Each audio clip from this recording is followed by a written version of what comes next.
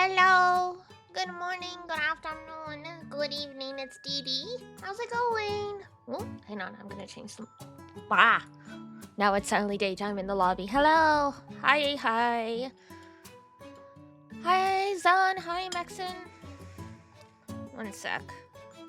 I'm still technically eating breakfast because I woke up. Then I fell asleep for 3 more hours, so I technically haven't eaten yet. Oh man, and I've still got that's sometimes when you wake up and you've slept too much, you're like stiff. Have a nice breakfast, thanks.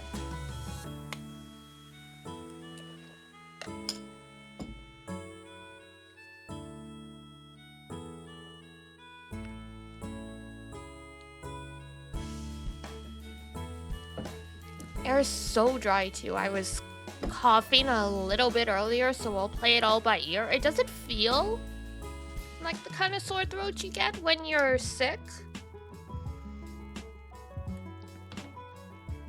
So hopefully if I just baby it, it'll be fine.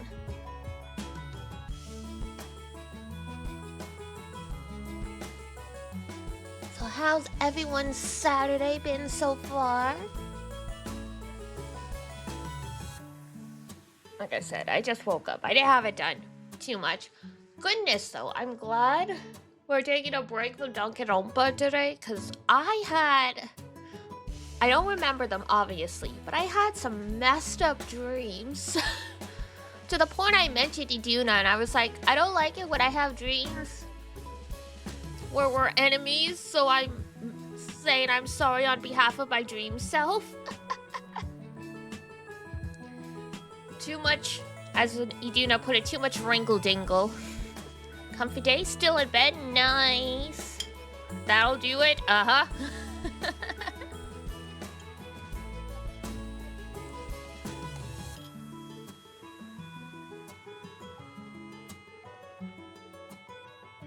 Periodically, I have dreams where Iduna and I have some kind of falling out. Usually, it's because I'm under a ton of stress from stuff, but I'm like,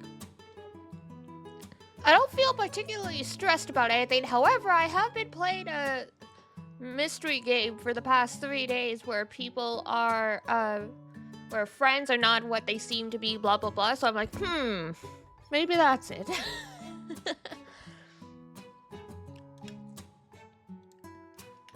Usually games don't affect me like that, but I guess after 3 days and also some longer streams than usual, I guess I finally cracked.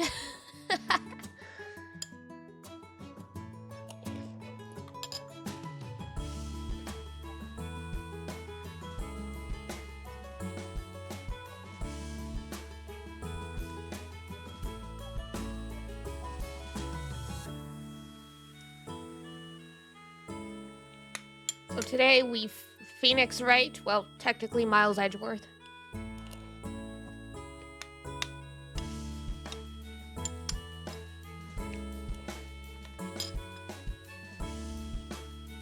We've got Murder on an Airplane.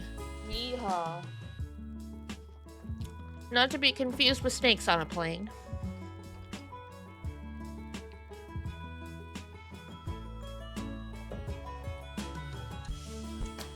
Or Snakes on a Boat.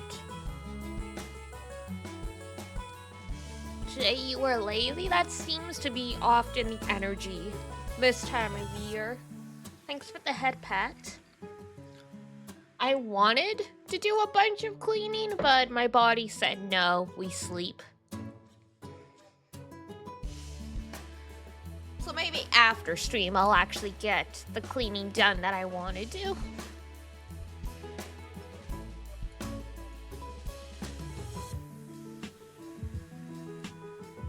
Because I slacked off last week because my energy was low, and plus, it's the holidays. You don't keep up with your daily cleaning quite the same.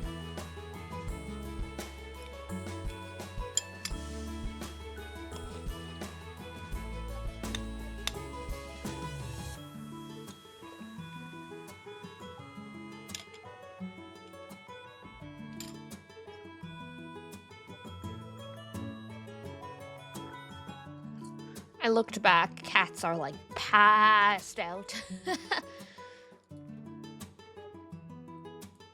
I gave them some weird cat food and they're like, oh boy.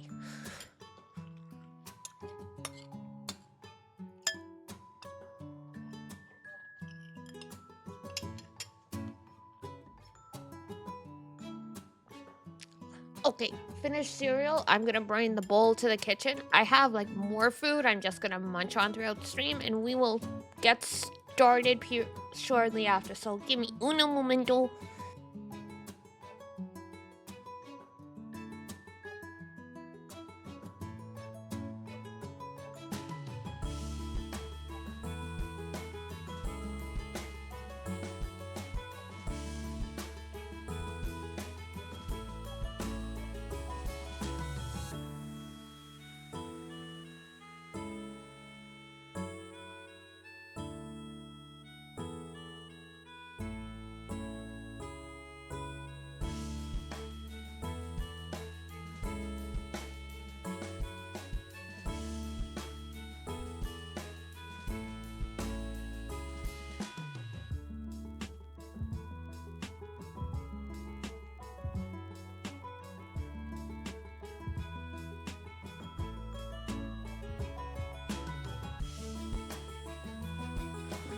Okie dokie. There we go. Alrighty. Phoenix, right? I mean, Miles Edgeworth. Sorry, Edgeworth.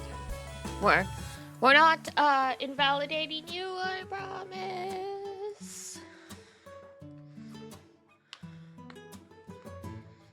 Just, you know, you only had 2 games. Your boyfriend had 3. And then technically he becomes a main character again in later games, so like more like 5.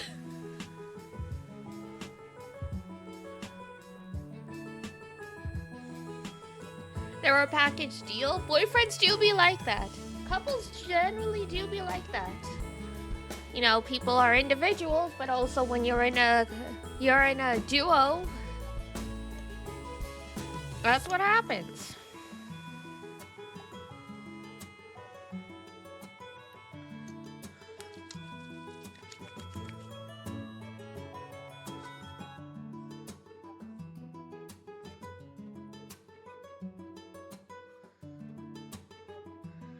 Now, hopefully there are no power outages in this game that will inadvertently cause a power outage in my real life. That would be nice.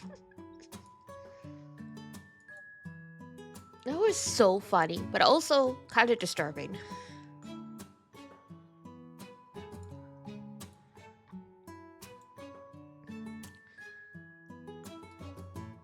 Also, hopefully you're feeling better, Zon. I know you checked out early yesterday because of a migraine. I'm feeling a little bit of a headache myself. It's that time of year. So hang in there.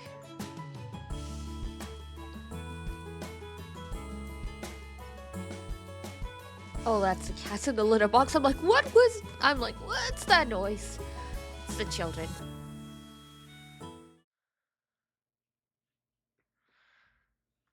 I've got one cat that, like, she needs to dig all the way down to, like, she's basically digging a hole to the center of the earth before she can do her business. So sometimes you're like, what is that noise?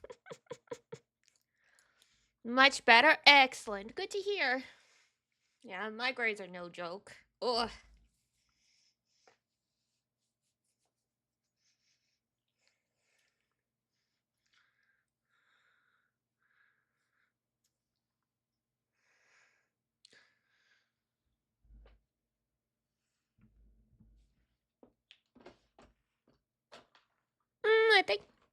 I think Zon had said before he's like me and he gets chronic migraines, so it is what it is. Typed it a bit late. Fair enough.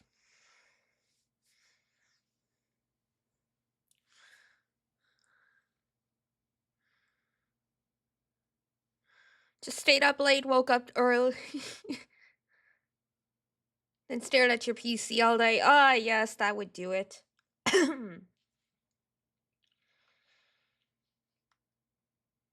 Yeah, in between work and stream, I've tried to force myself to lay in bed with the cats for like an hour or two before stream, and like the only thing I have is my iPad. It's like sometimes like I fall asleep and take a nap. Other times I'm just there doing like crosswords or whatever on my iPad, but it forces me to change change how I'm sitting, and also technically forces my eyes to take a break.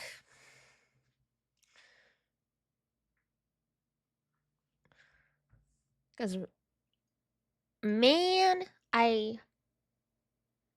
you forget how much light monitors actually give off until, like, I turned off. What was it? Once I turned off my.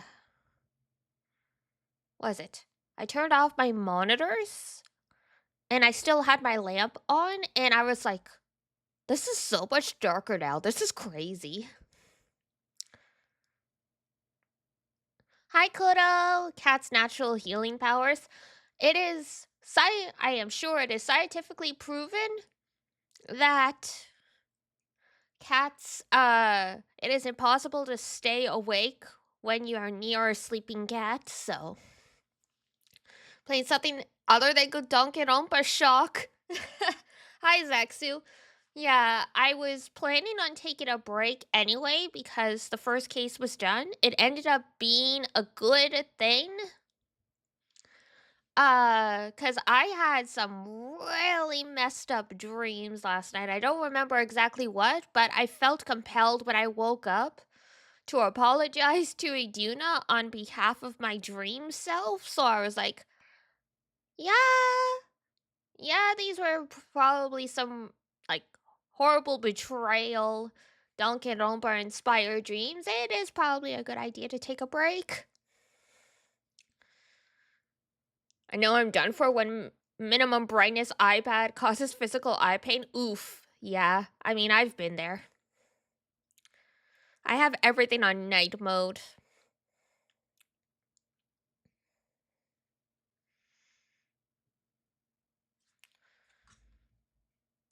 All right.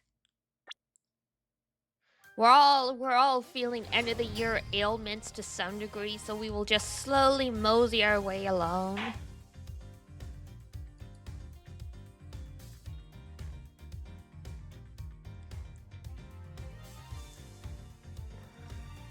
Da da da da da.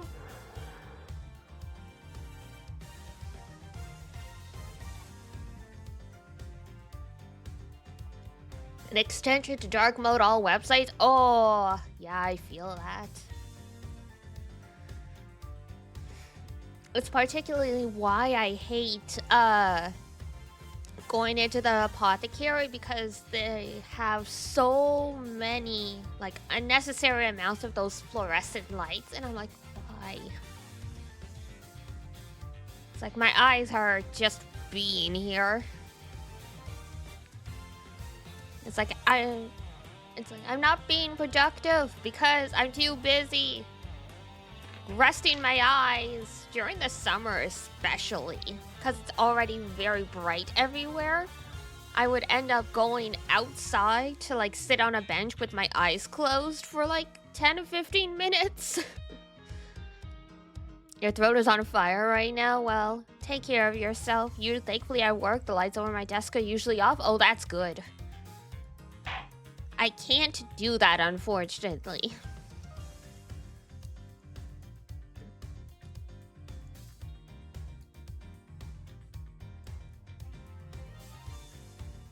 I don't wear glasses? I don't, technically. I do have glasses, but they are for distance. So wearing them at the computer doesn't do anything.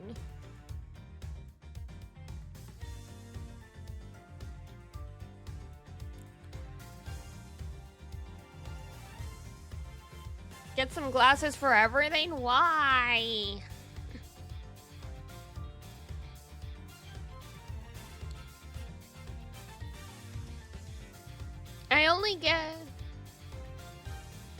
I do have the blue coating on my distance glasses, but because they're for distance only, it's like, then wear them, but they're for distance. They don't help. So if I wear them on the computer, then I'm just magnifying what's on the computer.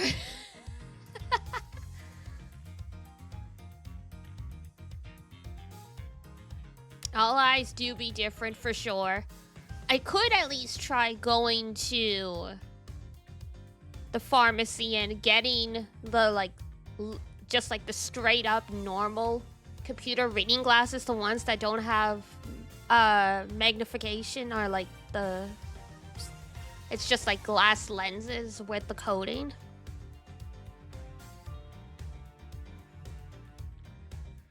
Because yeah, it's not so much computers that do it for me. It's like that particular fluorescent light. And I looked into it at some point. Apparently, why fluorescent red lights bug some people but not others is because those lights are actually flickering. But for most people, it is too fast for us to register that they're flickering, but some people still feel their effects. So we joked in chat at some point. Yeah, we joked in chat at some point that because I have like 60 FPS vision, it debuffs me IRL when it comes to the fluorescent lights. So here's what we're gonna do. Uh-oh.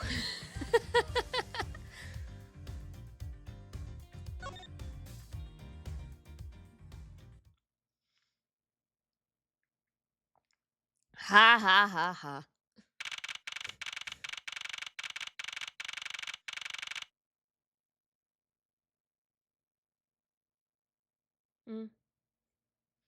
Okay.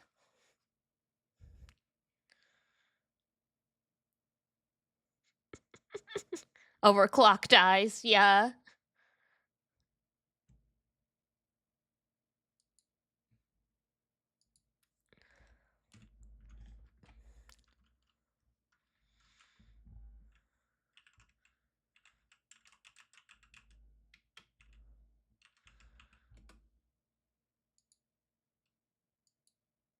Is that salmonella? It is indeed salmonella.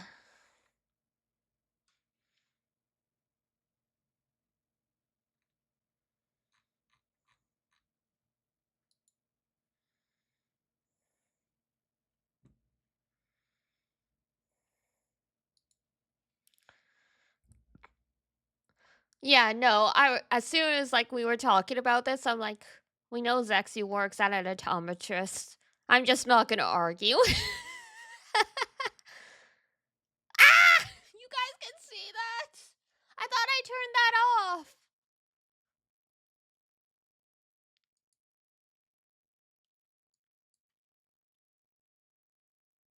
Natsukashi! No!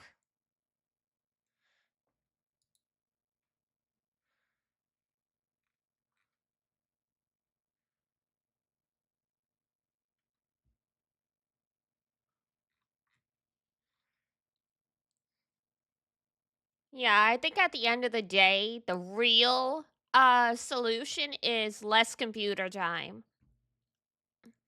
Or at least spread it out more.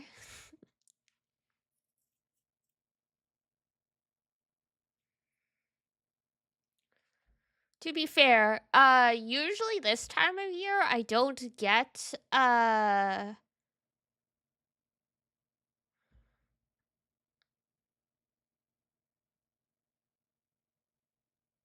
but will I pull it off? I can try. I used to spend all this time on the computer instead of my cell phone, so I mean, I've made progress. At least I upgraded to a bigger screen.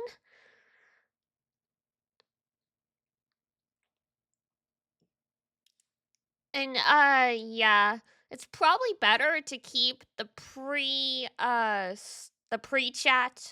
to like maybe a couple messages, cuz otherwise we're going to have to put slow mode on cuz I think it's probably that's worse. Why is it worse? Then I'm not straining my eyes staring at a tiny screen.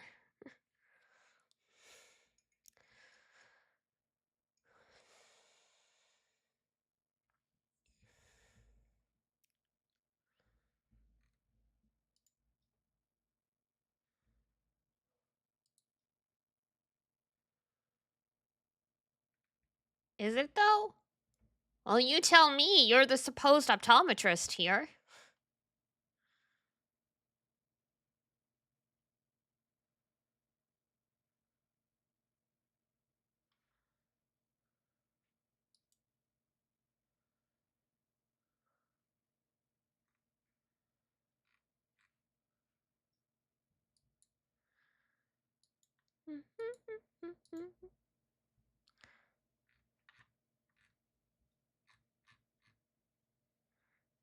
Oh, I don't want to put stuff in my eyes, but yeah.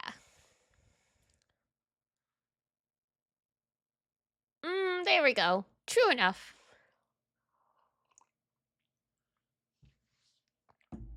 Look, I am due to go to the optometrist anyway, so we'll see what they say. It's just, I own the stipend I get for ice, like prescription stuff, is only enough for one pair of glasses, and I still have to pay out of pocket and wait for them to reimburse me. So that's why I haven't gone in, because they only do it every X number of years you're allowed to expense glasses. Otherwise, I need to have $500 just chilling in my pocket, which isn't easy to do.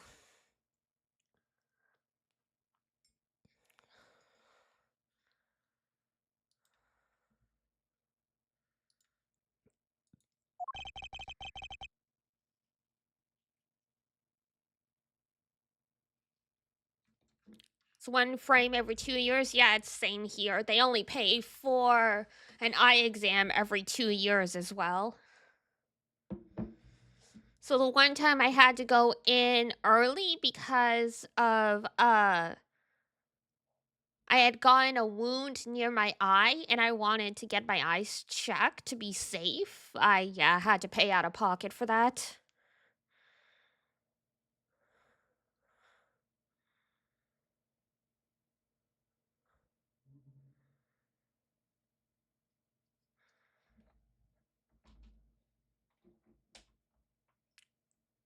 You're blinded? That's not good.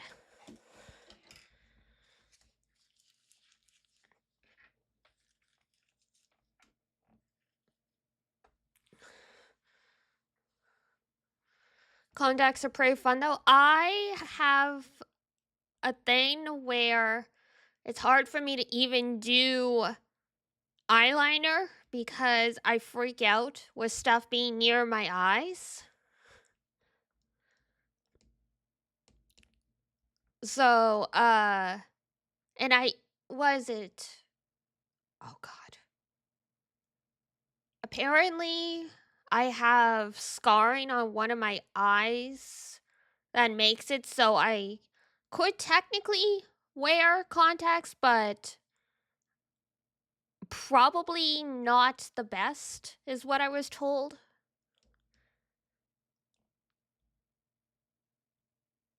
So yeah. Look, I am not even kidding. A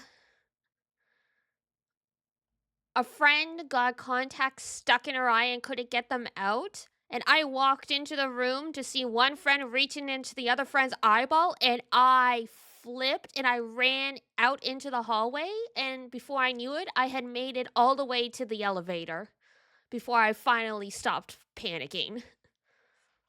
How? I don't know. She just couldn't get them, all right?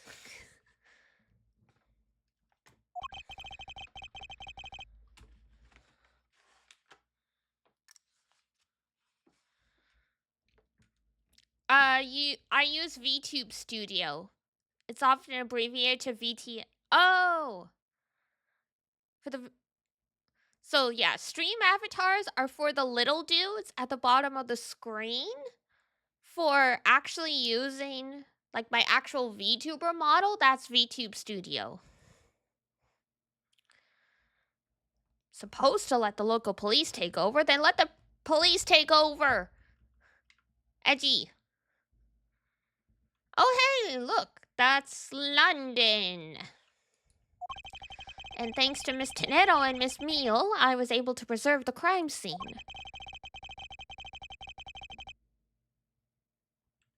You went to work when you're this sick? Jeez. All right, take care.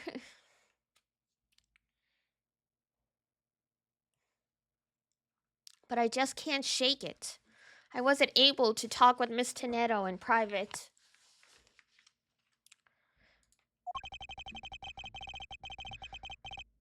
So, I'm left wondering just what was she up to? Why did she do what she did? There must be a way for me to continue my investigation. Oh, hey! You're the only one available? Rip. Oh, hey, from this music, we should know who it is. Here I go again with my horrible, not German accent. It's apparently Russian according to Toonie and Spooky. I've been blah, blah, blah. We'll see if I can pull it off. It's been a little bit. I have been expecting you, Miles Edgeworth.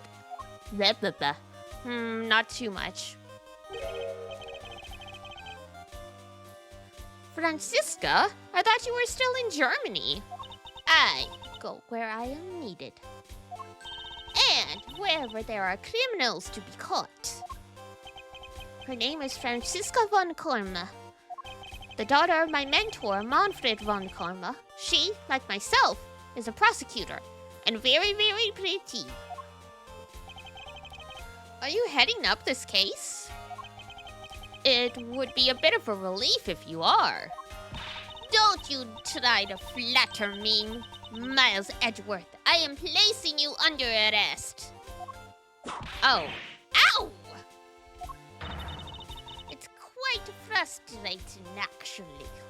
I had hoped to exact my revenge on you in a different venue. But I'll have to take what I can get. I never thought I'd see the day when a disciple of the House of Von Karma would become a criminal. Have you no shame? I don't know. Apparently they're like, that's more like a Russian accent. It's not a German accent. I'm like, well, I'm doing my best here. Wait, it's all been a big misunderstanding. I didn't kill the victim. A misunderstanding? I heard all about the murder over the police radio from the captain himself. You waited for the victim on the first floor and then beat him to death. Fair enough, it's just a weird, ambiguous European accent then. I'll take it. Franziska, sorry, I don't know what happened to me there for a second. Do you honestly believe that I killed a man? She's like, it would be great if you did.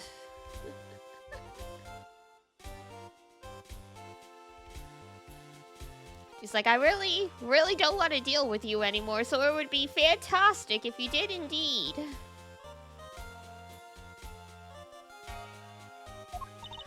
I suppose I should reserve judgment until after I have investigated this for myself. I can put your arrest on hold until then. That's as it should be. Huh! I don't need a lecture on how to perform my duties from you of all people. To be perfect in every way, the fulfillment of that creed alone is all I strive for. Well, I have my own creed, which I must fulfill, so... Why don't we solve this together? She's really pretty, Franziska? Oh, yeah. She's a fan favorite for many reasons.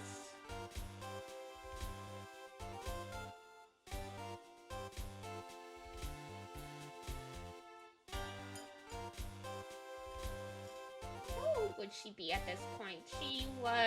She's the same age as Maya, so she'd be like 19? 1920?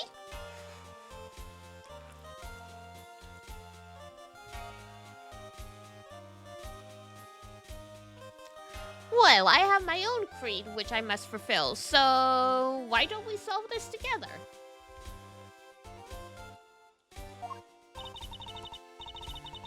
I have to get going. The crime scene awaits. Don't you dare leave town.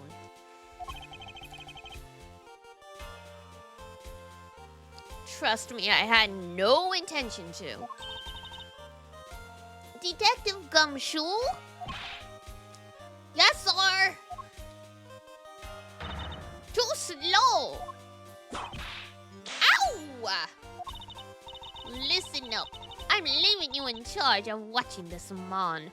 Don't mess up. Understand? Mr. Edgeworth, I'm supposed to guard him? A simple yes or no, detective. Ah, yes, sir. Understood, sir. You just leave it to me. Miles Edgeworth, if you interfere with my investigation, I'll arrest you on the spot. Are we clear? Now then, if you'll excuse me.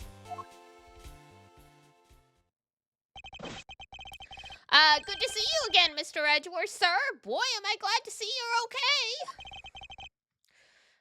okay. Thank you, detective.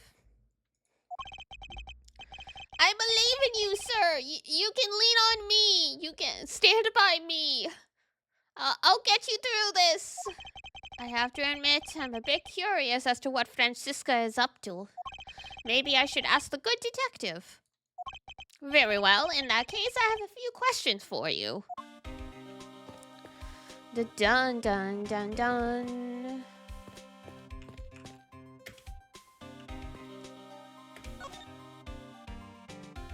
All right. Initial investigation.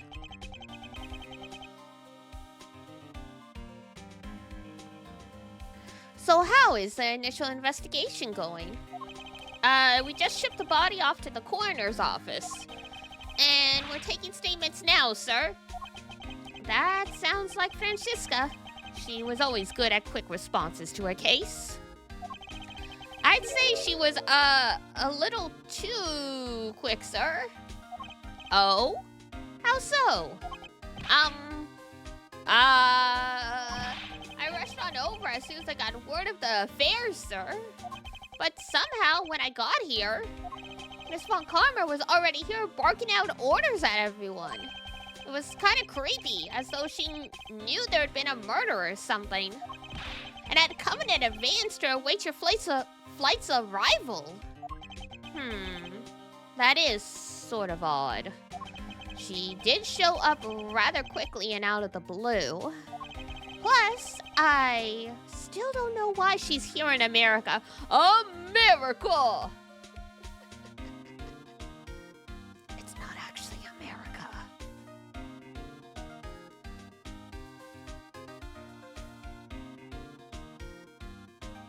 At least geographically, if this is in California, it still makes sense if they were leaving Europe to fly over Asia, depending where they were, I guess. There must be some backstory to all this. America, yeah. Way back in the day, they vaguely set Phoenix right in America. And now, even though all these years later, the localization still makes it, so it's America. Alright, Von Karma. Miss Von Karma just kind of popped up at the prosecutor's office about a week ago, sir. Something about chasing down leads related to a certain incident. It was, I'm not sure how an international, citizen is able to, you know, practice law in this country. But alright. No details? It's kind of top secret, so she can't talk about it, even with me, sir. Knowing her, the only type of talking she likes to do is with her whip. Yikes. Plus, I doubt the top secret part was what stopped her from talking to you, Detective. Yeah, we love Gumshoe, but he is a bit of a blabbermouth. Although, I wonder if her case has anything to do with mine. Seems unlikely, but you never know. Anyway, that's about all the info I have, sir. We should find out more as we investigate. Yes, it is high time to resume my investigation. Dun dun dun dun dun dun dun dun dun dun dun dun dun dun. Starting with talking to the people involved in this case afresh. Afresh. Hang on. Whoops. Was trying to tighten the screws that hold my mic in position, and I accidentally knocked it out of position while doing it. Alright. Who can we talk to? This child seems to be happily enjoying the sight of so many planes. I'm all excited to see this many planes too. Just look at the size of these things. Do you like planes too, mister? The balance between the main wings and the tail is really something, huh? Huh, it seems that this child derives his pleasure from a different aspect. Oh, but I've also got a thing for the shape of the wings too. Here, mister, you can stand next to me. So, about the plane's wings. Thank you, Detective, for leaving me out of this conversation.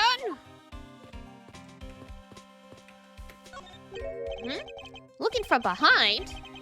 I think I've seen this man somewhere before.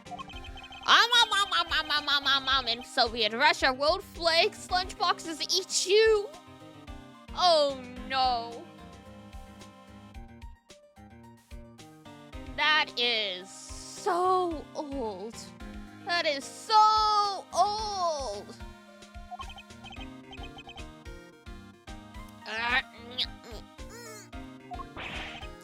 Mr. Edgeworth, we gotta get him some water. Found it, lol. Oh, I feel a wave of creative powers coming on, and it's over 9,000. For my next lead movie, it's going to be the Steel Samurai, warrior of Neo Tokyo, versus the World Samurai Champion of Earth. It's gonna rock soar so many boxers. Woo! Good thing it was a false alarm, right, Mr. Edgeworth? So the Steel Samurai is finally getting a movie.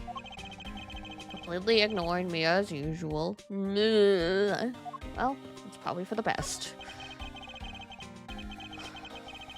This man was in first class with me. He was quite shaken up by the whole affair. I'd be pretty scared too if I got caught up in a murder investigation, sir. But you're a detective. I did it. I made it the whole flight. I'm not scared of turbulence anymore. This life vest is proof I made it alive.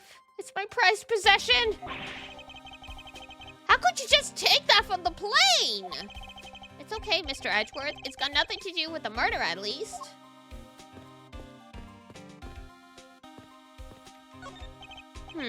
Lunchland. Not bad. I guess it's gotten big enough to warrant its own brand shops. So yeah, that was Angel Star's thing back in the first game.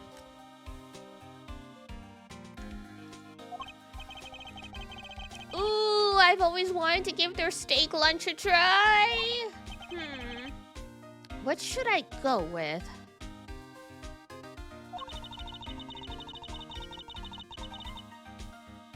I recommend our airport special World Flake lunch boxes, only available for a limited time.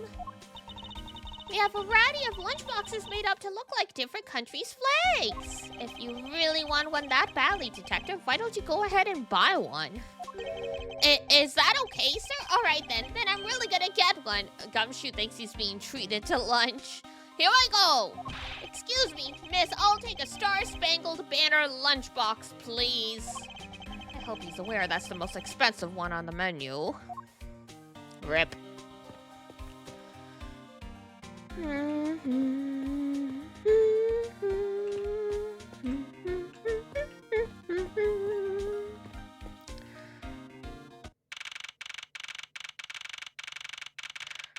Oh my god, is that the captain? And we've still got Cammy Meal staring off into space like a...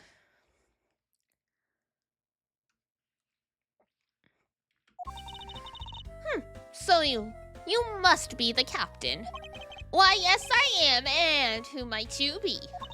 I am the prodigy prosecutor Francisco von Karma, and I have a few questions for you. Don't you dare, Captain, getting friendly with another woman? Oh god, she's one of those. Like, how dare you speak to another woman types?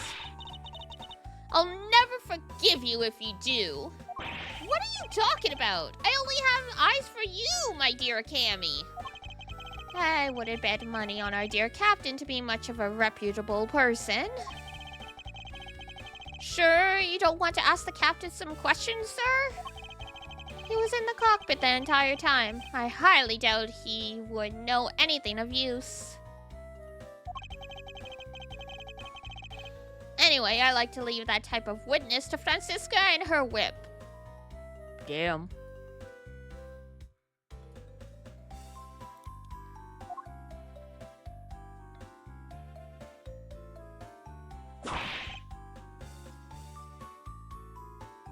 Yikes.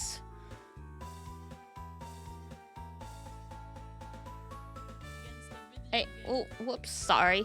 I opened Twitch to get to my dashboard and it started auto-playing, so I apologize if you heard a tiny snippet of sound.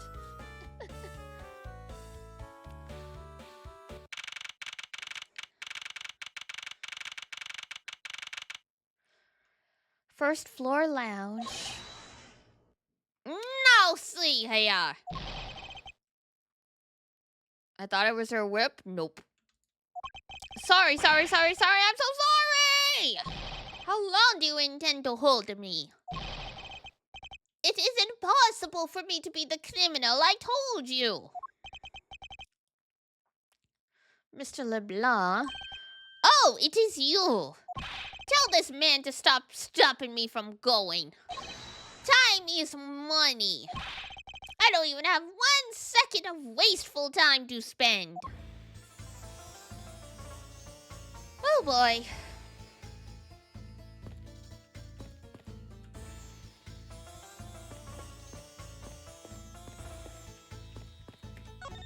So what's going on here? Did you finish taking his statement yet? Dun dun dun dun dun dun dun dun dun dun dun dun dun dun dun dun dun dun.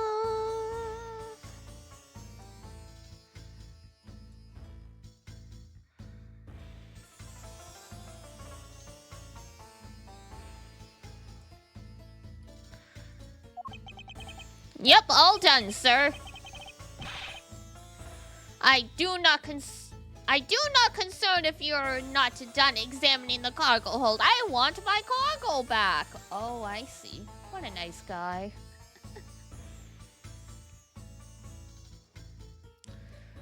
What a delightful.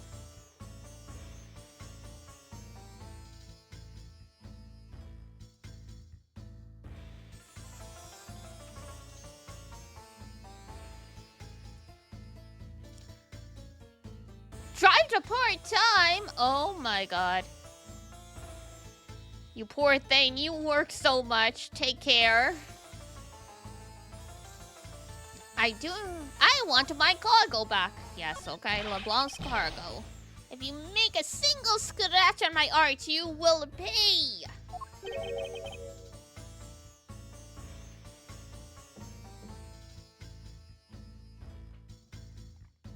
Art?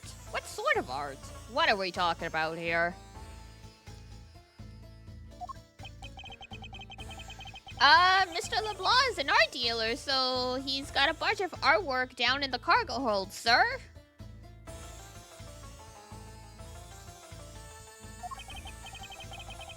There's practically a mountain of them, large, medium, and small.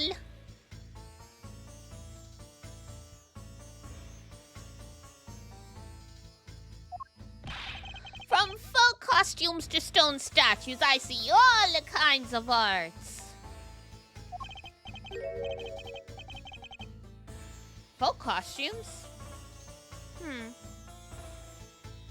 Speaking of... Oh, sorry. Speaking of which, Mr. LeBlanc's hat. It kind of looks like the other piece of cloth. Oh, that's true. Hang on. Do we have? We do. Mr. LeBlanc, could you please take a look at this for me? Oh, it's a Borginian cloth. As I suspected, your hat is made of the same material, I suppose? Yes, of course. This fabric is so famous, orders come from over the seas for more. Not over the seas. Bloody cloth updated. Then this cargo you were talking about earlier. No. My cargo this time is many gigantic. You, detective, when can I have my cargo moved? You can get your cargo back when we're done investigating, pal. The stubbornness of you police, it is no good. And it is no good that attendant refuses to exit the attendant's room, too. That attendant? I wonder if he's talking about Miss Tenero.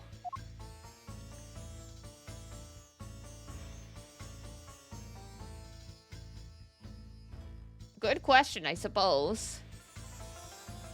Alright. Dun dun dun. Oh, Z is back. There we go. Tenero.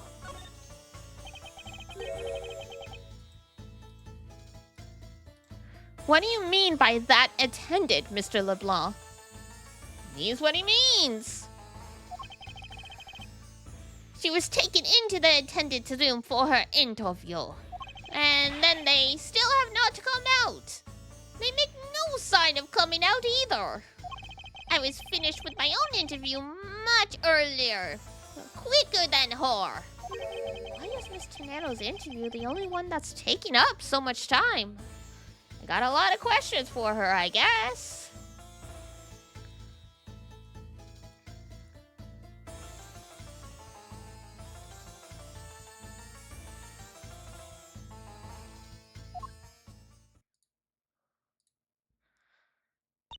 Miles Edgeworth, you were given free rein to examine this plain mortal. I forgot to do the accent. Yes, I was able to obtain the cooperation of the flight attendants. Speaking of attendants, I'd like to speak with Miss Tenero.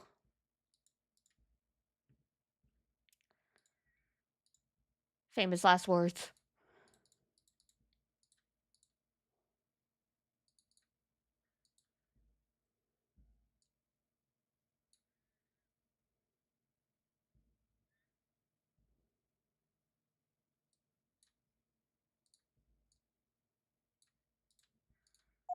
I wonder if you might grant me permission to enter the flight attendant's room?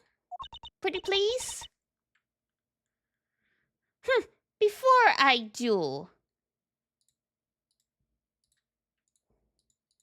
Yes? Before you do?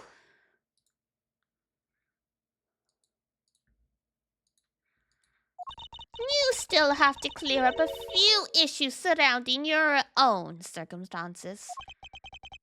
I understand. You may have tricked those attendants with your sophisticated talking. But you can't pull the wool over my eyes, Miles Edgeworth.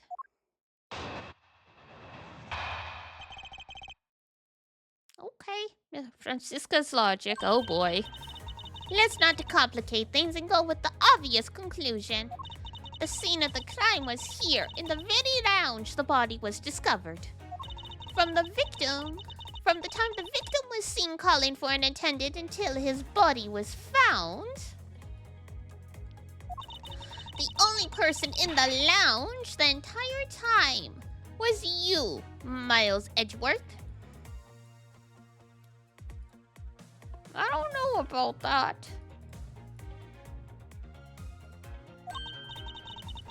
This unmistakably makes you the likeliest suspect. So, you know, just deal with it. The likeliest suspect, Francisca? Do you have a problem with that? No, but it's not like you to use such vague wording. You're usually a bit more absolute. I am simply trying to watch out for you. Or is my kindness too hard for you to comprehend? Thank you, but your leniency is unnecessary, for I will prove my innocence soon enough. Go, Edward.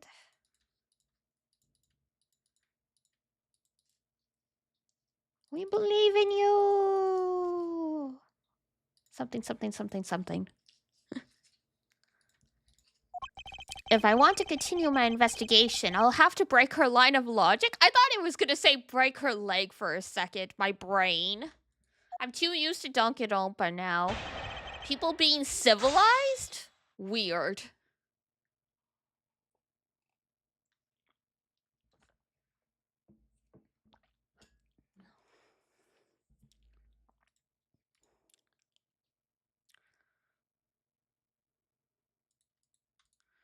Alright, Francisca's logic.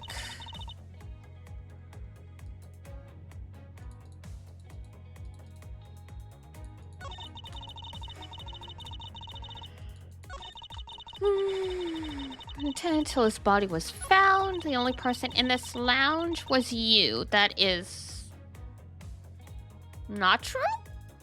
Because Miss Tenero passed through here, didn't she? How do we prove that, though?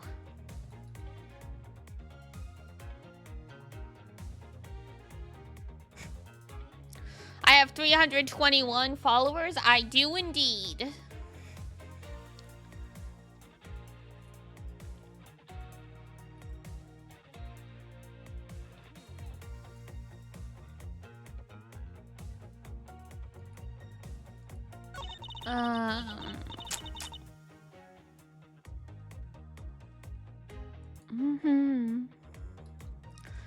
Dun, dun, dun, dun, dun, dun, dun, dun, dun. The goal was to hit 300 followers for the year. We are 21 over. How fantastic.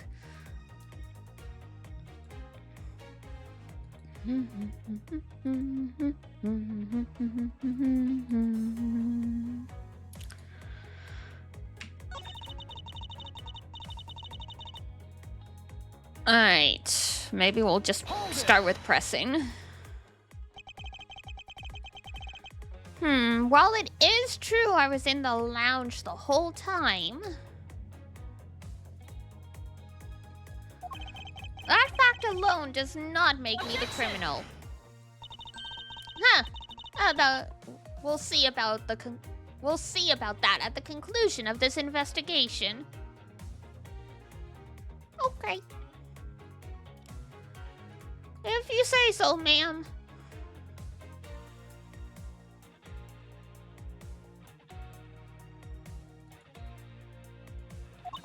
However, there is one thing that even you must admit at this time.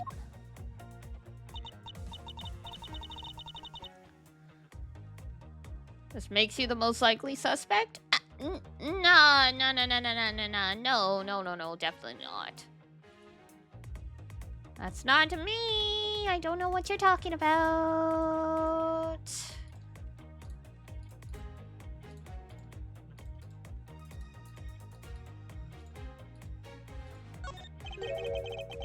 The likeliest suspect, huh? What a roundabout euphemism. Oh, the new evidence. I guess we should check the evidence, huh? It's been a little bit.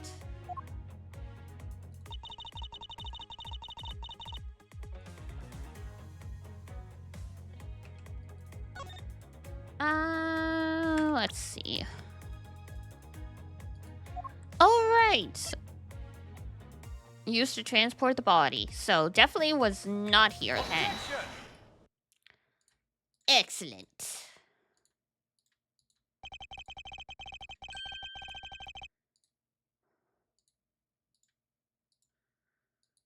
Oh, it is ad break time. Okay.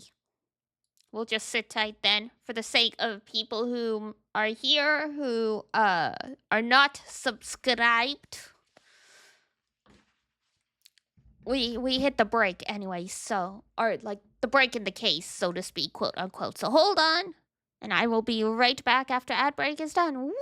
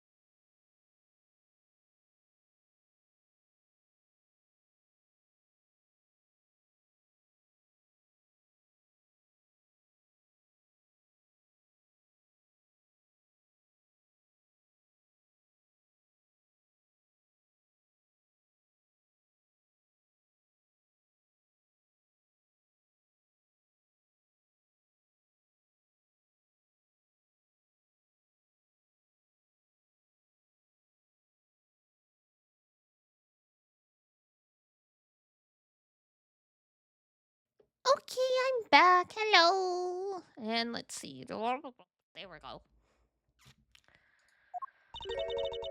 And what does that mean? I found a nice piece of evidence just before I was forced to stop investigating. A piece that proves the body was moved to a different location.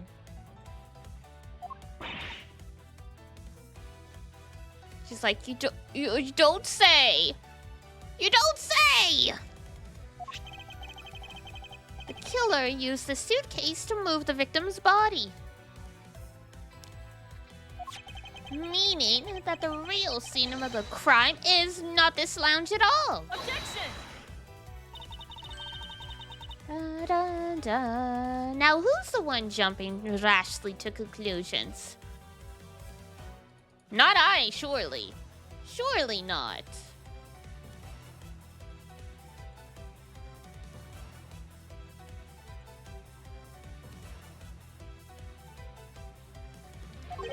Excuse me? All you did was find this piece of cloth inside the suitcase. That doesn't prove that the body was moved. It could be that the killer simply chose that suitcase as a good place to hide the cloth. I expected you would come to that conclusion. It would seem I can't escape that easily. You should know better than that. Avanda Karma is perfect in every way. But did you know that the killer definitely wheeled that suitcase around at some point? Objection! As if there was proof of that. Oh, you'd be surprised.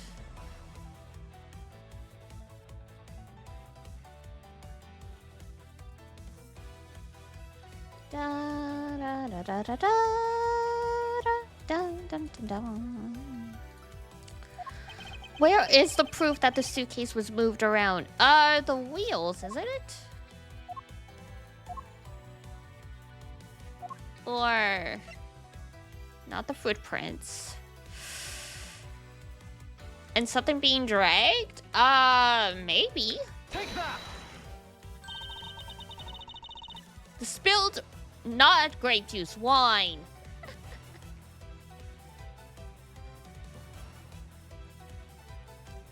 A little silly to act like it's not the alcohol, but whatever, I guess.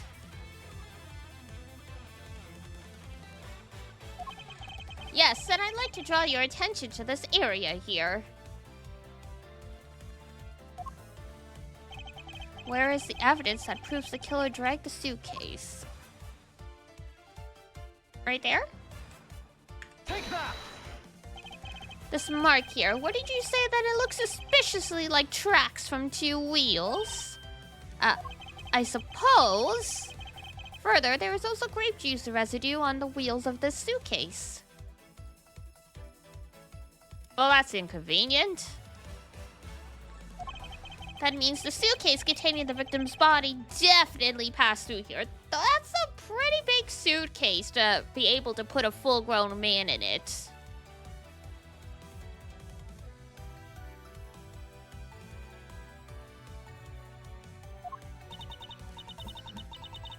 I suppose this means that the killer did move the victim's body from somewhere else. I'm glad you've come to your senses. Or something like that. Dun dun dun dun dun dun dun dun dun dun dun.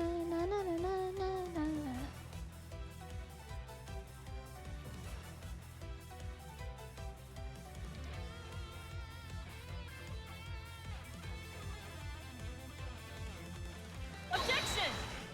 Never mind. Not so fast. This still doesn't put you in the clear. Not by a long shot.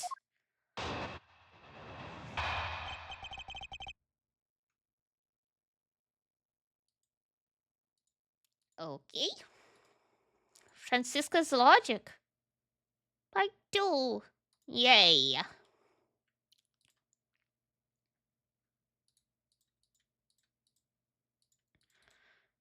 Everything is awesome. You prepared yourself and had acquired the piggy bank before the plane hit that turbulence. And then you waited for the victim in the lounge where you beat him to death. Why would I kill him though? That's the million-dollar question here.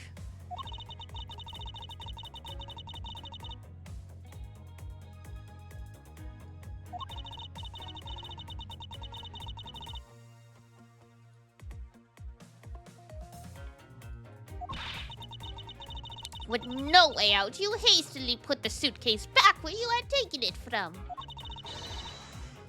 And pretended to be the discoverer of the body. Dun dun dun! Not a bad bit of logic for something you thought of on the fly. Just what are you insinuating? That I will show you exactly how flawed your logic is. No matter how strong of a face you put on. Not even you can hide your fears from me. I'll expose the flaws in her logic in one fell swoop. Rebuttal.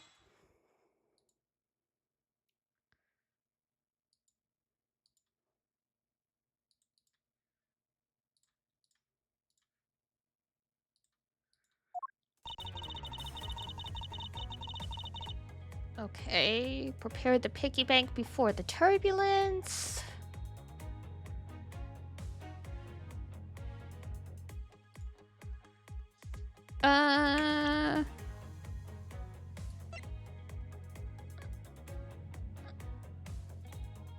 After the turbulence. Objection! The fact that you took this piece of evidence into account in your testimony is to be commended. Your legal prowess is certainly something to be feared. Evidence and logic. Essential tools that those who would stand in the courtroom must learn to master. But what if there was a fake piece of evidence thrown into the mix? What then, huh? What then? A fake? The Captain Ugo piggy bank. It's just such a fake. It is not the real murder weapon. What?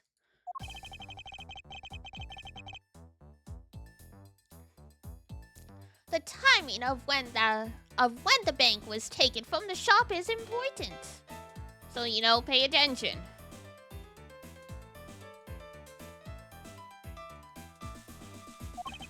And it was taken after the turbulence had occurred. But then, what about the blood on the bank? What do you make of that? Don't worry about it. I assume it was added after the murder, when the killer fabricated this weapon. Looking at it this way, the killer basically did 3 things after the turbulence. After exiting the elevator, the killer brought the suitcase to the shop and left it there. Then the killer proceeded to pick the bag up from the floor.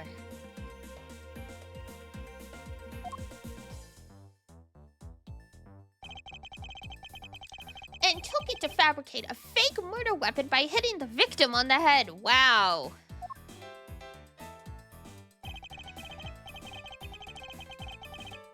Finally, the victim's wallet was planted on my personage in my pocket, to be precise.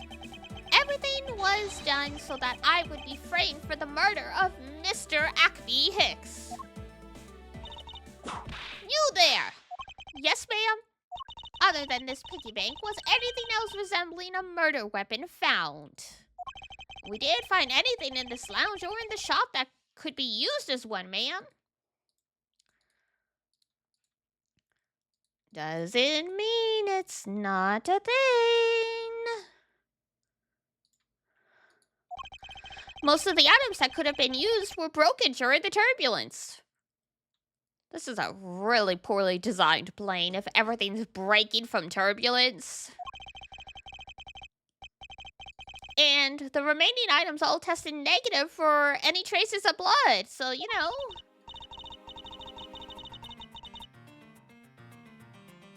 I see. Well, Miles Edgeworth, it appears your stall tactics are at an end.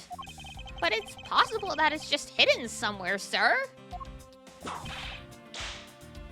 Yeah! If the criminal had wanted to hide the weapon in a safer place, I'd think the weapon would have been hidden in the same place as the bloody cloth. Exactly what I was thinking. Because the cloth was hidden inside that suitcase, it signals to me that the killer had not prepared a more secure place to hide the evidence. Which means the real murder weapon is either still on the murderer's personage, or it is still at the real crime scene.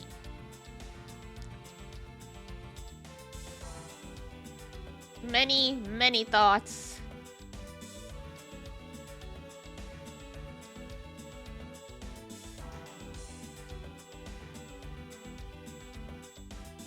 Objection!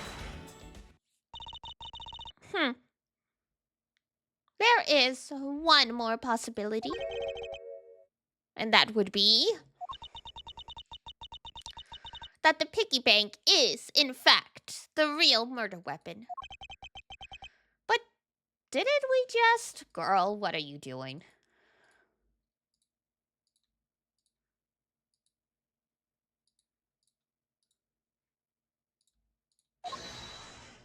Let me finish. The killer took the bank out from the display case before the turbulence.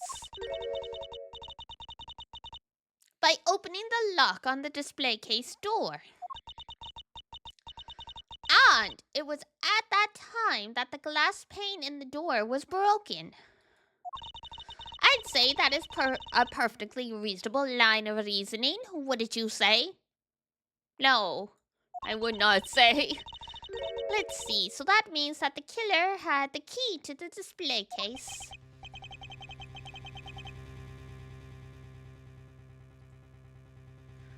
Francisca, the person you're talking about, not so fast! I'm not finished! Stop talking before I am finished! The person I'm talking about also committed another sin. She tricked the captain and granted you permission to conduct your investigation. Yes, it is the sin of lying!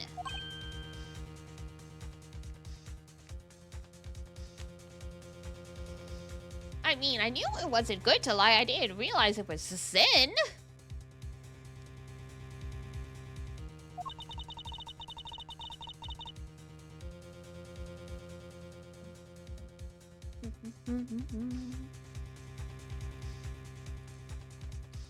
Speaking of which, I recall that you also wished to speak with her.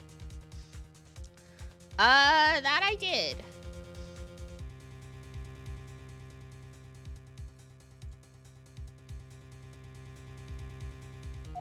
Yes, very well.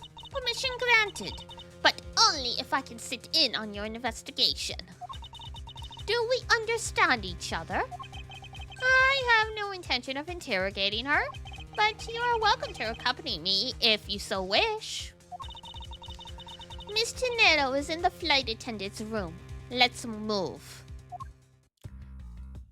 Let's boogie!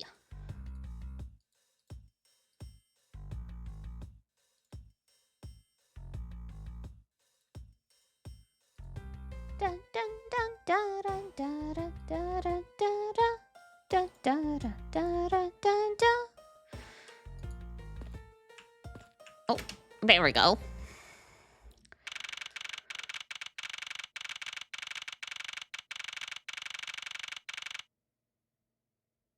Keep your cubbies clean, I think it says.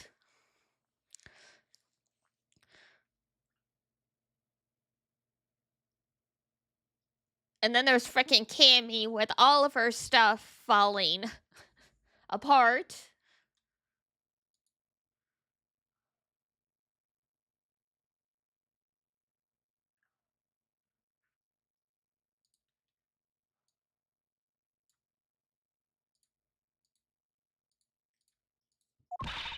So, you're the one that poked around inside the plane without the captain's permission? Deviating from the flight attendant's manual is very unbecoming, you know. Thanks, ma'am.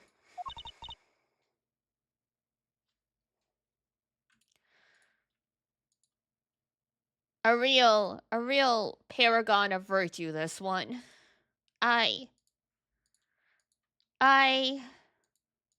Well...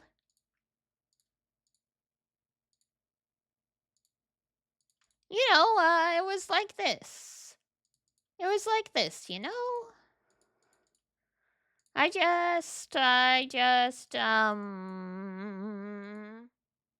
Shit, I don't have an alibi. Miss Tonetto. Ah! Mr. Edgeworth, you're here too? Can you please help us and shed some light on why you did what you did? All right. Oh god, not the tragic music. Dun dun dun dun dun.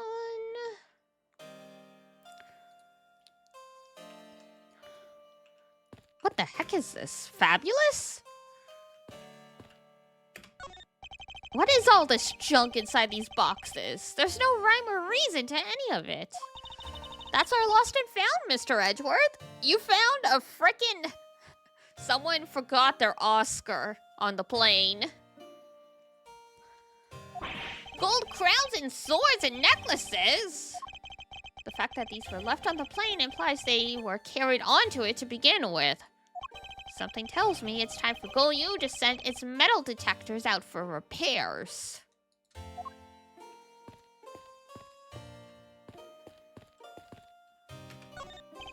It's pretty easy to tell who sleeps in which bunk just by looking.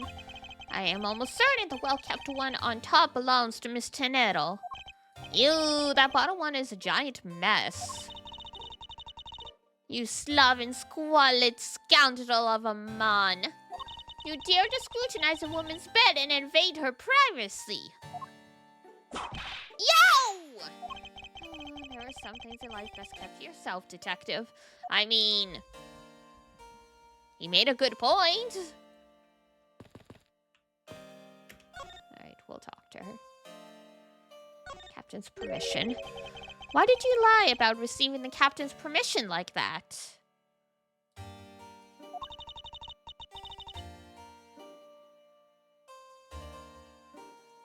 Because I didn't think I would be able to get his permission. What do you mean? The captain, he only has ears for Cammy. Huh. What a reputable dude. Will Gumshoe ever press charges against Miss Von Karma? Definitely not. He's too scared of her.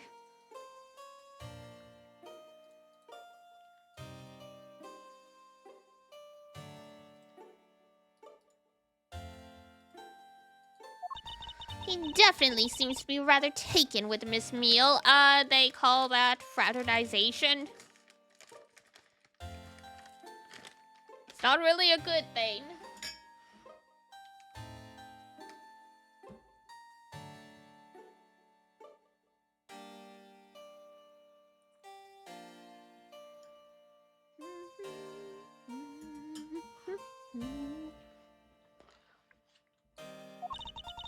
Yes, and on top of that, I had mistakenly accused Mr. Edgeworth of being the killer.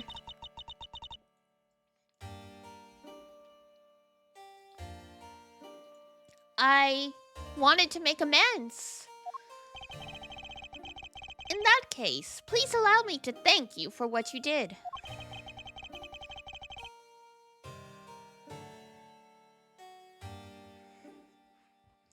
Thanks to you, I was able to clear myself of all charges. Really? You're able to prove your innocence? Oh, thank goodness. Miss Tornado, is it? There is one more thing I would like to ask you. You're back? Welcome back, Sexu.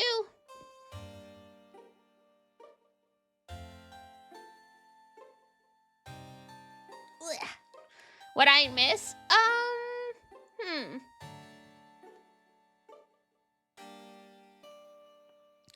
Francisca is vaguely convinced we must be the murderer, but we're going around interviewing everyone, so I don't think you missed too much. Just us examining a lot of stuff. We haven't found, like, any clues for the case yet, so. You were in the flight shop just before the turbulence, weren't you?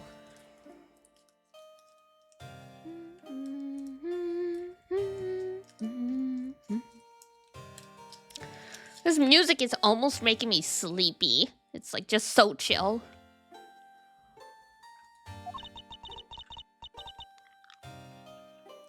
Nothing groundbreaking yet. Yeah, no, we haven't had a break in the case just yet.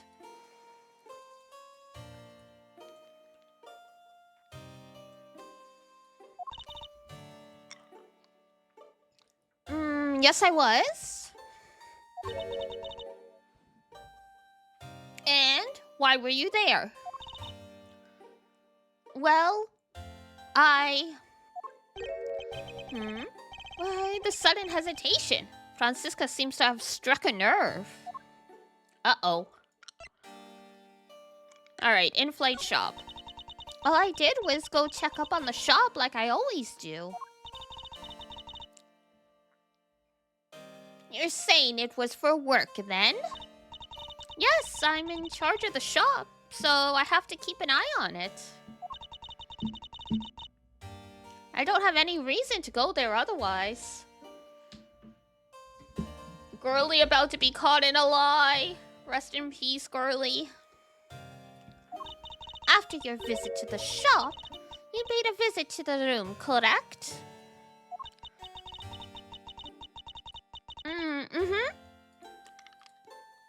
Yes, I came back to freshen up and adjust my makeup.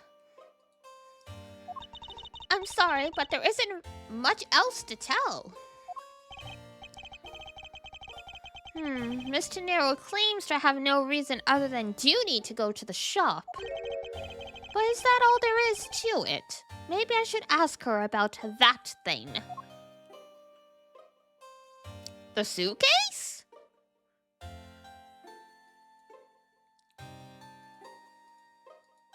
Because we did find out that apparently she's the one who designed it. If you could please take a look at this. Oh, that suitcase! Yes, about this suitcase. You're the one who designed it, correct? And I think I figured something else out about it. This suitcase is the reason you went to the shop, isn't it? There's nothing you won't find out eventually, is there? Won't you please tell me more about this suitcase? Yes, well, I was interested in seeing how the suitcases I had designed were selling. Not well, apparently.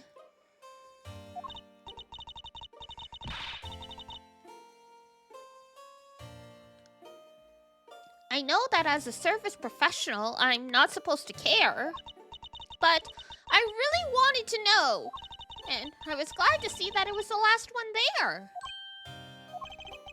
The last one there? Dun dun dun. So Suitcase was doing pretty well then.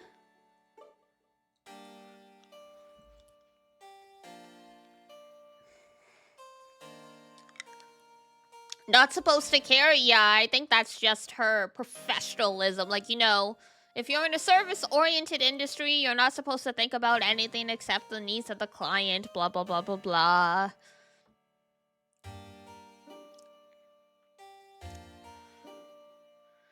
But yeah, like, if you won a company-wide contest to design a suitcase that was being sold, I would definitely be curious too.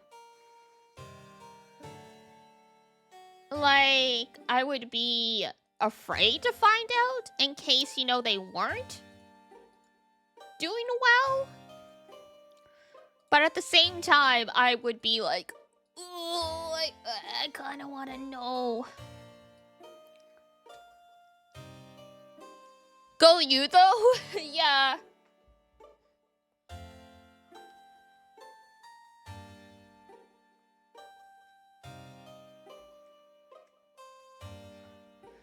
In the original game, it was, like, the original translation, they called it I Fly.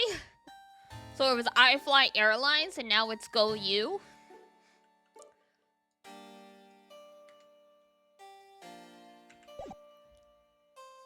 The last suitcase. So you're saying, Miss Tonetto, that the suitcase in question was the last one? Yes, they're just so popular. They're practically flying off the shelves. Oh, she's got a little bit of a face twitch going on. She's telling a big old fib there.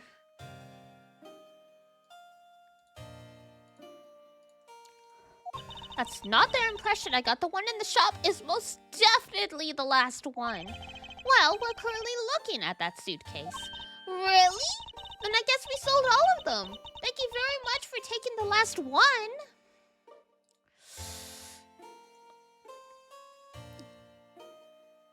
So we're going bankrupt. We're going bankrupt. Or at the very least, the suitcase that she made, was it selling well? And I mean, considering how big this plane is, the amount of fuel it takes, it probably costs a lot of money to fly this thing. So, you know,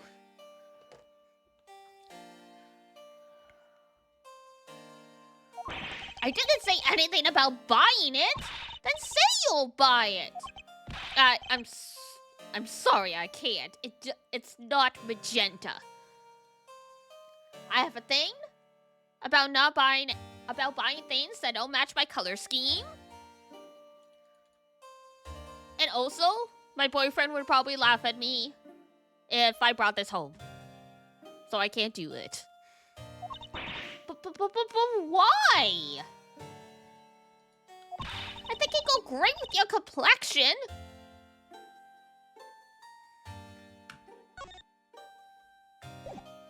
Hold on here.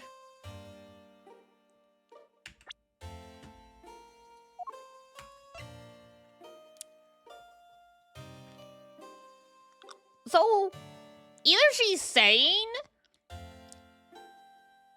he's got green undertones or he's got yellow undertones. Yellow undertones? Super common, especially if you're Asian, from my understanding. Green? You're not helping your case, ma'am. You're really not.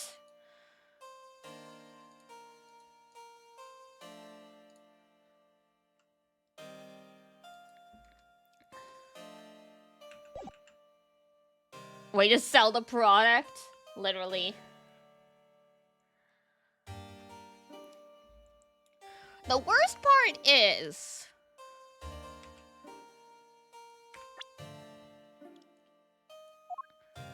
if this were just different colors, it'd be fine.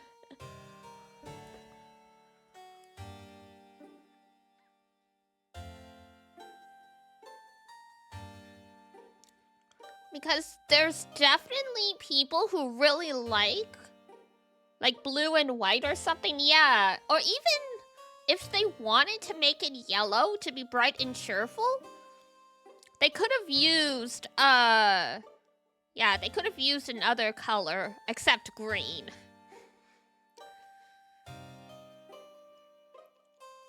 Like white. White with like black details, because apparently the spheres on here are supposed to be the face of the company mascot. So if they had done like a monochrome with the mascot colors in black and white and had the rest of the suitcase yellow, would have been like okay-ish, basically. Because there are some people who really do like those bright, flashy colors, especially when you travel. Because then it makes it easier to find your suitcase on the conveyor belt. If there's something that stands out about your suitcase. Like the hard case I used when I travel was like a gradient of like pastel pink and blue. So it stuck out like a sore thumb. But that was intentional.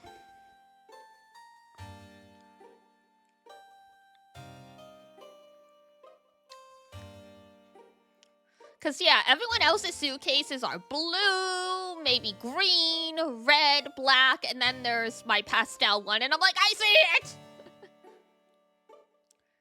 Like, I was on vacation with Mama and Melis to Barbados, and I saw my suitcase the second it hit the conveyor belt. You can't with bright colors? That's fair. Gotta be able to spot it. Exactly. I forget which suitcase Mama Melis brought, but hers was a slightly more common color. And, freaking, like, some people nearly pulled it off the belt, and, like, literally, like, the worst part was, Mama Melis went to grab it at the same time, the person checked it, realized it's not theirs, and they put it back! And we're like, you gotta be kidding me. Because Mama Melis has bad knees, so it's hard for her to get the suitcase off the conveyor belt. So finally I was like, Mama, just let me do it. That's good reason for the bright colors? Exactly, yeah. So yeah, it was funny though, because literally, at the same time I was grabbing my suitcase, these same dudes that let Mama Melis's go when she was struggling to get hers, theirs came around, and I just pulled all of their suitcases off the belt for them, and I'm like, there you go.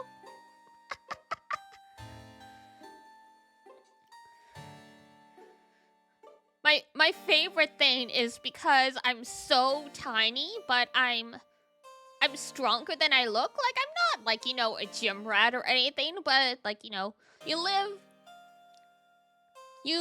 don't have a car and you have 2 cats, you get used to hauling, like, cat litter and stuff around. Tiny but mighty, yeah. My favorite thing is seeing the look on... It's always dudes, too. Seeing the look on dudes' faces when I out-muscle them with something with the suitcases.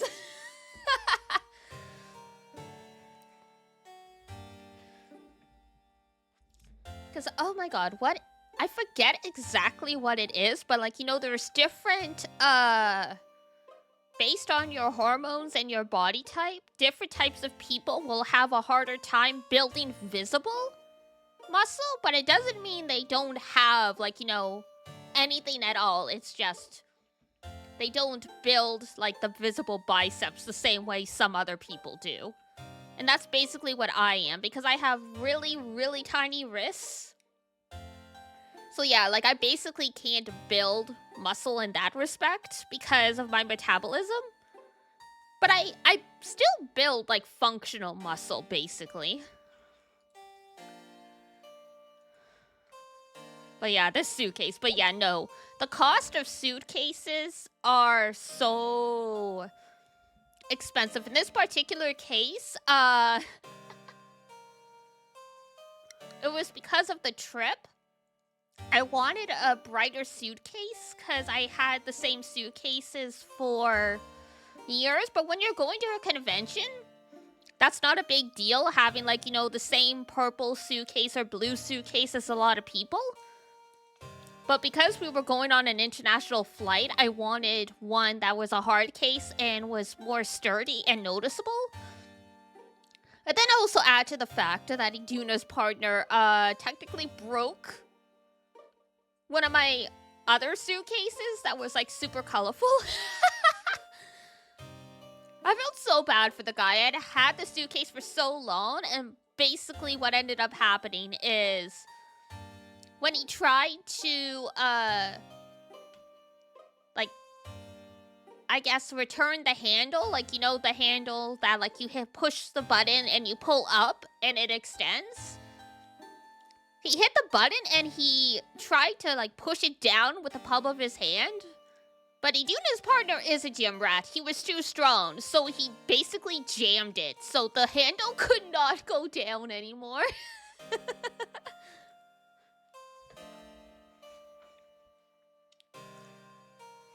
No fear, one fear, basically. I'm like, it's fine. You drive me around everywhere. I'm not gonna make you pay to replace a suitcase, especially when I have others.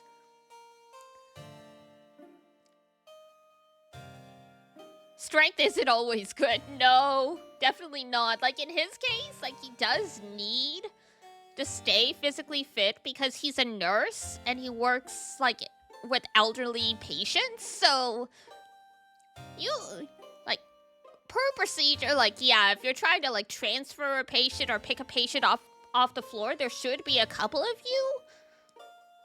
But, like, as, like, one of the few male nurses, like, yeah, there's a lot of expectations on him to do the heavy lifting. So it's good, but yeah, he was, like, it's like, I'm so sorry. And I'm like, it's okay. As long as we can still get the suitcase in the car somehow, that's fine. It's like that. I'm like, this was like a 14-year-old suitcase. I barely used it anymore, so whatever. How many suitcases do I have?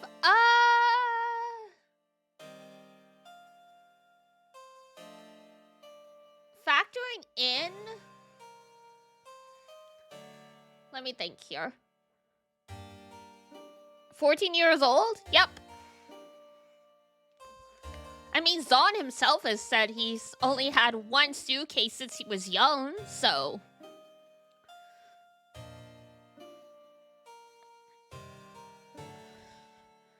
Why? Because I got it when I was 17. Because that was the suit... So, I got a 3-piece set when I first moved away from home. So that was a bigger suitcase, a smaller suitcase inside of it, and then a carry-on bag. Because they're expensive, pretty much. And then I got a 2-piece set, which is like a big... a suitcase and a bag when I started going to conventions quite often. Because I wanted a suitcase with more room in it. Because I was having trouble packing even the bigger suitcase of the set that I originally had. And then, you know, Ace broke the handle. So it's like, okay, well, I'm going to need to replace this suitcase anyway. Was it new? Yeah, it was fresh off the shelves. And then I bought the hard case 4 years ago, right before COVID, so...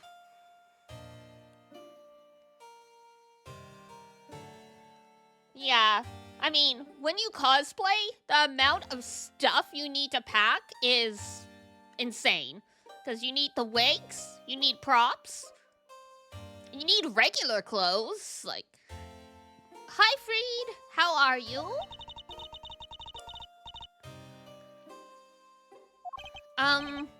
Well, that is... How should I put this? It's hideous. Damn, you really, really said it.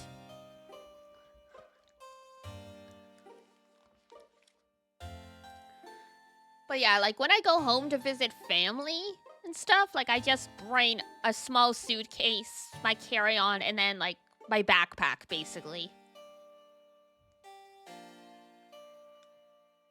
But I have the hard case in case I ever need it, basically.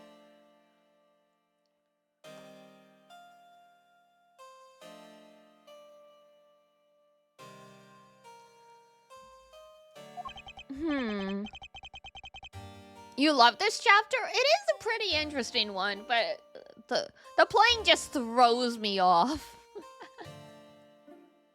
Like, excuse me, why is your plane so big? Like, what is going on here? Hello? Maybe that was a bit too direct. Yeah, Edgeworth. She just said she was curious about how the suitcases she designed were selling, and you were like, I refuse to buy the suitcase because it's hideous. When you could have just been like, look, I already have multiple suitcases. I don't need one more. I don't have the storage space for all this.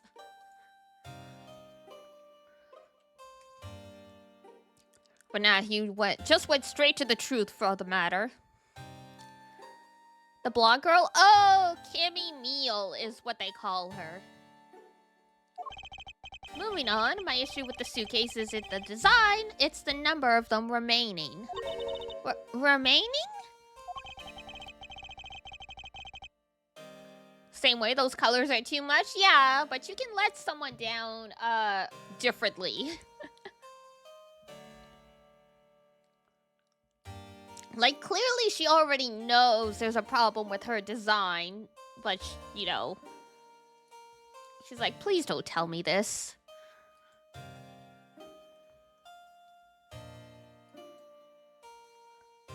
More calmly? Pretty much.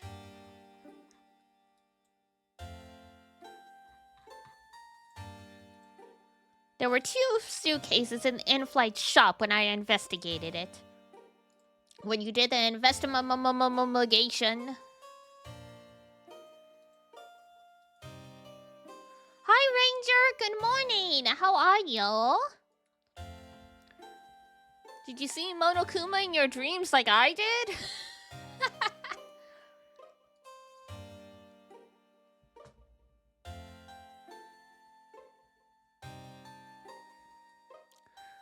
You what? Yeah, I don't completely remember what I dreamed.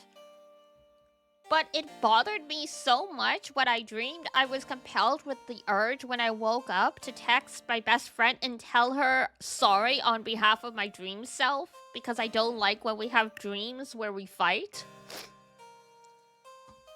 So I'm like, I think I played too much Danganronpa. Like, today was supposed to be a break day anyway, but I'm like, I think I've played too much Danganronpa. My brain.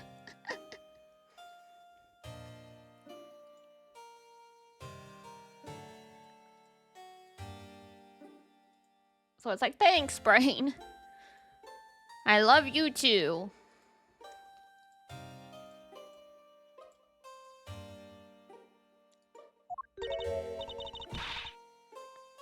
But that's impossible. Nothing's impossible. I'm sure there was only one. How does Monokuma take place in that? I mean, if it was a dream inspired by Danganronpa, what do you think?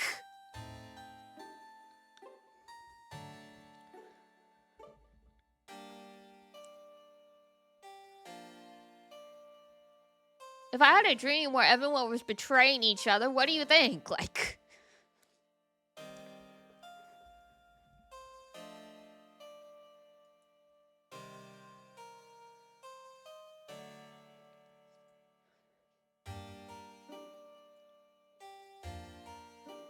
I'm sure there was only one. Looks like her story has generated quite the contradiction.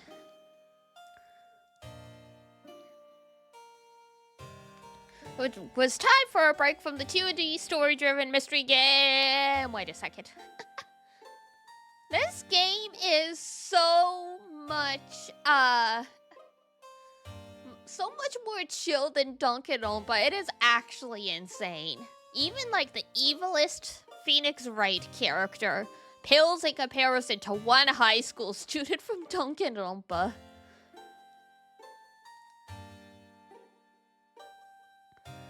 I remember played God of War a lot and had a dream where I was causing chaos and havoc. Yeah, it does happen.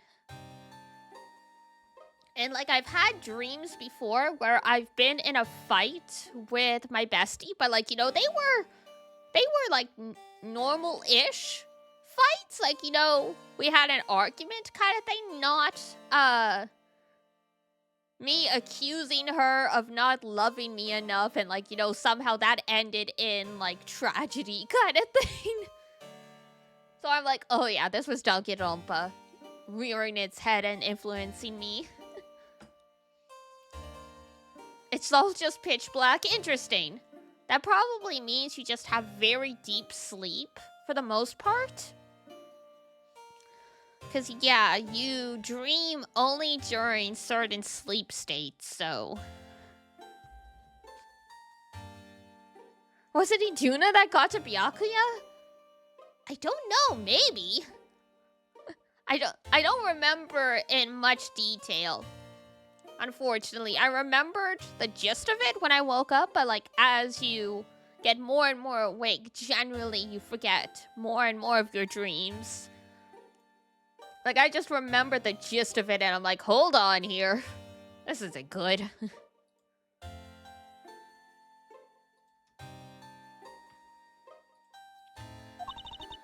When I left the shop, I'm positive there was only one suitcase left. Look, there was just one.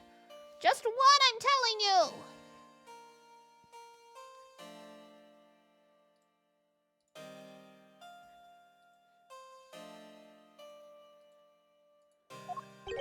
Something is amiss here. What could be the meaning of this inconsistency?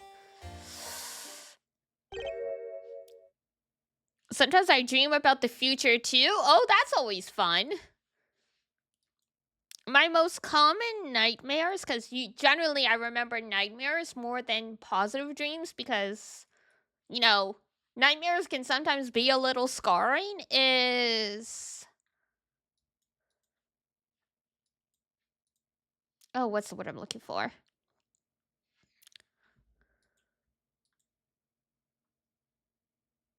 I forgot my train of thought. The brain just went bloop.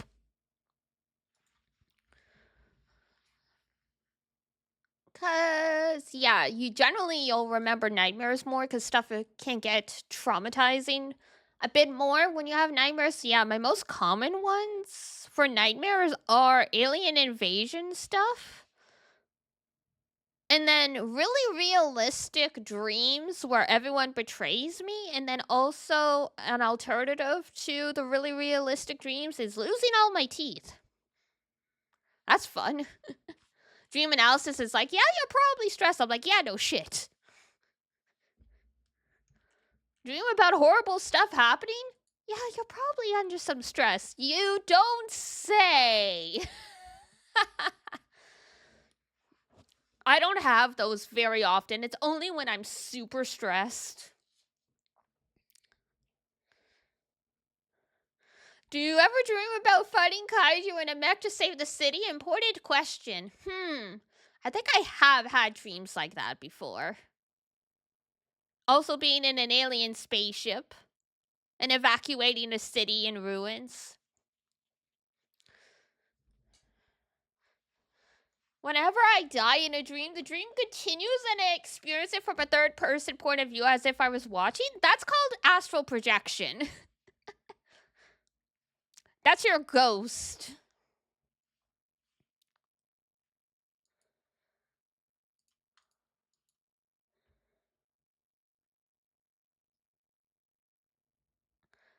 Yeah, it's a reference to 13 Sentinels, which is a game both Zon and I love, and Spooky has started streaming it recently. So in that game they have dreams of like their past memories from different like time loops and stuff like that. So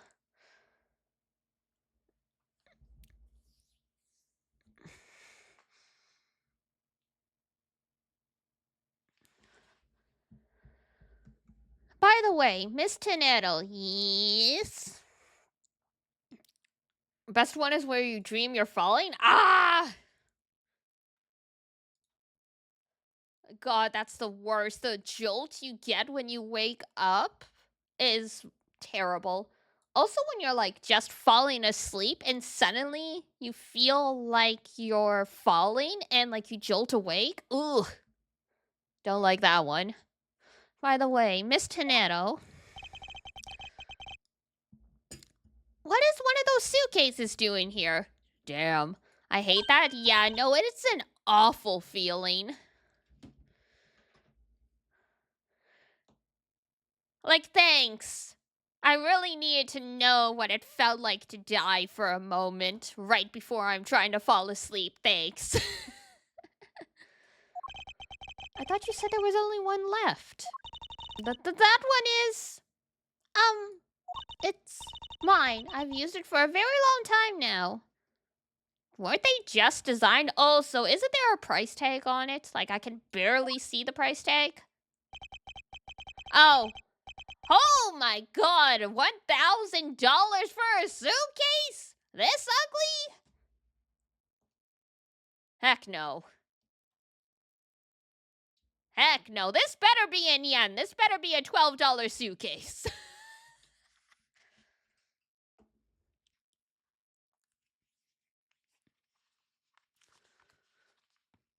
Told you these prices are scary these days. This is almost as much as a month's rent for a this 2-bedroom apartment. Like, y'all? What? Am I gonna pay rent this month or am I gonna buy a suitcase? Jesus.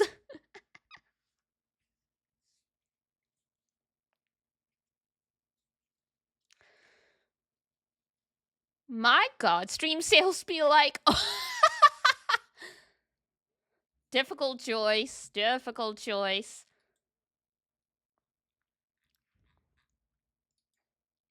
Maybe if I'm lucky, I can, like, upsell it to someone who really likes, gaudy colors? Mr. Nero, I'd appreciate it if you wouldn't lie to me. Excuse me? I don't believe for even 1 second that you've used this for a very long time. For like 1,350, something like that. Just put a Supreme sticker on it. I think that works these days. Oh, you are not wrong. You are not wrong. The power that a single logo can have to make people buy garbage. I remember once I saw someone with I think it was a Supreme bag, like a Supreme branded bag, and I liked the design and I was curious because at that time I had never heard of the brand before, and I looked up the price and I'm like, nah. It's like for a bag like that, I could find it cheaper if I just did a little more searching. Supreme is pretty though, but expensive? Yeah. That's me every time I see a streetwear collaboration. Oh no, yeah. Literally, I've given up buying quote-unquote Western clothes unless I have to for work, and I just get everything either anime branded or from like secondhand stores selling stuff that was purchased in like Japan or Korea, because I'm like, it's like my tastes don't align with what's being sold in like Canadian stores, and I am not ready to start dressing like a mom yet. Like, no thank you. It's like I'm not ready to just go like extremely basic. Like, that's not me kind of thing. Y'all just don't walk around in a lab coat? Unfortunately not. Oh, ad'll start in a minute, so when that kicks on, we will...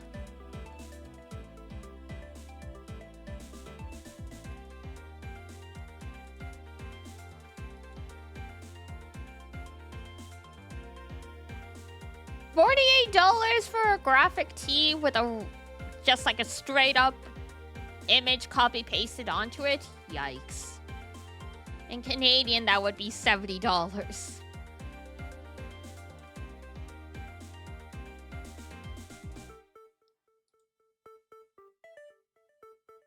Paisley flannel for $150? Heck no.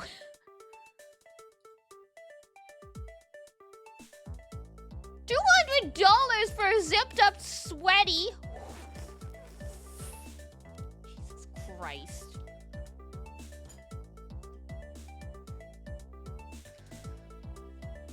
$40 USD, including shipping, is usually your limit. That's fair. I'm willing to go up to $150 with ship, but that includes shipping.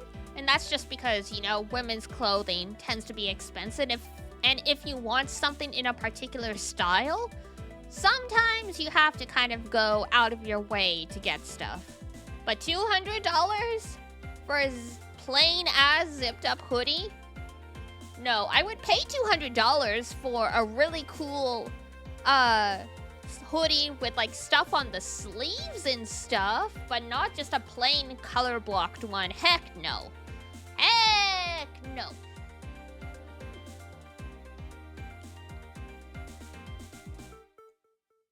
$100 Miku shirt? Shouldn't be surprised, but I'm surprised. Okay, it's ad break time. I am gonna go get something to drink while the folks who are lurking are stuck in ads, and I will be right back. So hold on tight. Breaking the ads! Breaking the ads!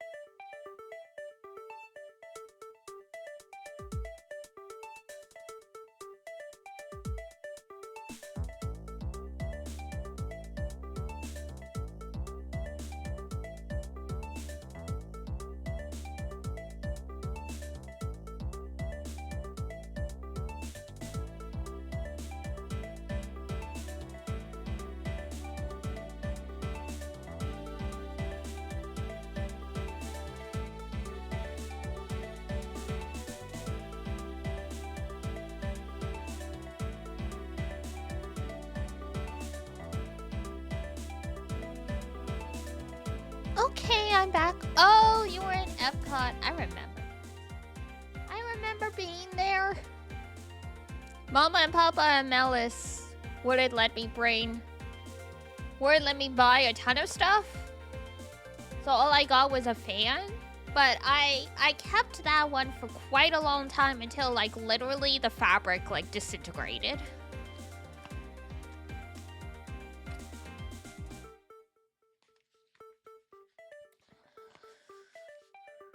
Went to Japan? No, Epcot. Which is like the Japanese pavilion in Disney World is where Zon went. And I've been there. I have never been to Japan. Would be nice to go. Very expensive though. Yeah, one day.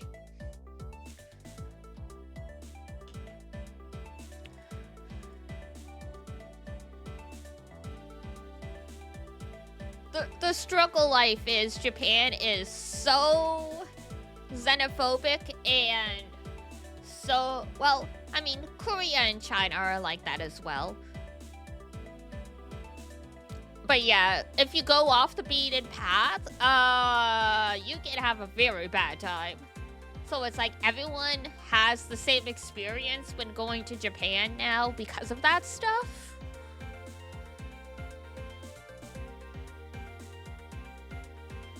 But yeah, at the very... Because, I mean, it's great to go see all of, like, the cool landmarks and stuff like that. But it's like, I want to go see the shrines. I want to go see the Inari Jinja. I want to go see the big shrine to Inari.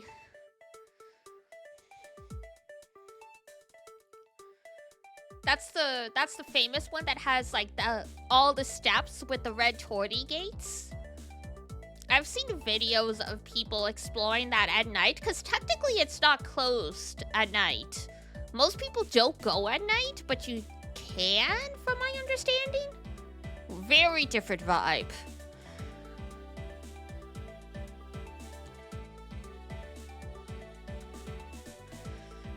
Yep, the Japan area is nice. They have a Canadian one as well. Which I've told a story about going there before with my family. Because in that Canadian pavilion, we were having dinner at the restaurant there. And when one of the waitresses found out we were French-Canadian, she's like, do you mind if I go tell one of the girls in the back? Because she's from Montreal and I think she feels kind of homesick. And we were like, sure. And then, like, 5 minutes later, this girl bursts out of, like, the back, like, speaking rapid-fire French. And, like, we made her weak.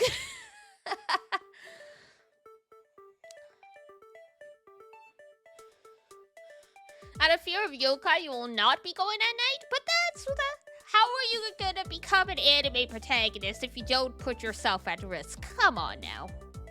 You ate poutine there? Very nice. A lot of the workers are from those areas? Yeah, there was... I don't know how it works anymore, but at least back when I went, there was like almost like an exchange program where people can like come and like work at Disney for like experience and stuff like that and like work in those areas, so... And I'm sure for people who are trying to immigrate to the US, that ends up being a decent foothold for them.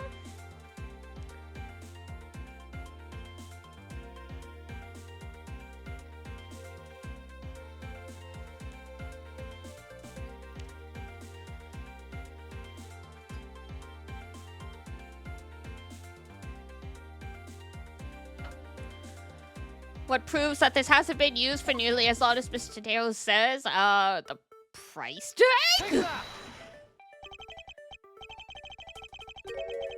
Like, ma'am, who are you fooling here?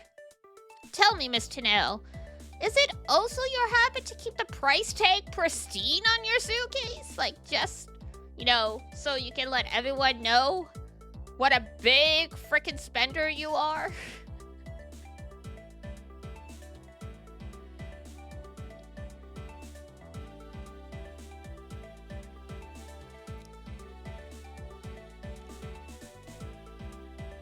Dun, dun, dun, dun, dun, dun, dun, dun.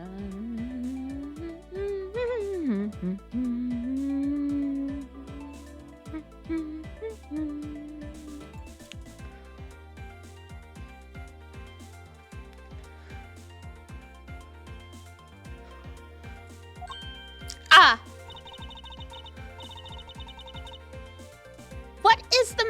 of this. Why would you lie about this suitcase? This is awkward. What do you put in the Discord?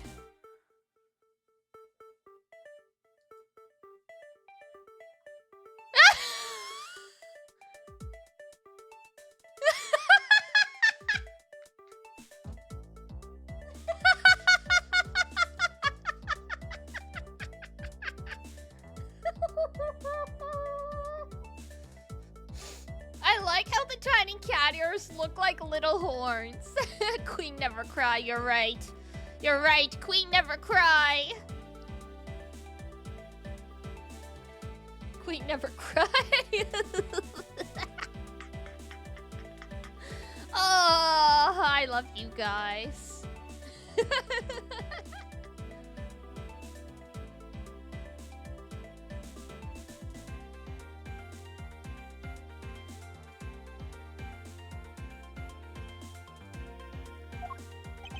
Despite having faith in her design sense, the sales numbers made her cry bitter tears. That's so sad!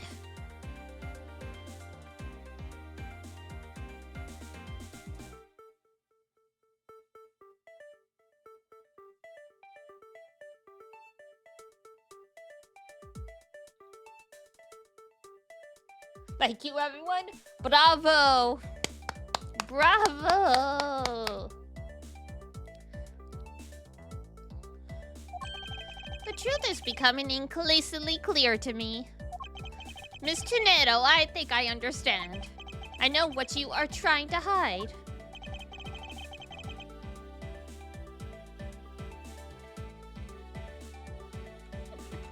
Hang on. Iduna is in our Discord server, but I need to DM frickin' Freed's post to her separately so she can laugh at this cursed chaos.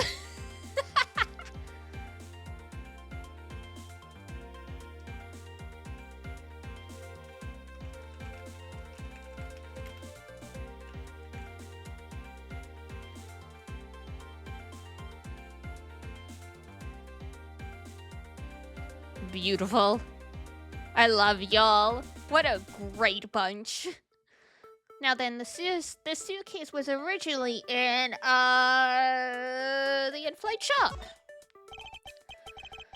Seeing as how the price tag is still on this suitcase, one can only assume it was out on the floor for sale at the shop. I'll be right back. Gonna go bleach your eyes. Please do not do anything too crazy. But I understand you are very, very conflicted.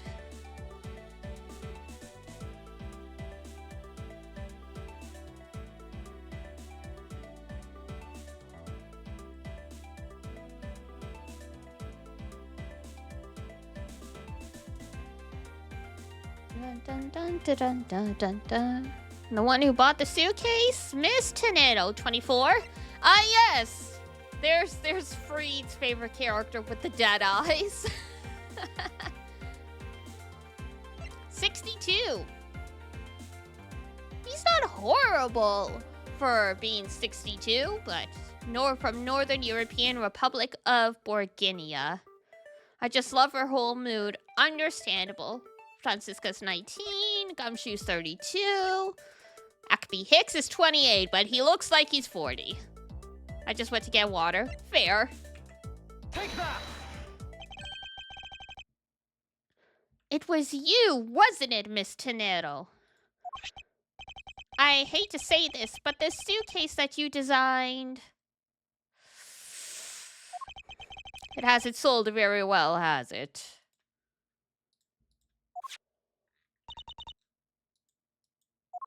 You saw how poorly this design that you poured your heart into was selling. And were deeply hurt. Yeah, it kind of sucks to find out, that,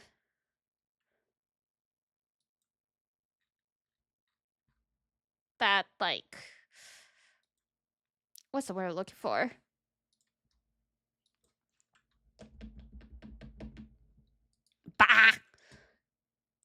it sucks when, like, you make something to your taste and then you find out, no one likes it. It's like, ow. Thanks, that's great.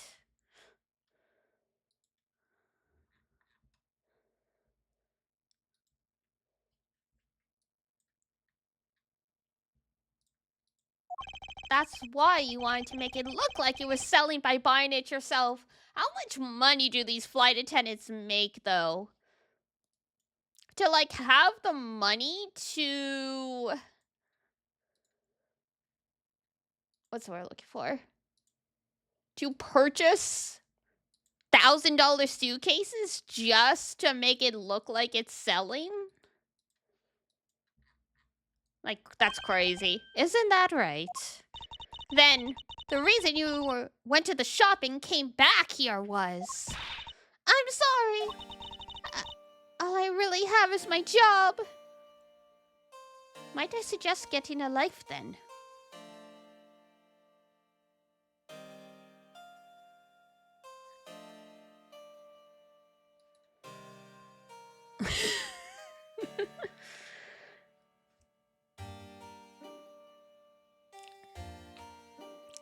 I mean, like, I also don't really do much outside of my job and streaming, but I would never say all I have is my job.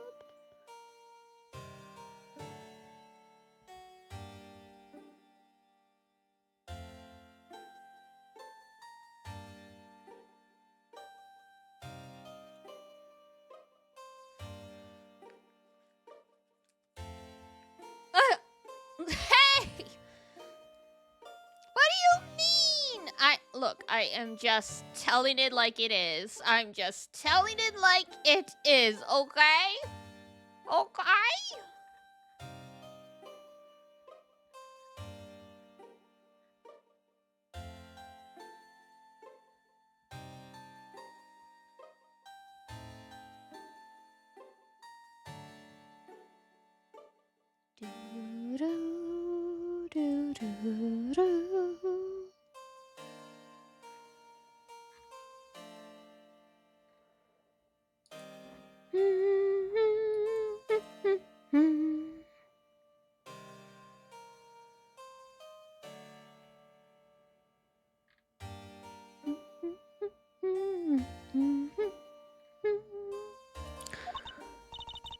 I keep getting distracted by how nice the frickin' piano harpsichord, whatever it is. I was overjoyed when my design was chosen.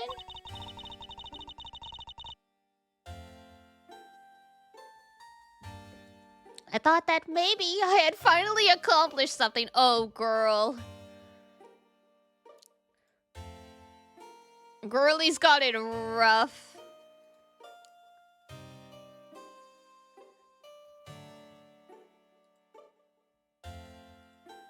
Dun, dun, dun, dun. But the suitcase didn't sell. It's because of the design, isn't it? All because it's, as you put it, hideous. I can't say they chose a great place in which to sell them either. That's also true. Unless you really, really like the suitcase? Unless you really, really like the suitcase, you're not gonna be able to sell suitcases on a plane because people traveling already have suitcases.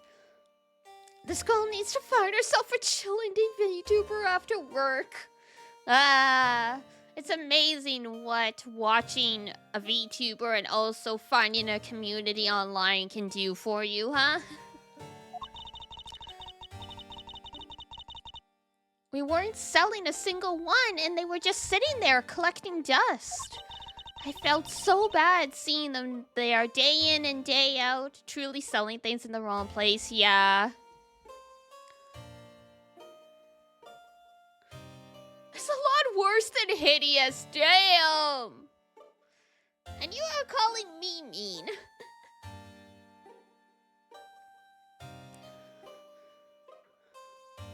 Now that you mention it, selling suitcases on a plane does seem like a terrible idea, right? Like, even selling them in the airport wouldn't be that much better? But you would still probably get more sales from people who are desperate because they were like their suitcase broke or something like that, or like they realized their carry-on's not big enough or something like that.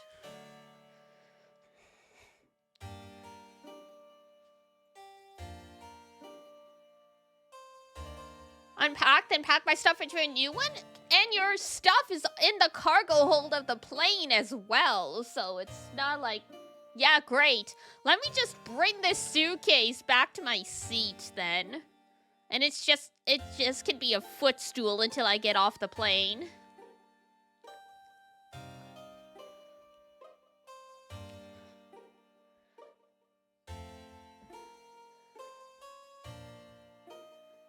Literally, we don't understand how this airline is still running, considering the size of their plane probably means the amount of fuel they have to pay is bananas.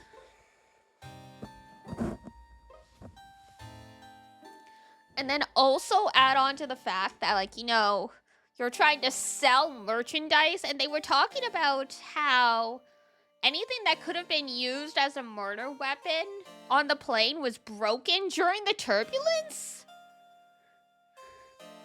Yes, they do have a bunk bed, an actual double-decker bed. But yeah, considering how much stuff on this plane is apparently breaking from the turbulence, which means they have to replace it, there's no way this airline's making money. If it is, it's just the rich people keep investing into it because they like the idea of all the luxury. Not surprised if someone falls out of it? Oh, probably. I felt so bad seeing them there day in and day out. So I decided to buy one for every flight I worked. Girl. So how many suitcases do you have in your apartment?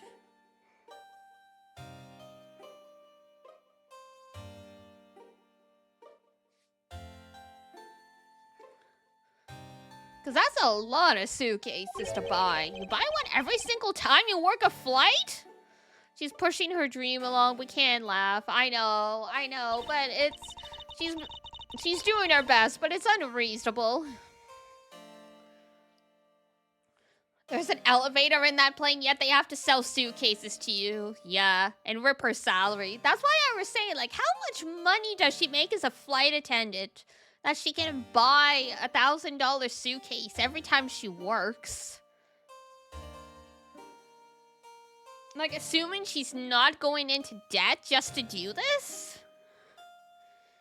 How much does she even earn? Gosh. I know flight attendants used to make a pretty nice salary, but who knows nowadays?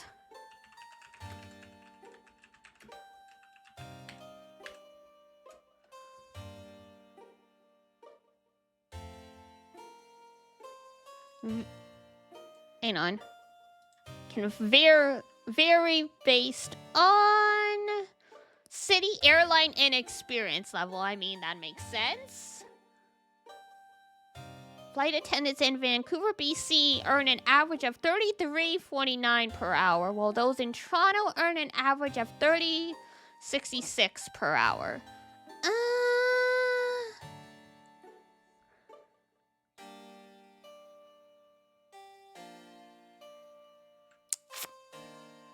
And then the average salary is $25 per hour, so it really varies.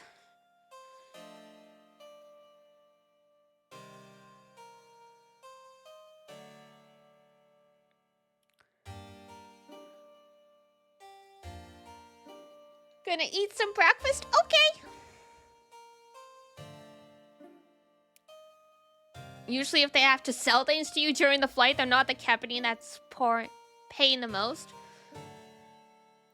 Yeah, Ranger is on the West Coast, so he's 3 hours behind us.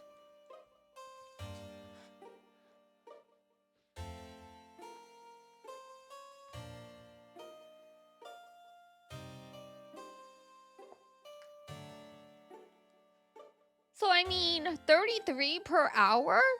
Is it terrible? But that is literally if you're not spending your money on extra shit you don't need, like her buying $1,000 suitcases every time she works a flight. Because she seems to be the most senior flight attendant on this flight. So say she's making... Let's go with like 35 an hour, because this is supposed to be like a luxury airline, quote unquote.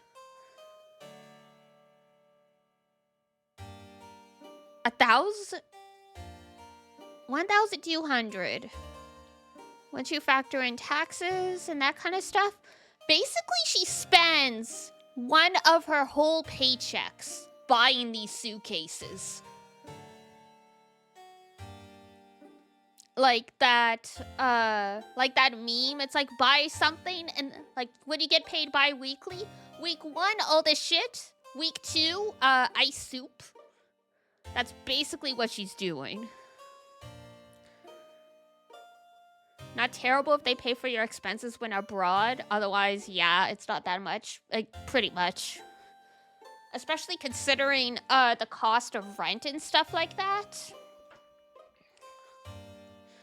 Because you still technically need a place to live when you're not flying. So unless she lives with her family or something like that.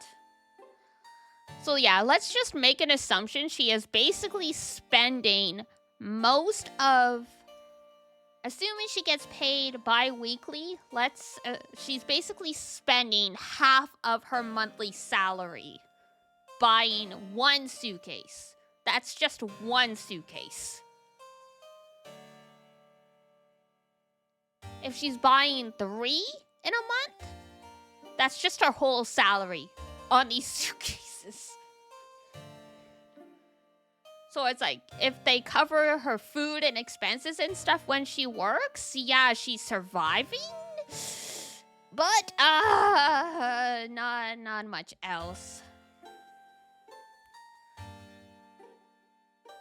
Oh, yeah, your uniform. So you have to buy your uniform in some cases, or like, yeah, you loan it. And like in jobs where it's like, sure, it's just like you have to wear the company shirt kind of thing. Not as expensive, but in a case like this where it is a full, very specific uniform, and there's even a poster on the wall showcasing how you're supposed to wear the uniform, then yeah, it would be expensive, and it's quite a lot. And then you have to add makeup and stuff like that because they'd be expected to keep up appearances. So yeah, she's not making any money. She's not making any money. If she's lucky, she might have saved a whole bunch of money before she started buying up all her suitcases. But yeah, any money she's earned since buying up the suitcases is going to the suitcases.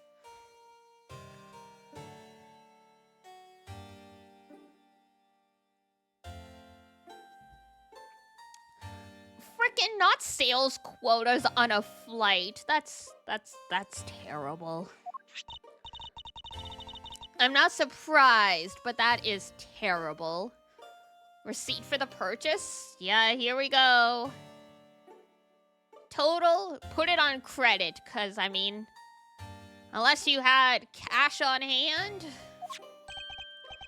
This receipt is clearly timestamped 5:40 a.m.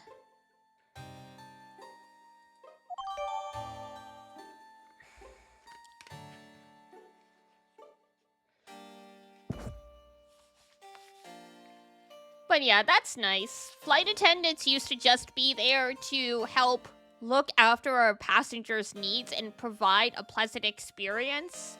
Unless, like, you know, there was an emergency, in which case they're supposed to lead, like, evacuations and stuff like that. Now they're basically just glorified sales associates. And depending how much, like, they have to work to make do, it's not like in the past where, like, you would have, like, you know, maybe 2-3 days in whatever location you landed to adjust your clock and at least be able to, like, see some of the sights. Real and cheap European companies, at least. Bleh. I mean, I wouldn't be surprised if that wasn't a thing in the US and Canada, too. They're planning to scrap the remaining ones at the end of this flight. Y'all just sell them discount. Then again, you can't do that because that hurts the brand. That's literally why you never see brand stuff on sale. Because it hurts the brand name if their stuff is ever sold on sale.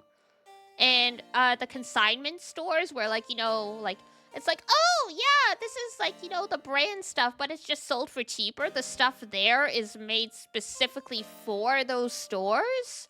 So it's not like you're getting stuff from the flagship stores for cheaper. It's just straight up discounted garbage. It's so people who know the brand know you bought the discounted garbage.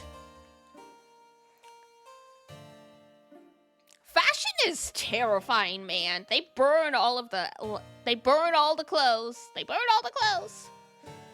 And then, you know, we donate all this stuff, and it just ends up in other countries to sell because they get hit with so much, like, clothes that are donated to help the poor and, like, whatever else. It's just like, goddamn. We need to stop spending so much money. But that's me and my Save the Planet talk. Mr. Neto, where are these other suitcases? They should be down in the cargo hold. They've just been hanging out on the plane. Then, the suitcase the killer used could very well have come from the cargo hold. Spending happens to be your middle name, so, I mean... It depends, though. Like, are you, like, it's one of those things, if you spend a little up front, you'll have something that lasts longer.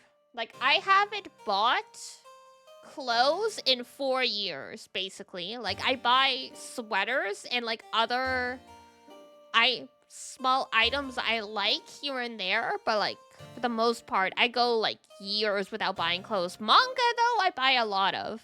But I buy it digital, so technically, I think the carbon footprint is less because it's not paper, but yeah. Mr. Edgeworth, you don't think the killer used one of my suitcases too? I regret to inform you, the killer did indeed use your suitcase to do some horrible things. 4 shoes? What do you need so many shoes for? They're probably all sneakers, aren't they? Because it's not like you're a girl buying different pairs of heels. They are? Terrible.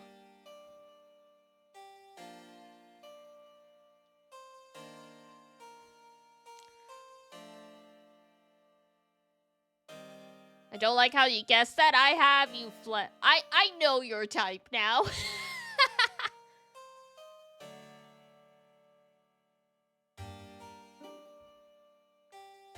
Yeah, I buy shoes every couple years because unfortunately, women's shoes tend to fall apart quite quickly. But I try not to buy, like, you know, the quote-unquote fast fashion ones anymore, even if it's tempting, because they're cheap. But yeah, I wear my shoes until they literally fall apart. No way? I mean, you literally said Supreme stuff is nice but expensive, and I looked up Supreme stuff, I'm like, this is ugly. But it's like, between that and you owning 4 pairs of shoes, I'm like, I know exactly how you dress. I know exactly how you are.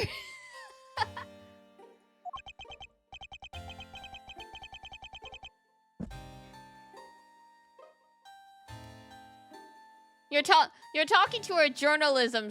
You're talking to someone who worked in journalism. Do not underestimate my powers of observation. I nearly worked in the fashion industry too. But I did it because everyone in the fashion industry are nasty a-holes. So I was like, you know what? Nah. Jeans are a must too? Oh yeah. I know how you dress.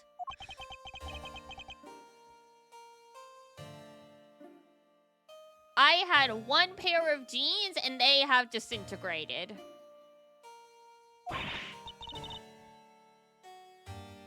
How could they? How could they? But I mean, yeah, dudes almost always live in jeans, especially when you're young.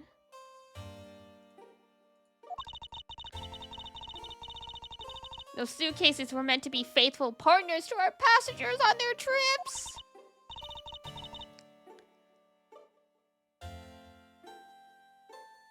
I like stylish stuff. Okay, I mean, fashion is personal. So just because I don't think it's stylish doesn't mean other people don't. So I won't say that's not stylish. Because I like Japanese fashion. No, that's why I said it's look, that's why I was explaining. I like Japanese fashion, so my taste is very off the mainstream. So just because I don't think it's fashionable doesn't mean you're not fashionable. It's just not my taste.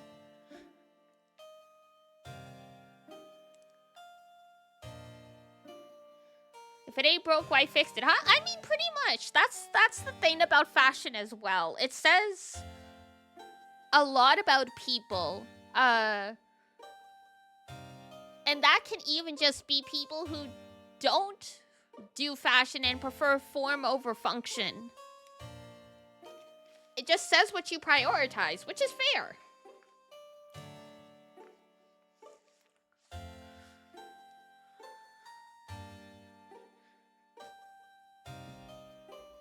Like, I don't like the stuff that's sold in stores here. So I buy stuff that's made by small indie brands that do make the style I like. And then I baby the heck out of it. Almost nothing goes through the dryer. Everything I own is washed on delicate and then air dried. And that's how I technically have t-shirts that are still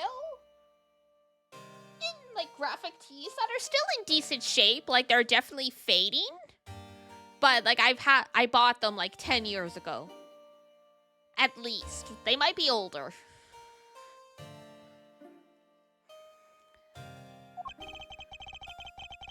I'm just starting to have to throw out pajamas I bought 10 years ago because they're finally to the point where they're so threadbare, they're full of holes.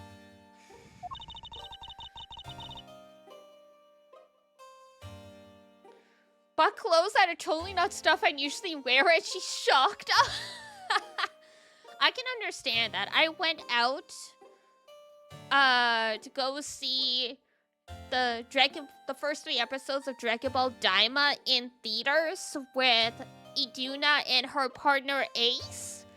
And Ace is always dressed like, you know, stereotypical anime nerd. And he was actually wearing a shirt, like a polo shirt or something like that. And I was like, who are you? What have you done with Ace? You're dressing like a middle-aged man. I don't like this.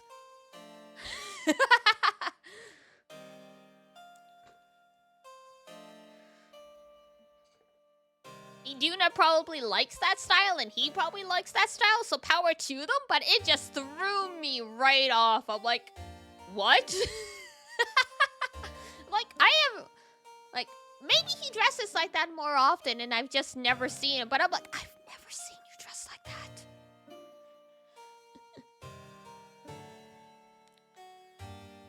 Just thought I'd look good on you. Hey! It's good to have different items to suit your mood. I get it.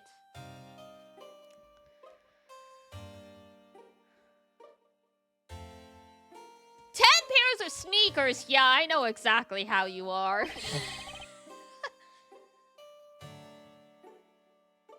Do you take a toothbrush to them to clean them if you wear them outside?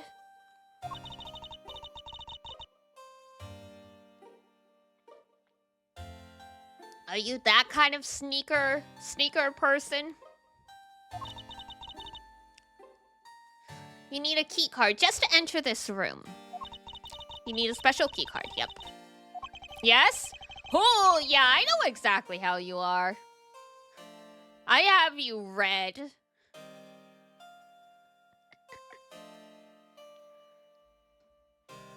I don't like you figuring you out.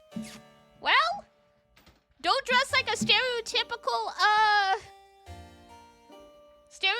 20-something who's like dresses like they're in a rap video.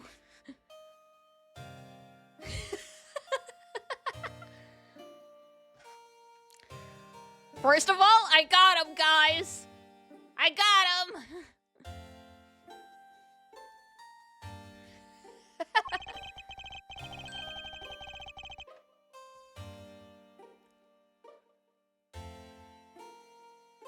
Because, okay, so here's my reasoning. I can't even say anything, yeah. So here's my reasoning. Because the people who tend to be very particular about their sneakers are people who are into street style. And the people who are into street style tend to also like very specific type of music. And then take into account the fact that you've said you live in the Caribbean in the tropics. I can make an inference about your race and your background. So, you know, you put it all together and I can almost see you in my mind's eye now.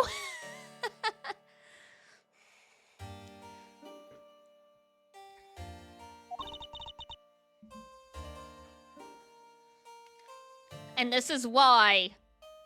Be quiet! Ah! And this is why I guess all of the stuff, most of the time, I guess the stuff that happens in these games, because I'm just too good at this. Detective Gigi has cracked the case.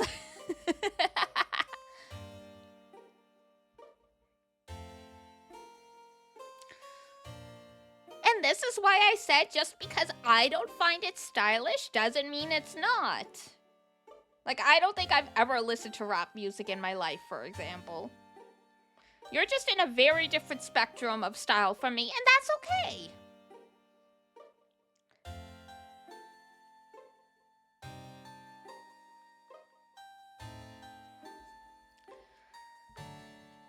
I mean, they're finally falling apart, but I've worn, like, pleather pants for, like, 4 years now, because I like how they look. And they add, like, an extra dimension to your outfit. So, yeah. She just Miles Edgeworth the chat. I feel exposed. I'll take revenge. Okay.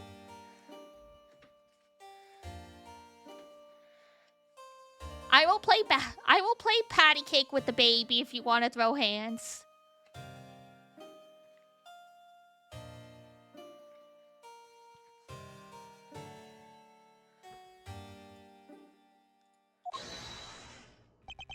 Yes, Francisca?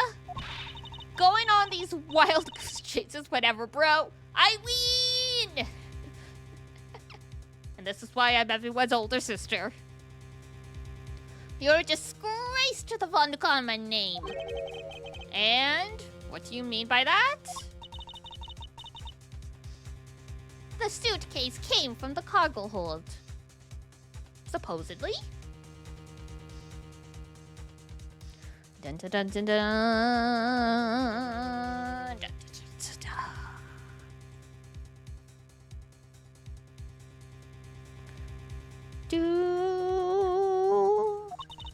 The fact alone tells the whole story. Yes, which is why I said the culprit must be a crew member who used their key card. And just implicating Tornado. Miles Edgeworth? You're proposing the elevator. The elevator? You're proposing that the killer rode the elevator from the cargo hold, correct? Yes, that's the only realistic possibility. The other attendant, Miss Meal. What a name, though.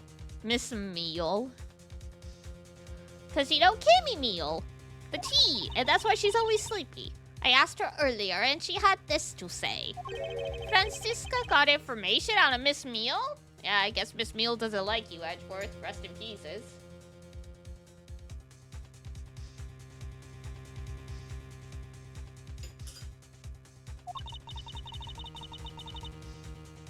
In order to make the elevator go down to the cargo hold, a different keycard is required. A different one? Mm-hmm. Yes, and the only person who holds that particular card is you, Miss Rhoda Tornado, and only you, Miss Mule mentioned. Freed's just waiting with bated breath for his waifu.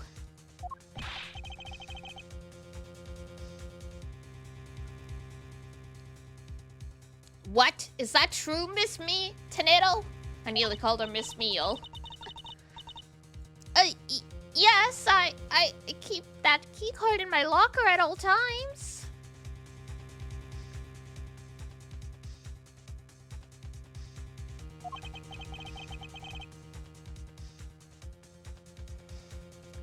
Could you please show us that card right now? Yeah, hold on. Ah! I don't believe it.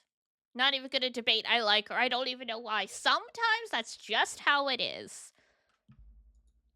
Sometimes we can't explain our taste, especially when it comes from, like, the subconscious.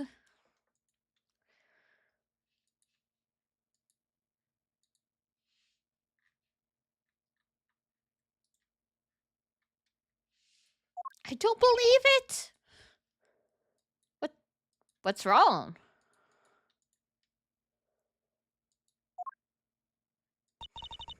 The key card, it's gone! That's you with Toko? I get it. I get it.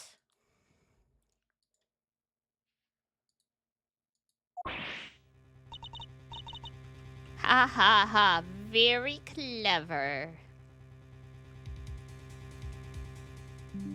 Whoops. Pretending that your card was stolen, when in fact you're just trying to hide it from us. Not the spray bottle! You really thought this through. Wait! It's not like that! It's not like that! It's not like that!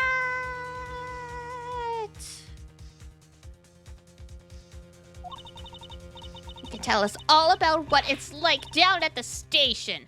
Officers! Arrest this woman! Rest in peace, Miss Rhoda Tornado. Just found a Toko with a Christmas hat. No! Well, you gotta save it for next year. Diana, kindly rewind time. Okay. You'll have to give me like 24 business hours. But it should work.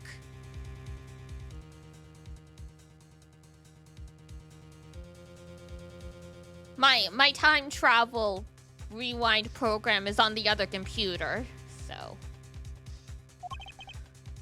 Yes, ma'am. Mr. Edgeworth, help me.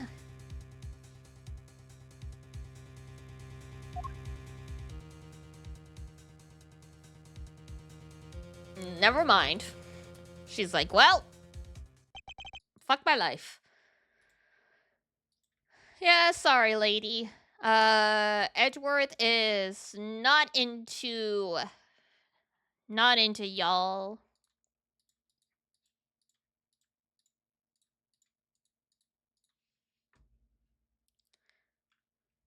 Did you just pull she goes to a different school on us?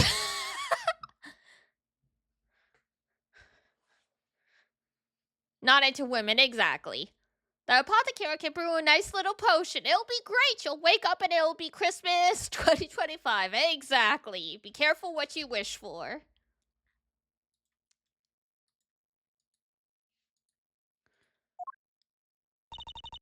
What's wrong? There's disbelief written all over your face.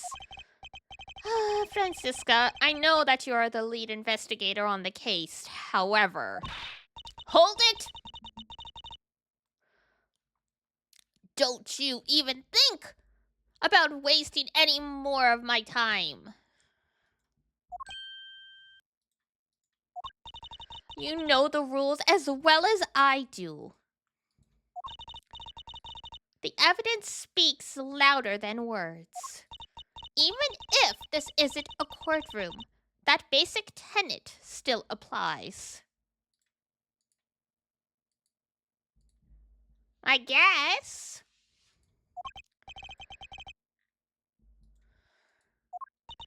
I intend to investigate the cargo hold now. When can I have it?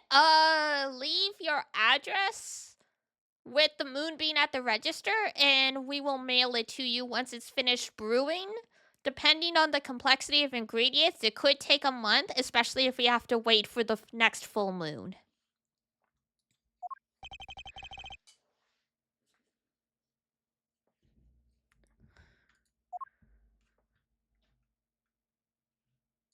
To be continued. Dun dun dun dun.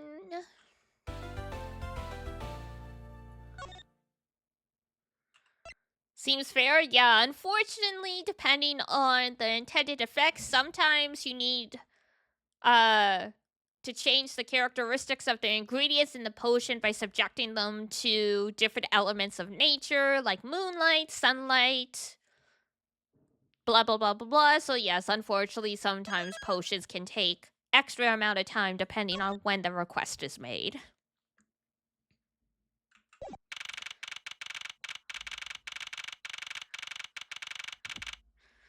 And after all, you don't want us to try and skip corners, because when you skip corners, when it comes to potion making, there can be some very bad consequences. How much does it cost, though? I will have to break out the abacus and the calculator, and I will submit a quotation to you before we finalize the invoice, and you have to pay.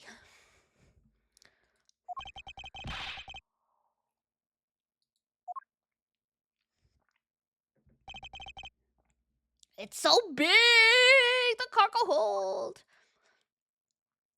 Oh, good old Gumshoe. Why do I see a gazillion dollars in my head? Oh, it's not that bad. They can get quite pricey depending on all the stuff, but it's... If I could sell a potion for a gazillion dollars, I would not be working at the apothecary. Let me tell you.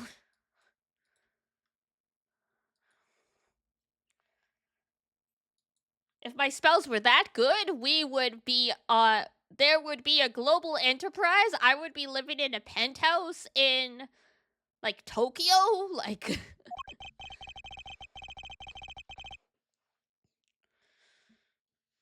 It has both a super large cargo hold and ultra luxurious first class seating. Moonbeams get a discount, right? Mm-hmm. Yep, you do.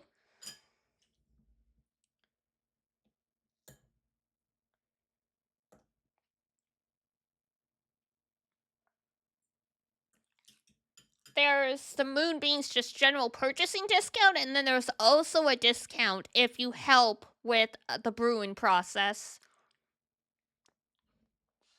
70% off? Once you factor in the buying discount and the discount from you doing part of the work for whatever it is you're ordering, probably close. Like I said, I have to get out the calculator and, like, you know, the price guide and stuff.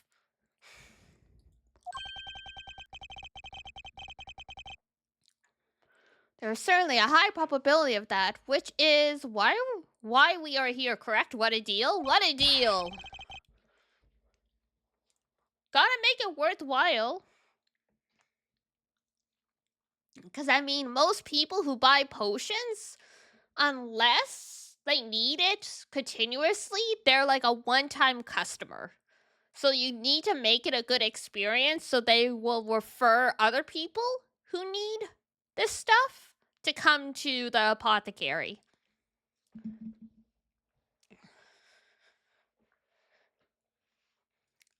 Because, like, you know, health potions, mana potions, those you sell a lot of, but like very specific effect ones, you don't sell as often. So you gotta count on the word of mouth and recommendations to keep people coming in.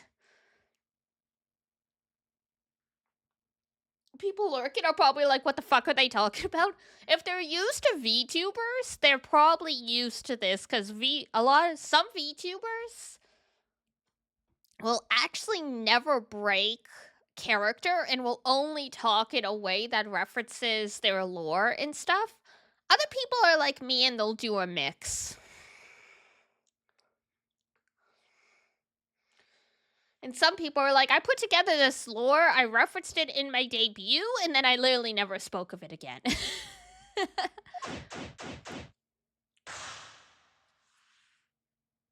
Begin investigation! Alright. So that's 3, 6, 9, 11. Conveniently, there should be a 12th one.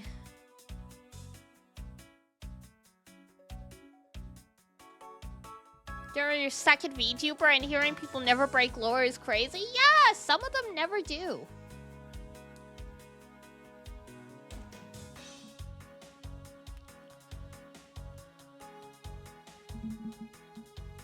Like,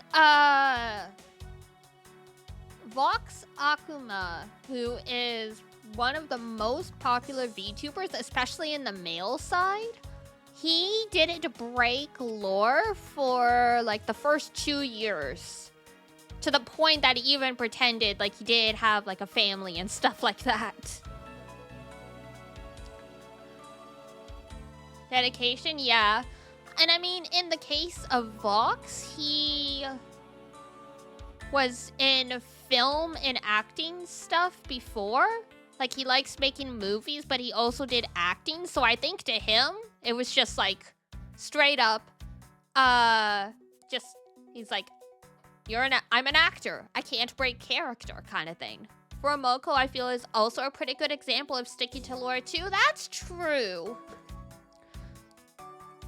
From what I know about Furamoko's past lives, the personalities are still pretty close, but yeah, they definitely ham it up extra as Furamoko. You either go full RP or you make some jokes about it from time to time, pretty much.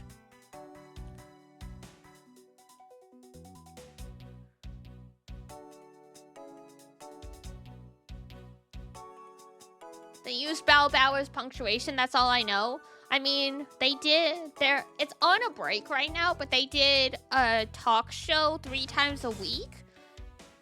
And literally, every single one started with their I'm not Fuwawa, I'm Mokoko line, and then also talking about, we're doing this so you can start the week on the right paw. Calling their home a doghouse, yeah, I do similar, because, like, you know, my workplace is the apothecary. Boss used to be master, but I started just using boss because some of the moonbeats were like, I nearly called my manager master because I got used to you saying it, and I'm like, okay, I need to be careful before I destroy everyone's reputations.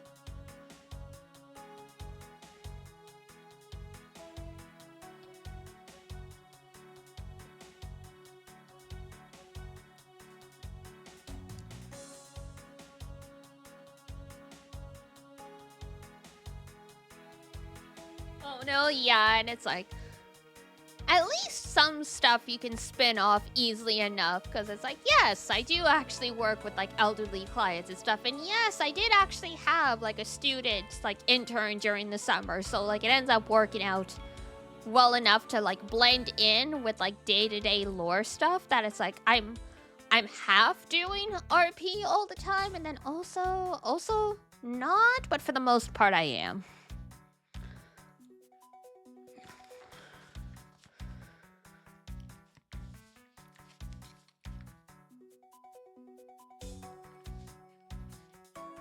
Stuff with Mama and Papa Malice is always like true story though. Same with like stories from my childhood. Alrighty, where? Whoops. Highly flammable. Oh, that's a great thing to bring on a plane.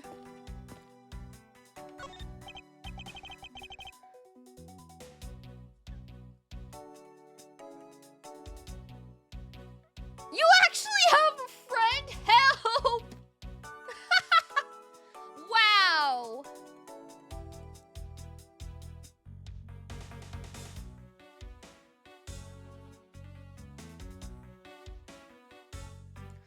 Crazy. Not only does Zod have friends, he's actually the mod for people.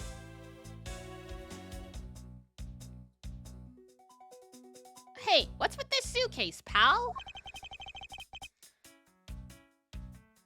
I was just trying to say a friend that streams, but I just stopped there and you died laughing. Understandable. That's what the victim checked in, sir.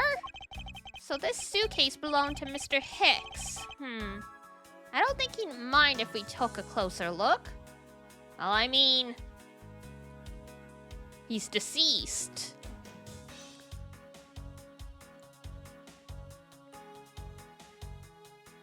A lot of time passed. Time flies when you're having fun. Almost time for you to get off your part-time? Wasn't that like only 2 hours? You only work for like 2 hours? 2-3 hours part-time? Wait, a file? And there's a photo of Miss Von Karma in it, sir. It looks like a profile on Francisca. Weird. I got like 3 more hours. Oh, okay. I thought you meant like you were getting off within like the hour kind of thing.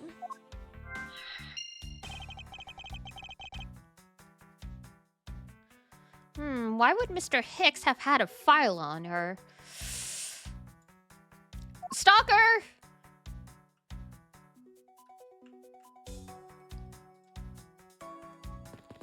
I wish. Want to swap places? Nah. I'm good. Holy suitcases, Mr. Edgeworth. It's like an all-you-can-use suitcase fair. These must be all the leftover ones they couldn't sell. 12? That's not bad, though. Depending on how many they made, having 12 suitcases left over isn't that bad. I mean, if they only made like 50? 12 isn't the best leftover, but still.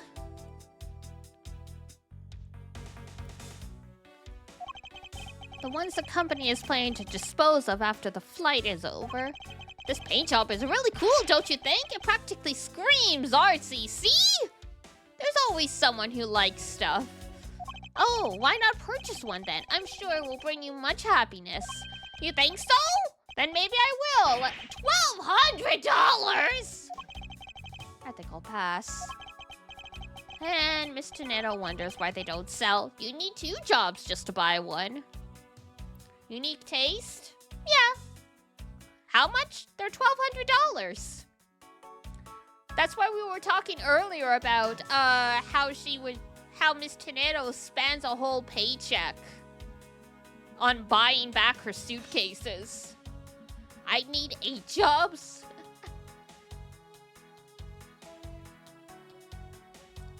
Did it go up? No, it's still 1,200. 1K? No, it was 1,200. I just said 1K as a roundabout. Like an approximation. What is this brittle substance I'm stepping on? The tag did say, yep. That's why I said it's literally... The rent we pay for this 2-bedroom apartment that, like, roomie Chan and I split is... It's like, what? 1,250 something? So yeah, literally, I could pay rent all by myself or buy this suitcase. Thought it might have been yen too? Yeah, I mean, if it was yen, this was a $12 suit. This would be a $12 suitcase. So it has to be in dollars. Or 1,200, yeah. Because to the very quick approximation from yen to dollars is just drop the last 2 zeros or stick like a period. So yeah, they go past the suitcase. I could pay rent all by myself for almost 3 months or buy the suitcase. Wow.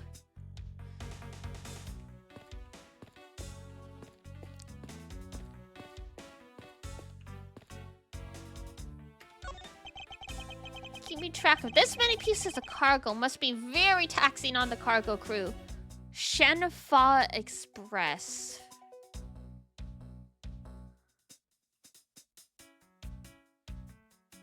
Then we've got Borginia to USA. Keep dry bedsheets. Interesting. This sure brings back memories of when I worked as a part-time mover, sir. I hope you didn't drop any furniture, Gumshoe. I mean, accidents do happen when you're doing moving stuff, but it's like, By the look in his eyes, he's waiting for me to ask about the rest of the story. It's not happening, he says.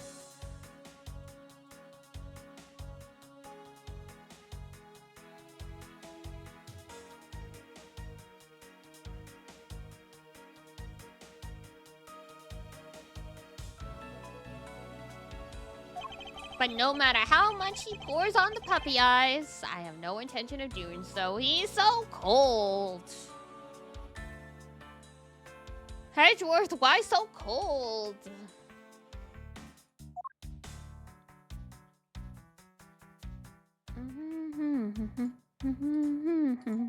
Alright, so the bed sheets.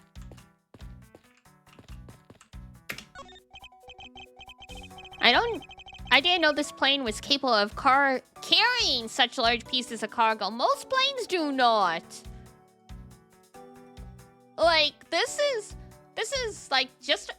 straight up a warehouse inside of a plane. Like, how big is this plane? Because most cargo holds on planes are barely big enough for a person to stand up in.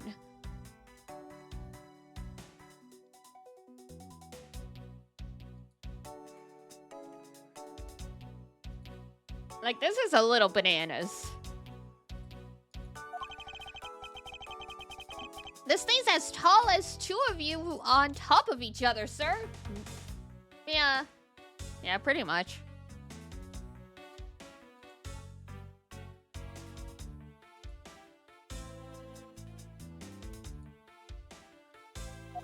It would probably take 20 of you to cover the entire surface of this monstrosity. Damn. What? Really? Yeah, I guess that sounds about right. There was really no need to take that throwaway estimate seriously, Detective. Well, I mean, you asked him.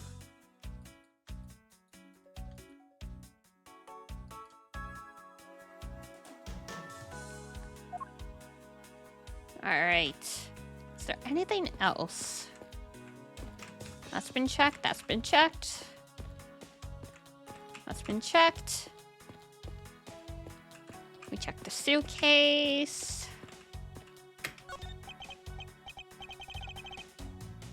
There are all sorts of boxes piled up here.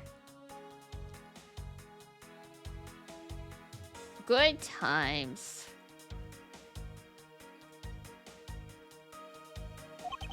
This one says flammable, and this one says pharmaceuticals.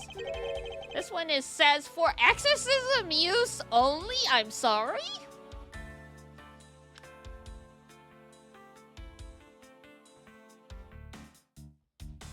Who ordered the salt? Did the Winchester brothers place an order? Just what kind of operation is this airline running? Ugh.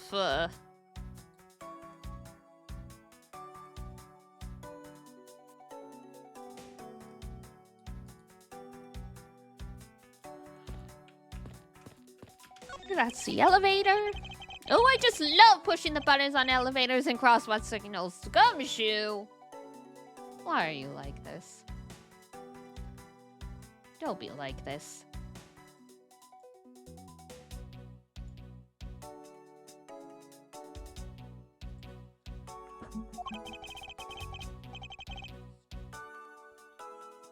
Here, you should give it a try, sir. Go on, push it.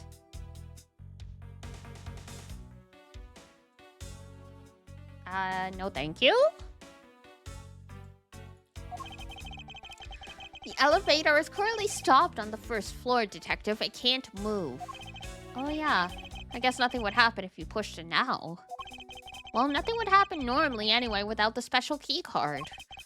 Both the door to the attendance room and the elevator's control panels require a key card, which makes it impossible for a passenger to come down here.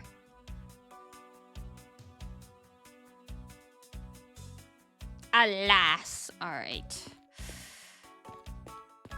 So that looks like everything. You arrived at the scene of the crime before Detective Gumshoe, correct? And you then immediately began to direct the investigation.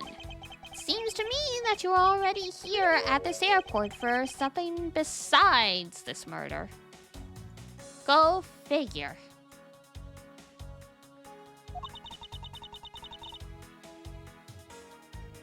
Yes I was. What about it, huh? What about it?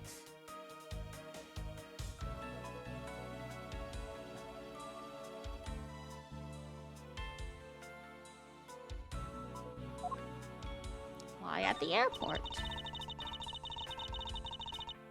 I've been following a very large and involved government-level investigation. Sorry. I've been following a very large and involved government-level international crime. That's a mouthful.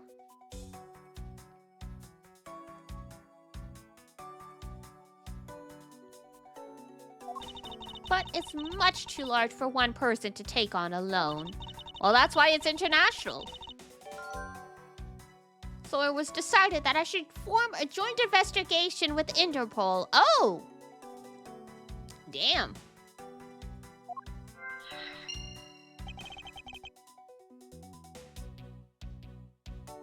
Girlie's moving up in the world. I read that the exact same way. Yeah, that was a mess of a sentence. Interpol is involved? It's a top secret operation, so I can't really tell you any more than I already have. Well, isn't that nice?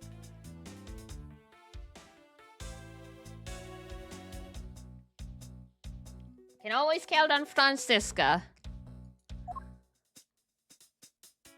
Alright.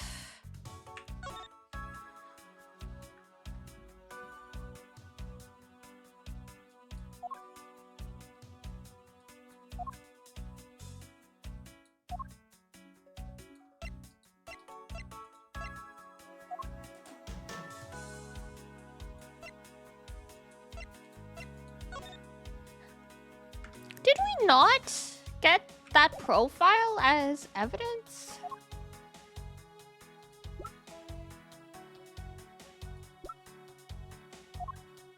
The one he had in his suitcase?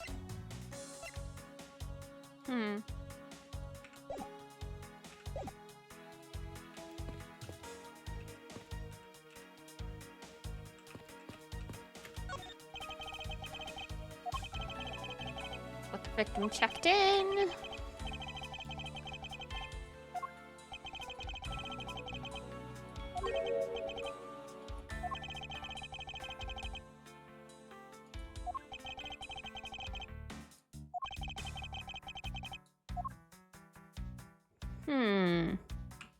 We never talked to this guy. Have you noticed anything strange happening around here? No, sir! I haven't noticed a thing!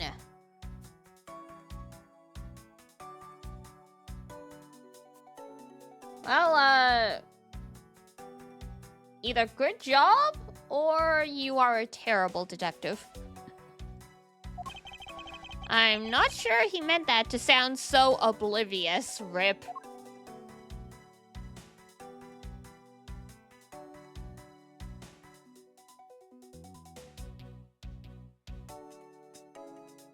Someone do something about these guys. Alright. Let's talk to her again. Present.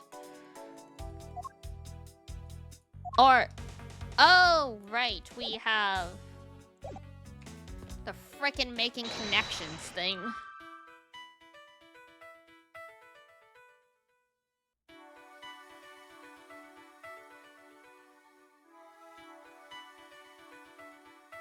I forgot about that.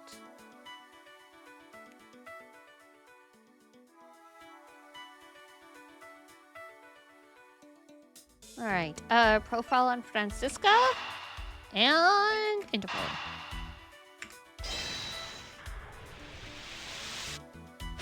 Our bro was working for Interpol. Now, why would Mr. Hicks have documents profiling Francisca?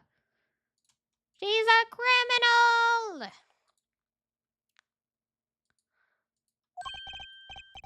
Oh, I know. I bet he's a big fan of Miss Von Karma, sir. That's terrifying. Francisca said she came to the airport as part of an Interpol investigation.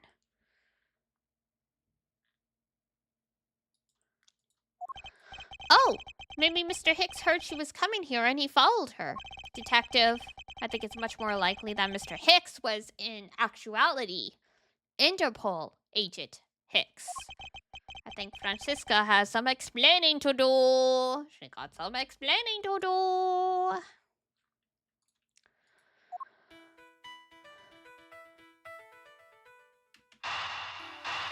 And glasses and shards. Makes sense? Makes sense.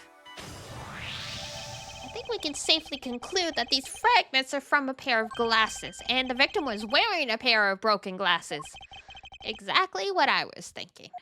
I'm sure the shards would match up perfectly. Ergo, the victim was here just as I suspected.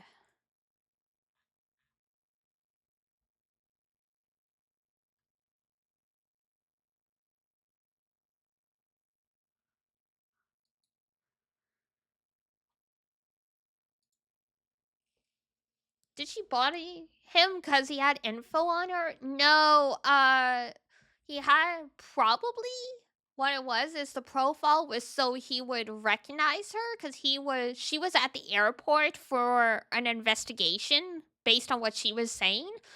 So he was probably supposed to meet up with her at the airport for some kind of information handoff or like for her to join the investigation.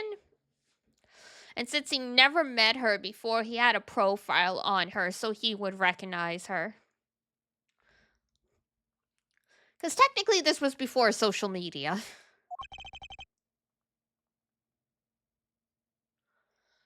So you're saying that the real scene of the crime was here, sir?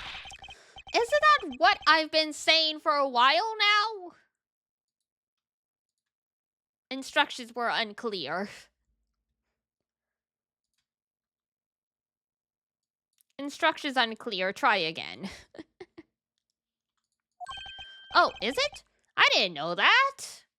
Oh, gumshoe, gumshoe.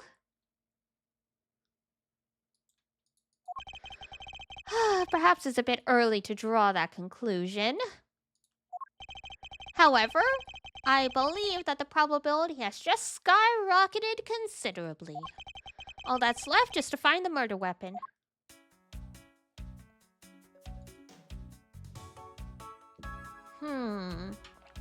Alright, and now we can probably talk to Francisca again. Ah, yeah, there we go. Truth behind Hicks. You came to this airport to rendezvous with the victim, didn't you? Nonsense! What are you talking about? We found a profile detailing information about you in the victim's luggage. Hydrate and stretch, thank ya.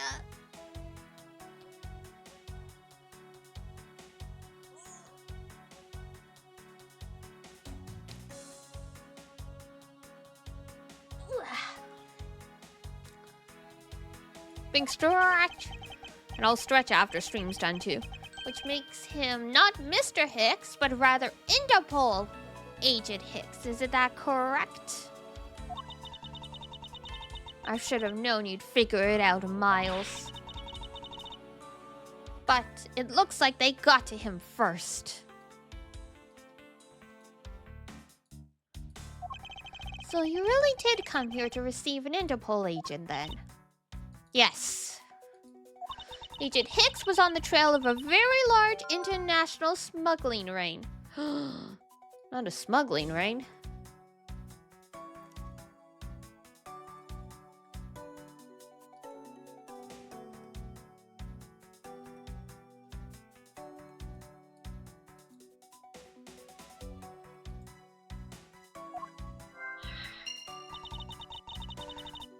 He went undercover to investigate this crime. Bro was onto something. Yeah, bro was onto something. And he got whacked for it.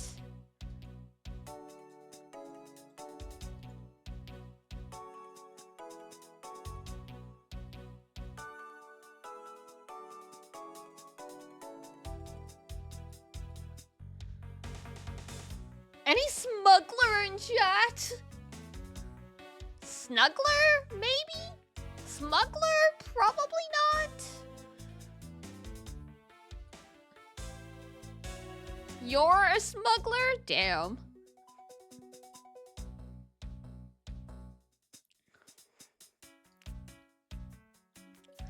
He went undercover to investigate this crime, and it was I who put him on this case. Oh, so it's your fault he died.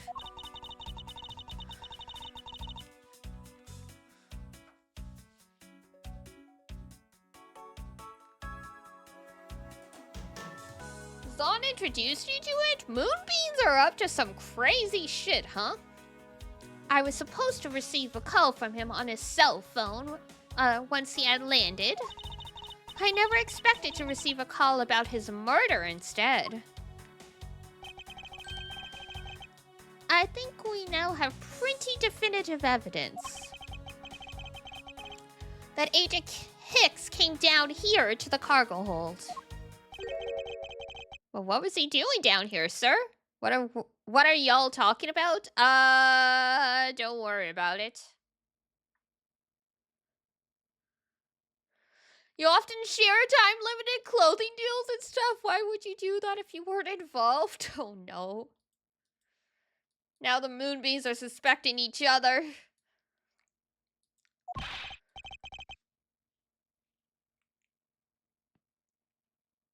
There's nothing but luggage here. Oh, I get it. Maybe he forgot something in the suitcase and came down to get it. Ow! Moonbeams are trying to become detectives? Like stream or like chat, as they say.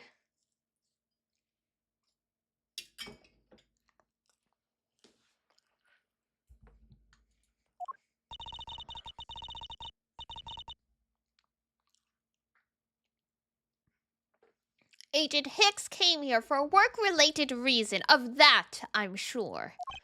Yes, I'm sure he was here to investigate the smuggling operations he was observing.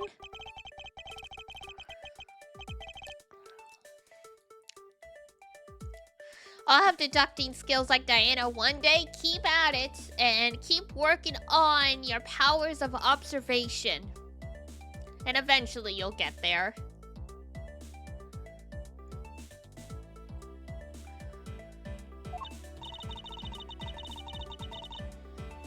No, I didn't know. Unfortunately, I was going to find out from him after he landed.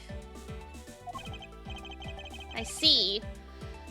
But this raises another question. I'm convinced you're stalking me? Don't flatter yourself. Why would I stalk you? I'm a lesbian. I've got no reason to stalk a dude.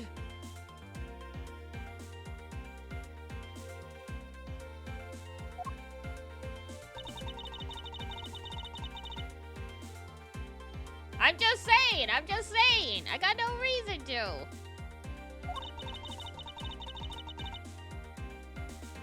And entered that cargo hold with the person who let him in. Yes, and then he was murdered. This is 100% based on information you have shared of your own accord. That's also the thing. Maybe I should have stayed away. I know, it's fine. These glasses fragments these glass fragments and his broken glasses are a testament to that. And then the killer put Agent Hicks in one of the spare suitcases and they entered the elevator, but while they were riding up, the plane hit that patch of turbulence. Don't you hate it? When you hit a turbulence and you're in a dead body you're transporting flies out of the suitcase? Because of the intense shaking, the suitcase popped open and Agent Hicks' body flew out. At the same time, his wallet fell out of his pocket, spilling its contents everywhere. Damn, this is like Looney Tunes. Which explains why there was money scattered all over the elevator floor. Bananas. I think it's pretty easy to say who the culprit is at this stage. What? Really, sir? I know what you're thinking, Miles Edgeworth, but the killer can be none other than Miss Rhoda Tenero. Dun dun dun. Dun dun dun dun dun.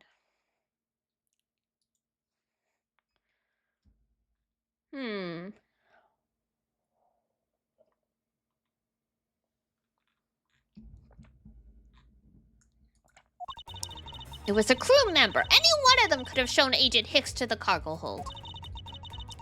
But the point to keep in mind is the key card that allows the elevator to come down here.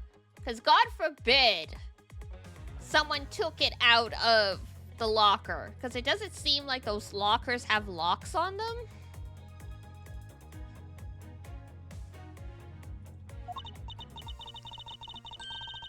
The only person with such high-level access is Miss Rhoda Tenero.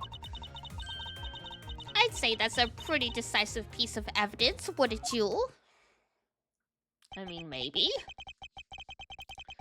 I know what she's trying to say, but I'm not certain it's as simple as that.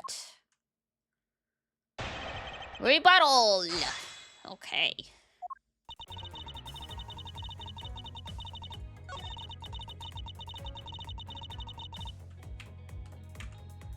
Okay, but you know, couldn't anyone have taken the key card? Like,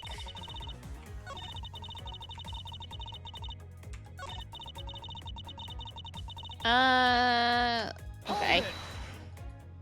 But it's highly likely that the key card was stolen. Yeah, exactly. Objection! It's highly likely. Is that that possibility the best you can come up with? I mean, it's valid. And you call yourself a disciple of my father. Ow! Yes? Well, while I don't have any evidence, Be quiet. You're a disgrace. Thanks. There's more evidence pointing to Miss Rhoda Tenero, you know. It's not just the key card that gave her away. Are you talking about the murder weapon? The Captain Ugo? Oh, Ugo! Ha!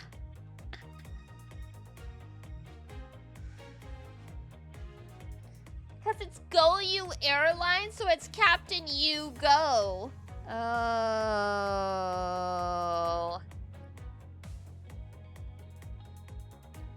I was just reading it Ugo. But never mind, it's Yugo. It just hit me.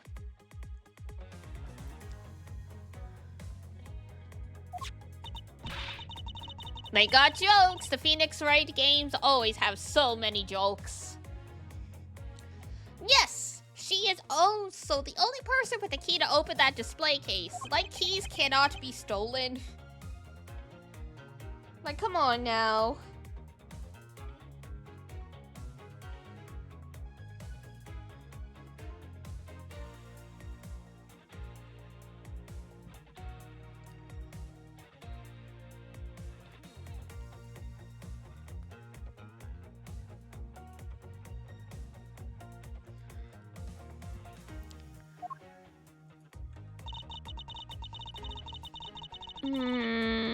There's the matter of the key to the display case and that held the murderous bank. Yeah, banks are pretty murderous. Have you seen the fees they charge?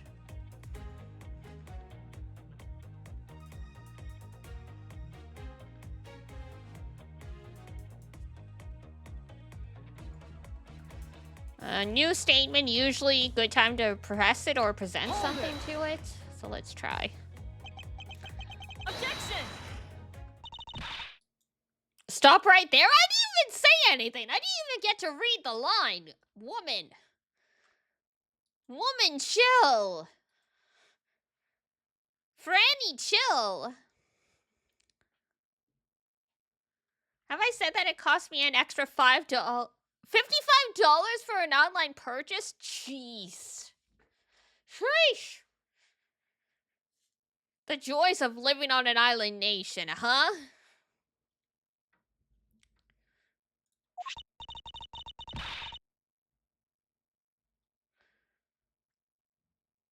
I think murderous is a yikes, yeah. I take it back. Yay, capitalism! And they wonder why people have started, you know, going back to keeping money under the mattress and stuff like that.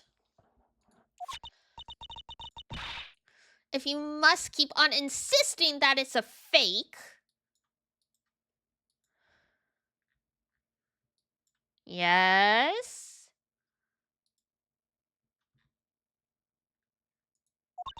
Then what is the real murder weapon and where did it go? I mean, good question.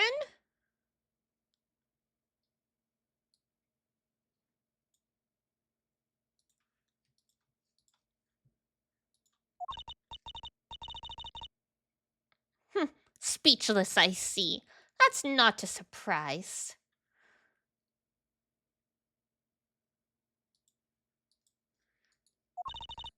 After all, you know that we've searched the entire cargo hold and come up empty-handed. I mean, not really, but okay. Just because we haven't found the exact murder weapon yet. There must be a way. There must be something that can help me rule out the piggy bank as the murder weapon. What should be examined further? The body?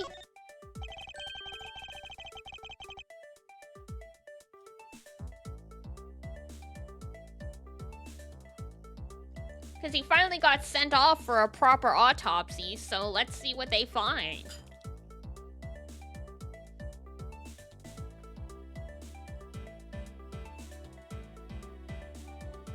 Francisca, I think you were too quick to jump to your conclusions. Oh, was I? Yeah. Yes, we don't even have the autopsy results yet. How can I not say that you made a snap judgment when you've yet to even see if the wound on Agent Hicks's head is consistent with the murder weapon? She's like, fuck. You're right. Scruffy! Yes, sir? Contact the medical examiner's office at once. I wish to hear the results of Agent Hicks's autopsy.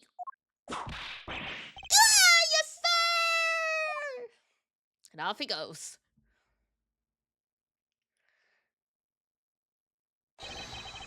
Whoa, we've got a big problem! Well, that was a big phone call. Or a quick phone call? What is it, detective? They're still doing the autopsy, but they said they already know this one thing for sure. Report, now! The doc said that it's one giant bruise from a beating from his shoulder down to his mid-back. From the victim's shoulder to his mid-back, he was beaten over such a wide area. And did it say it was a consistent bruise? One giant bruise. Okay, so yeah, if it's not multiple bruises, then he was hit with something much bigger than a piggy bank.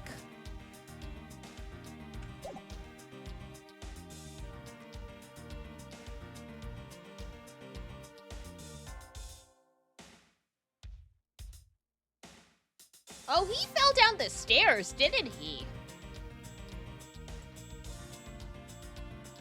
Like, he fell down the stairs and broke his neck.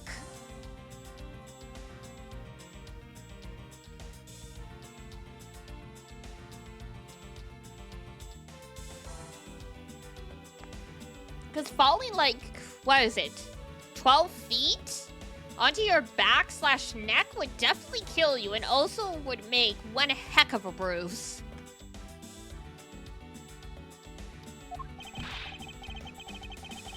Well, I say it's maybe a sign the killer had a grudge against Agent Hicks, because yeah. I don't think... Like, there are objects big enough that could cause the bruise.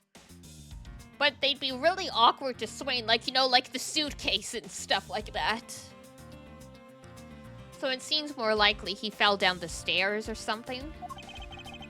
And this is why you don't have stairs in elevators.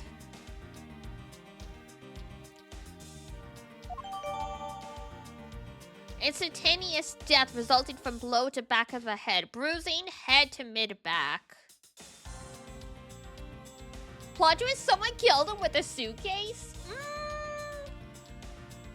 Whatever was in the suitcase would have to be heavy enough to break his neck then or something. Because the suitcase on its own when it's empty isn't heavy at all.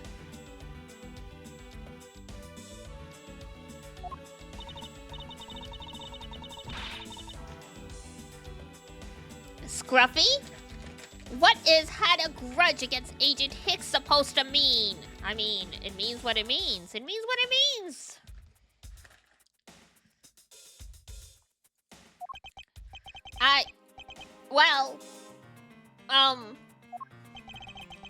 Was the wound on the victim's head consistent with the murder weapon, detective? Come on.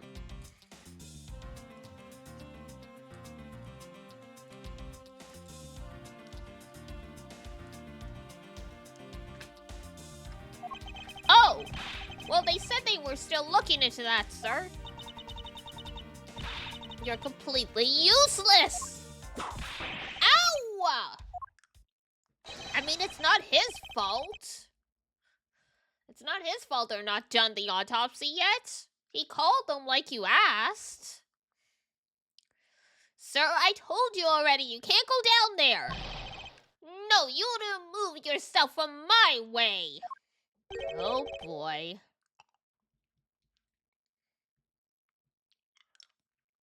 What is all this racket?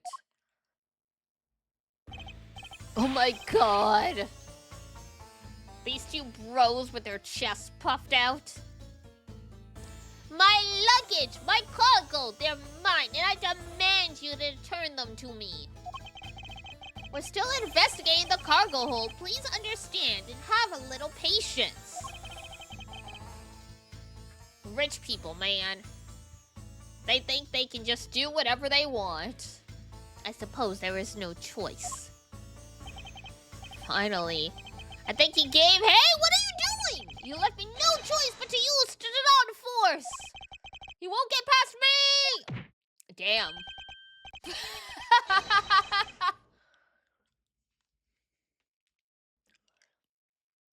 Hi, my name is Mr. LeBlanc. You're probably wondering how I got into this situation. Well, you see, I'm a 62-year-old man, and I decided to be an idiot and try and charge down a 20-something police officer, and, well, here I am. What are we gonna do, anyway? Spoken like a true French. Spoken like a true francophone. Us French people are like, oh, wow, the rich person died. Whatever, that's just Tuesday for us. Does it show that much? Because I know and I'm also French? Yeah.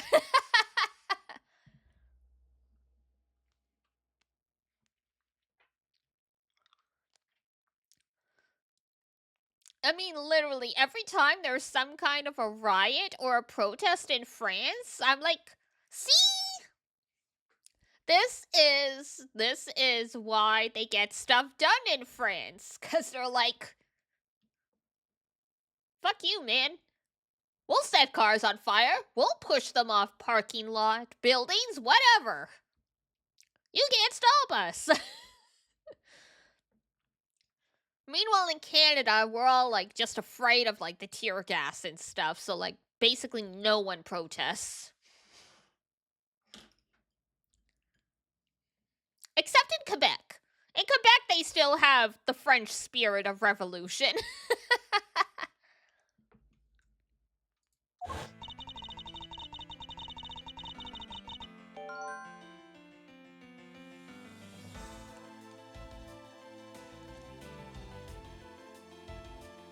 The more they hit protesters, the more French go to protest against the system. Pretty much. I think someone made a post at one point that was like, you know, if I was a French politician, I would not make controversial decisions because have you seen what the French did to the ruling party way back when? It's like, yeah, you do not mess with the angry mob.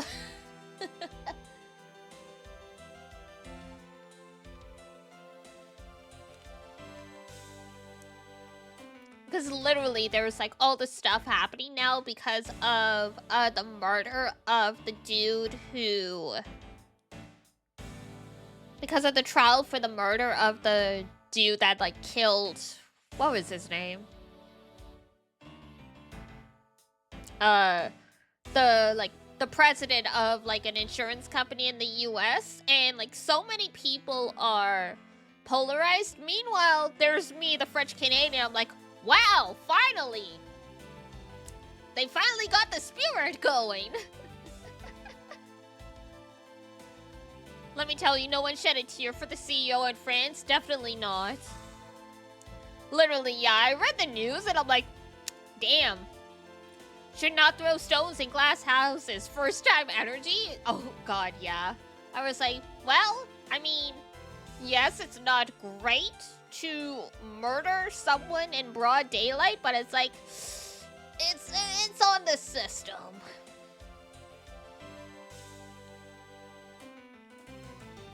He was ready. He 3D printed that gun, too. Which is the crazy part. Because, yeah, if he had been just a little bit, more careful and gotten rid of the gun immediately, because there's no serial number, they never would have found him.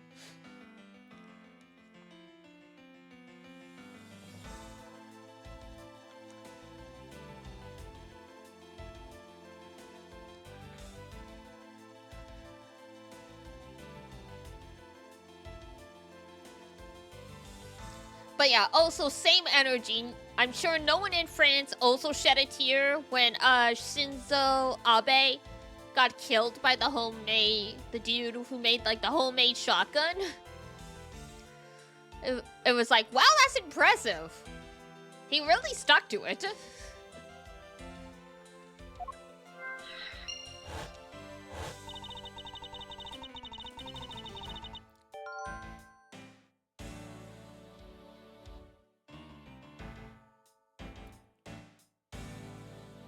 Actually, the most responses got it correct was after the McDonald's employee called the cops, since we have some history with what we call the collabos. Oh boy.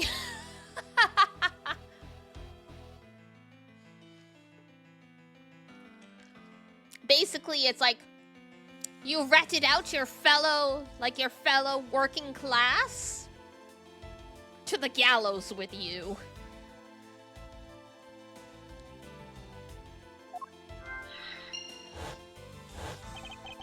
Exactly. Oh, yeah.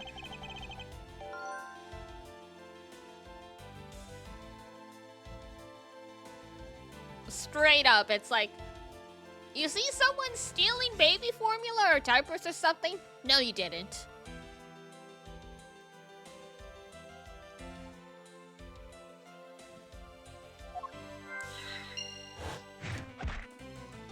Damn.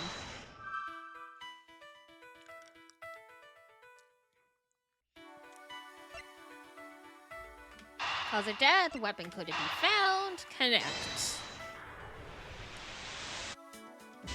Nope. Can't see a clear connection? Oh, come on. Alright, weapon could not be found.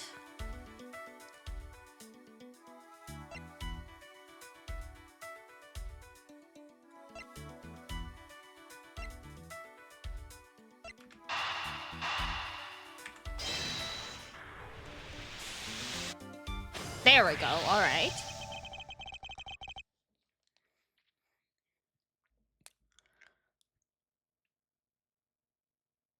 In France, if the cops ask, have you seen that man? We say no before actually looking at the picture.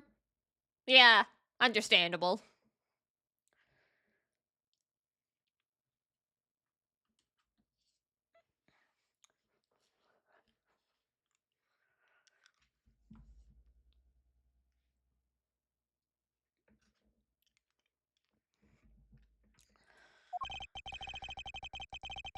Which is why there was extensive bruising over such a wide area. Supposedly he was struck multiple times.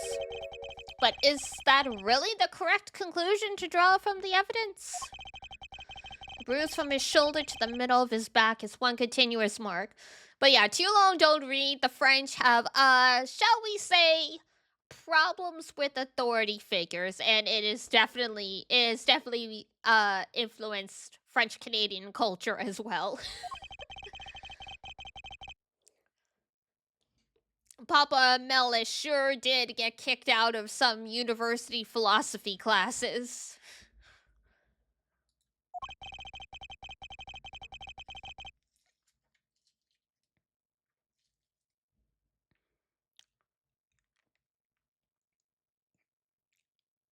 Oh god, speaking of which, have I ever told the story about how Papa Mellis actually got banned from being in a city for X number of years?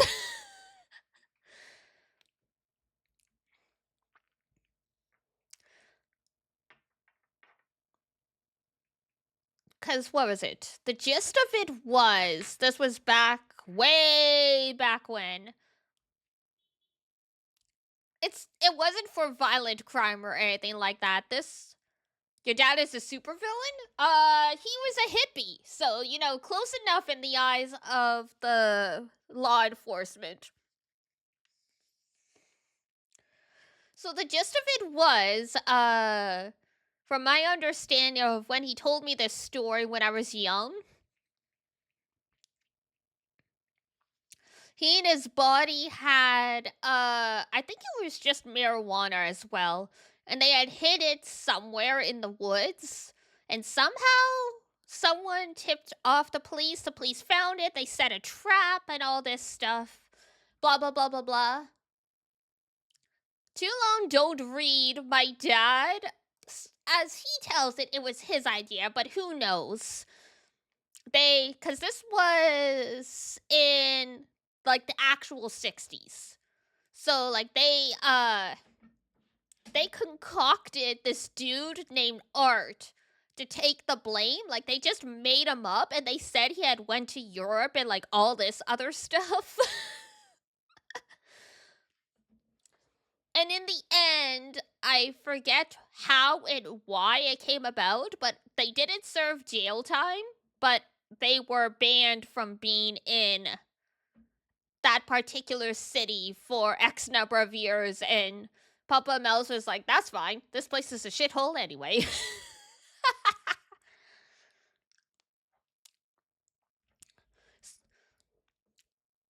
Yeah, the conversation came up because literally almost every time he gets a parking ticket, he will argue the details about it.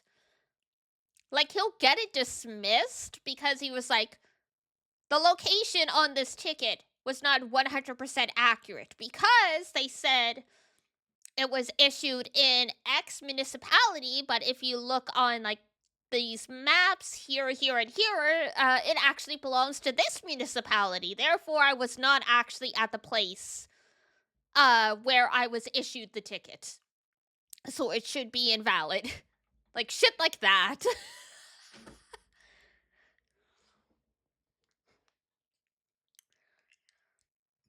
So yeah, French Canadian, born after World War II, in the hippie culture, zero respect for authority.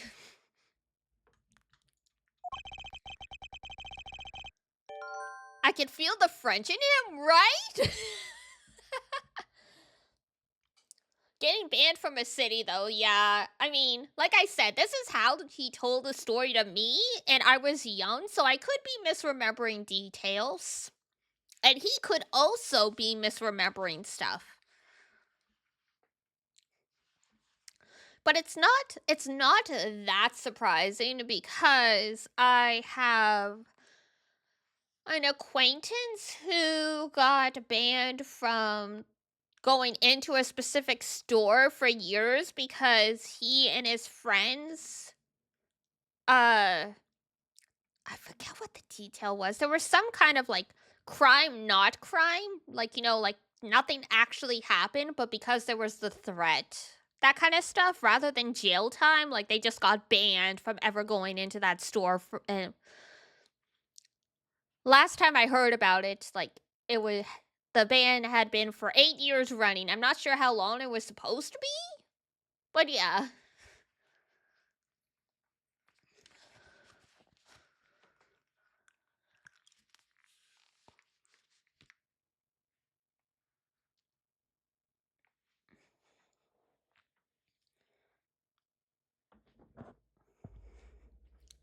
But yes, welcome to This is the Spirit I Inherited.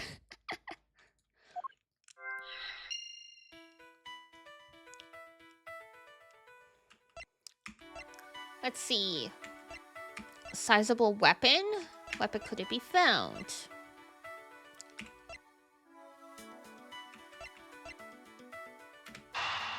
Makes sense to you? I'm glad. It does. There we go. If we're looking for a rather large weapon, you'd think it would stick out. But so far, we haven't found anything that resembles a weapon of any sorts. Perhaps, just perhaps, it's something we all overlooked from the beginning. Because normally it's too impossibly big to be taken into consideration. Finally, the plane. We implicate the plane. What was that all about? Was he trying to jump all the way down here? Apparently.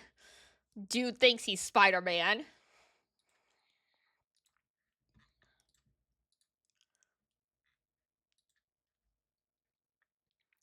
Spider-Man, Spider-Man, does whatever a spider can. Spins a web, blah, blah, blah. Blah, blah, blah, blah, blah, blah. Look out!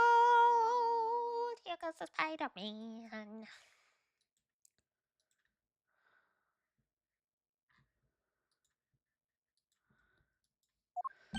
Gonna be a dead man here in a second.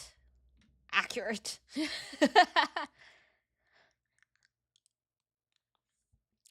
To be young back in the old days.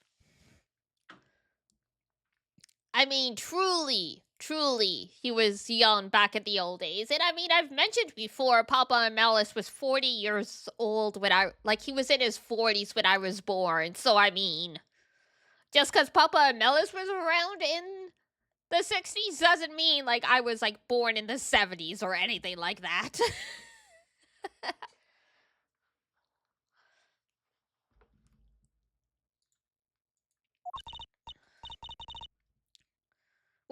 What? What do you want? I found it, Francisca. I found the real murder weapon. You did? Surprise! I don't even remember, like, the year 2007. Weren't you born in 2004, though? You shouldn't remember 2007, because you were 3 years old. Most people don't have memories from the time before they were 4.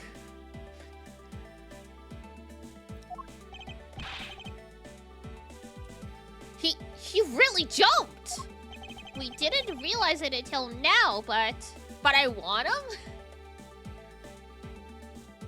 Unfortunately, I don't think that's how that works. Maybe if you go see, like, I remember 2007. I remember. Kinda. It's kind of hazy for me, too.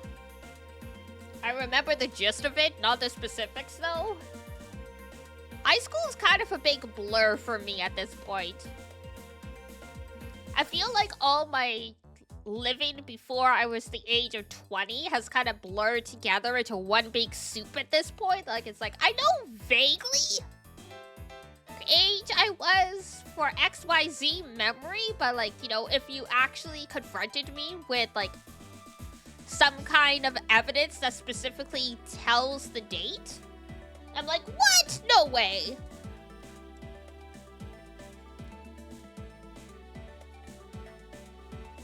Our teenage years just flew by and they're almost over. Guess what? Your 20s are gonna fly by just as fast.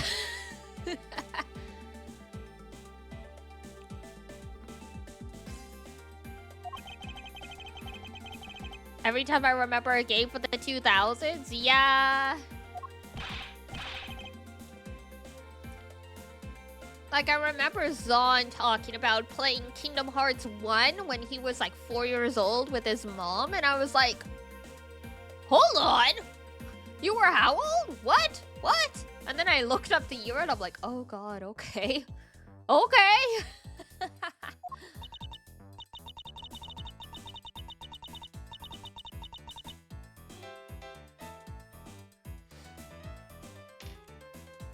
Like, I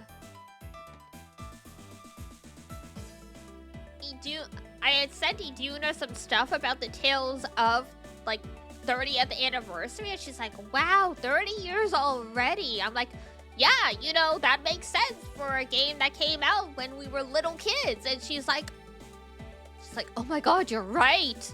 Like, just somehow the number in connection to us didn't click in her head until I put it like that. And she's like, oh god, you're right.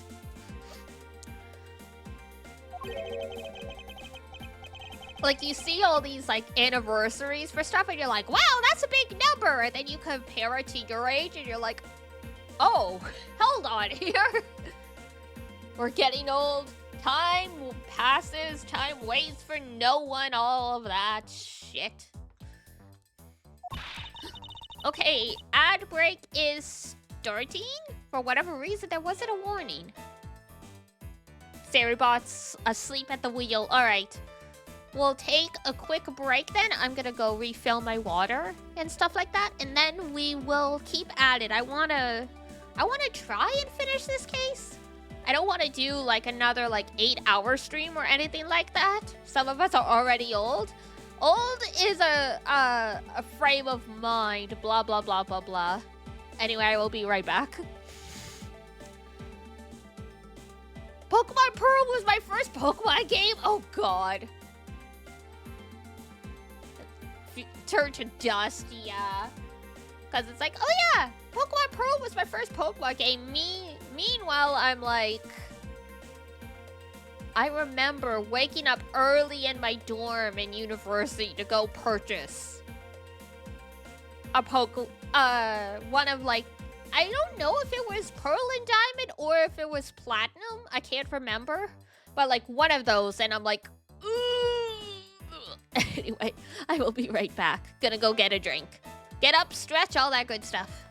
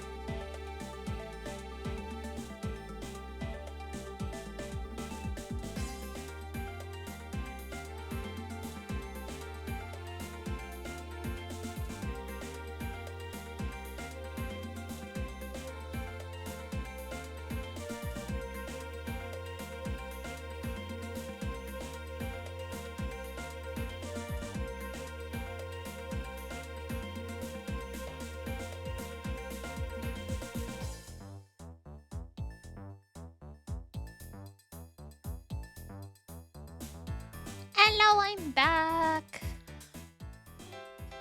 We should try golden. Oh my god.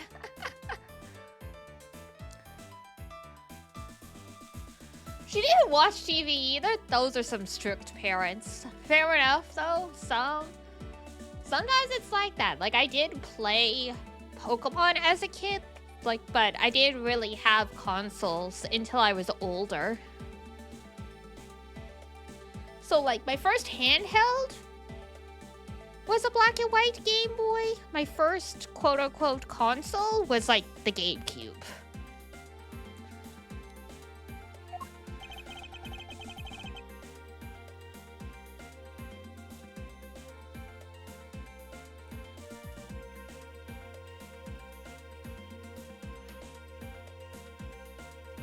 I mean, I do hope for a re-release of, like, Heart Gold and Soul Silver in a format that we can play. Because I love that generation.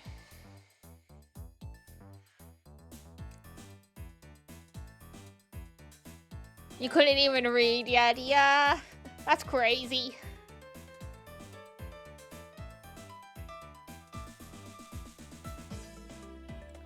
I mean, in some cases, I don't think parents fully understood how much reading was required in some of these games, but yeah.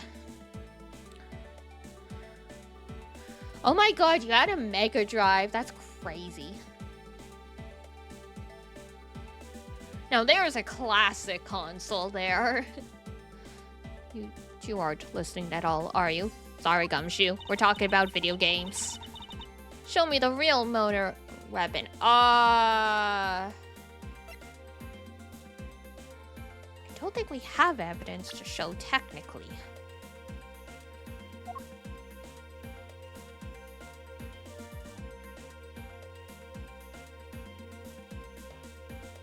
Trying to think. Yeah, because it's not like we have the murder weapon. We don't have the plane in our options. Don't have evidence to show.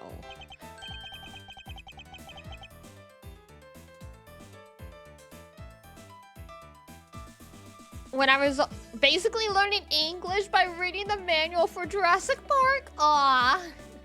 Yeah, I know a bunch of Quebecois, French Canadians who learned English from playing video games. So yeah, it's a great way to learn, which is why at some point I want to try playing visual novels in Japanese, because that's apparently a really, really good way to reinforce vocabulary and stuff. But their job wants you to do job stuff. How dare they? How dare they make you do work at your work? How dare they make you want to earn? How dare they want you to work to earn your salary? Unbelievable.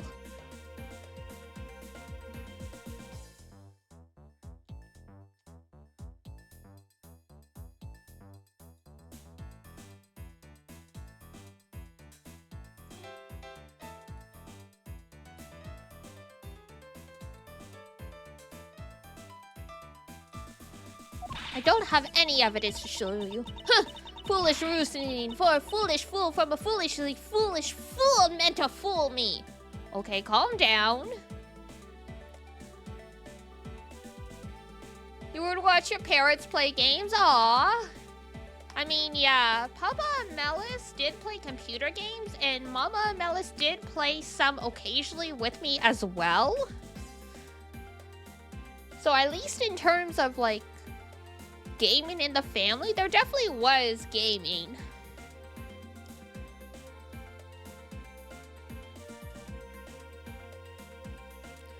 Old persons in my family? Oh god.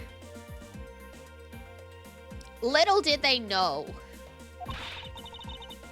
Me who learned English and reading with games. Yeah! I also loved playing, like, the educational computer games. I actually found them really fun. What do you mean I don't have evidence to show? Perhaps I should have phrased it as that which has caused Agent's death. Hicks's death is incorporeal. Okay. I do remember watching them play Doom, Tekken, Final Fantasy. Nice! Never saw Tekken or Final Fantasy. Definitely spent a lot of time watching Papa and Melis play Doom and Duke Nukem. A little bit of Civilization, and I played the Cadence Quest games with Mama and Melis. Also, like, Leisure Suit Larry, but I was way too young to understand how lewd those games were. And Mama and Melis obviously didn't say anything. Like, I could read at that point, but, like, could not comprehend what was going on.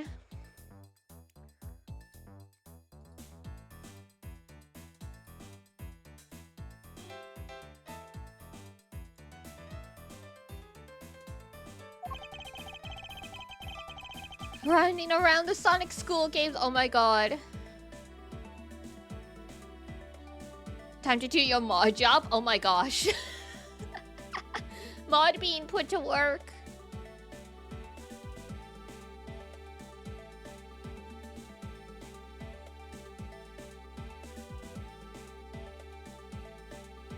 Was free falling. Victim fell from a great height and subsequently died as a result.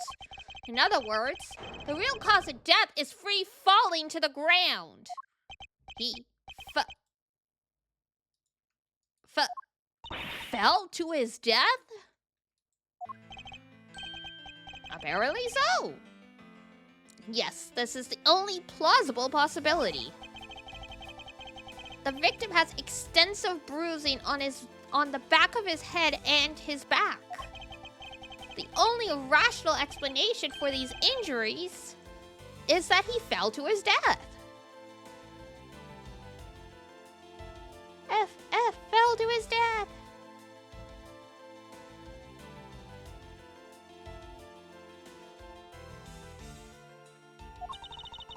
But the murder happened inside the plane. Yeah, there's giant freaking stairs. What are you talking about?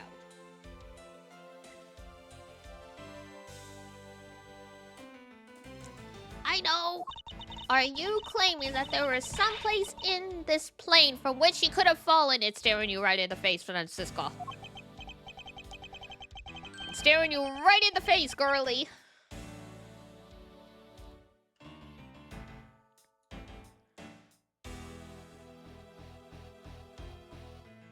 Da, da, da, da, da.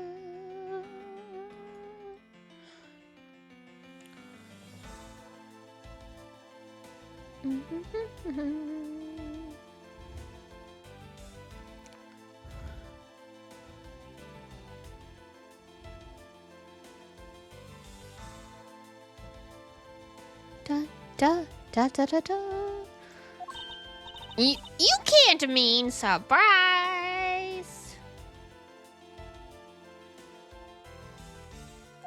Yes, I do. The victim fell from the top of the stairs of this very cargo hold. Well, that's not good, is it? That ain't good. We're in troubles. We may have a second death on our hands, sir. Rip. It's like, hold on, we got some problems here.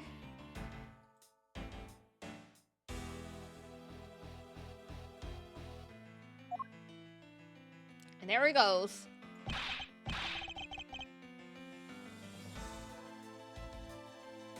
Somehow he's okay, but you know...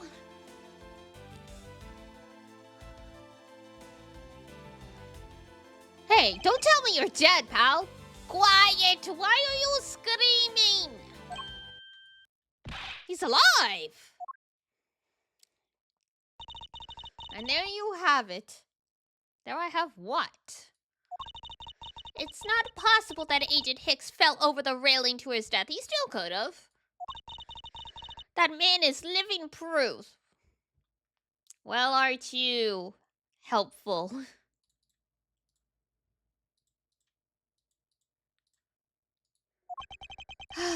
I suppose it's true that it's not possible, given the current circumstances. The current circumstances? What? Suppose that large piece of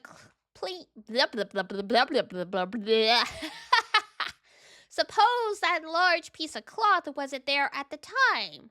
What would have happened then? He would have been a Borginian pancake for sure. Rest in peace, Borginian pancake.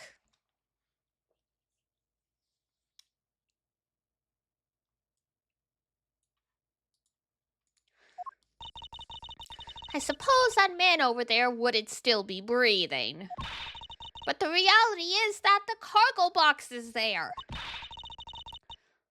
Yeah, but when? When did it become a thing? It may be there now, but there is no proof that it was always there. I mean, literally, cargo gets loaded on and off planes. Huh, as if there could have been a window of time when that giant box was not there. Are you sure about that? Ah, but there was.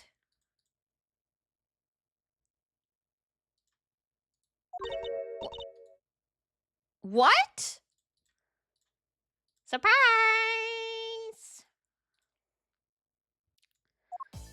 What can I use to show her that it's possible the box was not always there?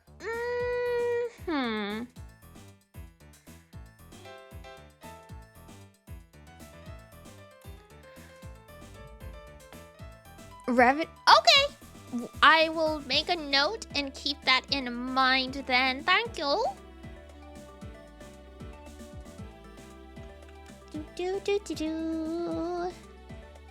Let me just add it to one of my notes.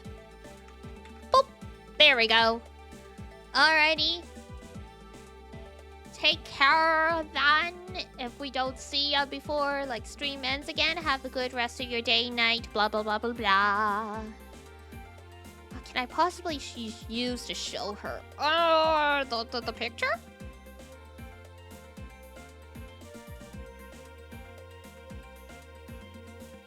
Maybe?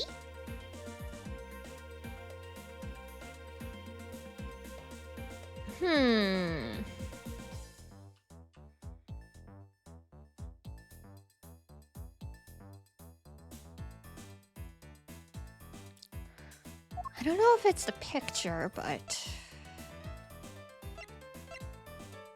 Oh, there we go. Okay. Take that! I was like, it's something about when the cargo was put on. So the refueling makes sense.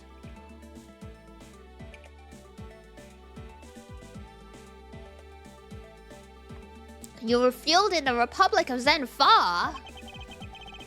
Yes, the flight had a short layover in Zenfa in order to refuel. But that wasn't the only reason for the layover. We also transferred some cargo. What if the box in question was only transferred onto the plane at that time? To further prove my point, let's take a look at what's next to the box in question. Ah, it's labeled Zenfa Express. Correct, meaning it was loaded onto the plane in Zenfa. Cargo from Zenfa, data jotted down. Now, what if the box in question was also loaded on at the same time? It would mean that the box was not here in the cargo hold during the Europe Zenfa leg of the trip. Correct. Making a clear drop from which Mr. Agent Hicks could have fallen to his death? Entirely possible.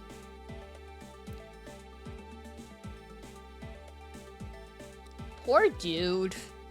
What a way to go.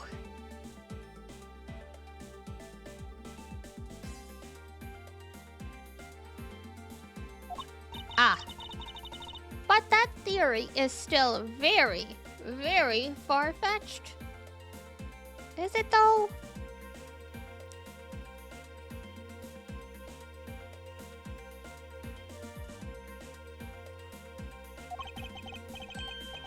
Then allow me to prove how very likely my scenario is. Dun dun dun dun dun dun dun dun dun dun dun dun dun dun dun dun dun dun. My first order of business will be to examine that piece of cargo in more detail. Begin investigation. Ready again.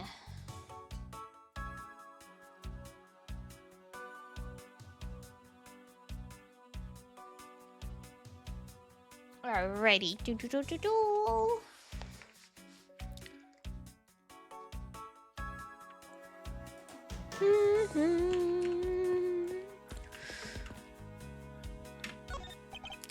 This is a rather large piece of cargo. There's a tag on it, sir. Let's see. A leaf red statue? Never heard of it. Nor I, but all I care about now is if we can prove it wasn't here at the time of the crime. Now let's get investigating. Deer, scissors, eye. Leaf, leaf.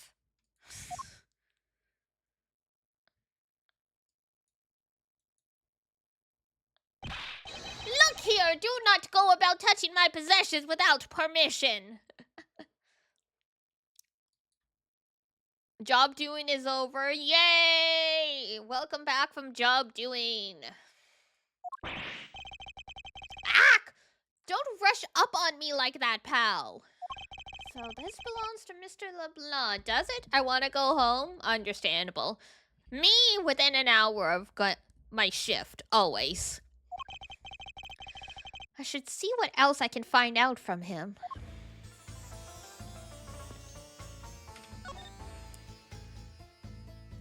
Cargo?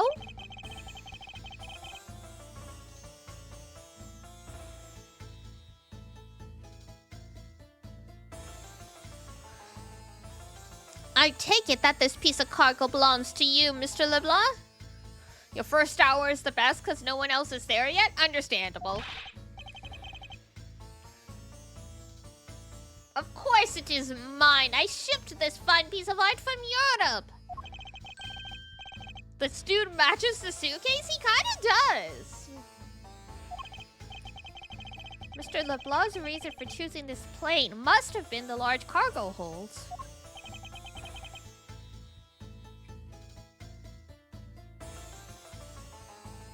$10 million cents? So like about $10,000.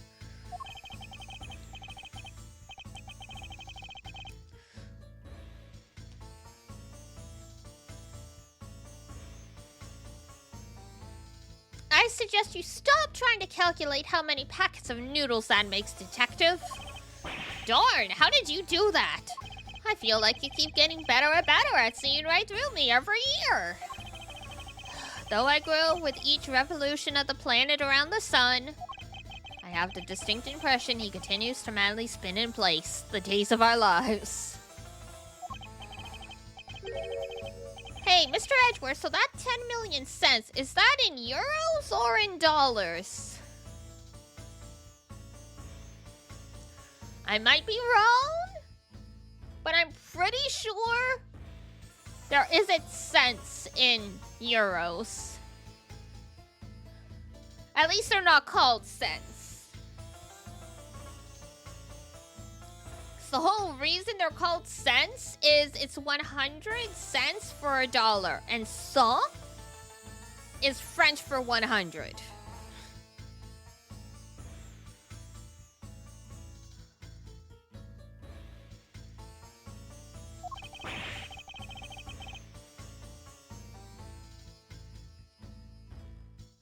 Yeah, I blew your mind with that one, didn't I?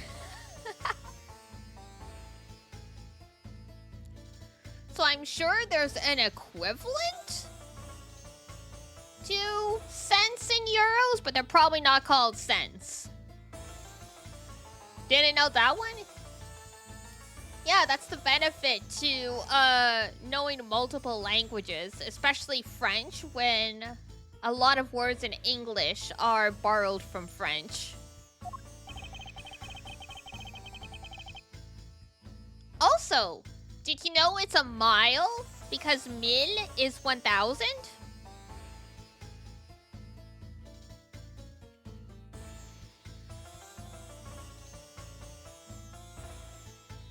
I'm pretty sure that's what it is anyway. I was wondering if you would allow us to examine it a bit closer. It is a very valuable piece of art. That's also millennium. Why it's millennium? Because 1000.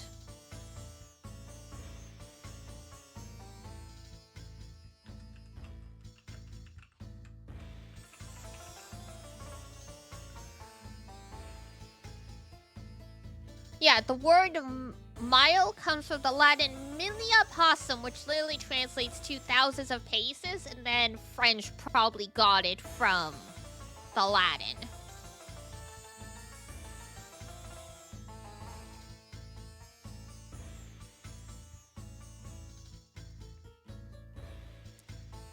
But French does use it just generally for 1000. So.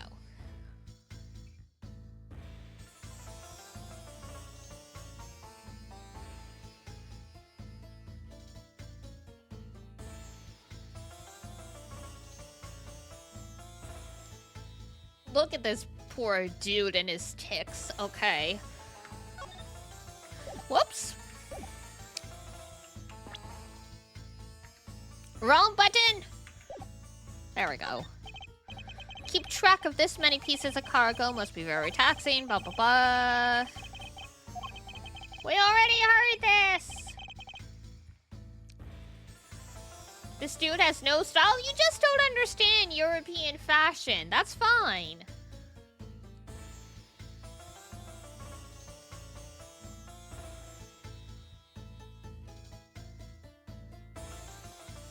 The fit is not it. You just don't understand the fit because he's not wearing sneakers. But no matter how much he pours on the blah blah blah blah blah blah. And 2 Negros? Too bad for Mr. Darrow. I'd buy one if it was cheaper. Do you think they'd sell it to me on a discount? Oh, or why don't they sell them in the airport and have a bargain basement sale? Buy one, get one free. You win the raffle, you get one more for free. I think if they did that, everyone would lose. If his jacket had a Supreme logo on it, it'd be fire for real, for real. For real, for real. The power that's slapping a brand logo. No, it wouldn't? You say that, but you know people would buy it. Just by having a certain logo on something, people will buy it on principle. Or just have a very popular influencer lie through their teeth and say they love it.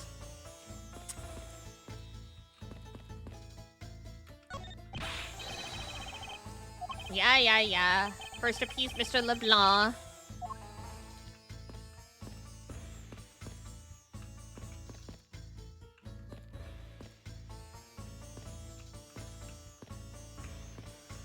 Da-na-na. Come on. Alright, present.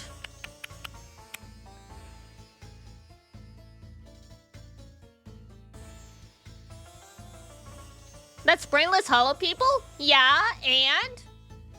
Most people are sheep. What's the point? What's your point?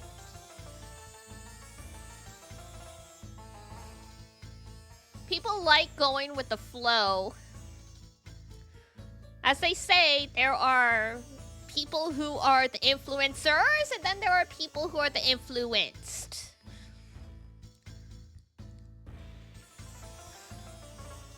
You say that to Drake in his face, and you're not gonna live very long.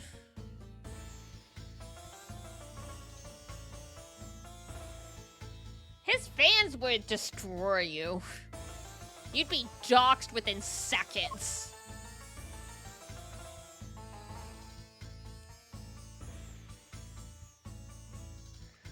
You don't care about being doxxed and your family being hurt by rabid fans? Okay. I feel sorry for your family.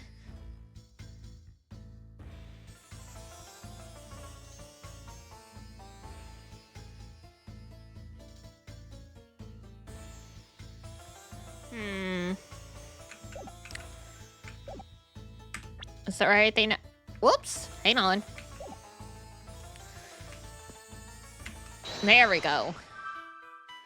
I'm writing the condolences letter as we speak. Yeah. You do not say shit about famous people online and not prepare for the consequences.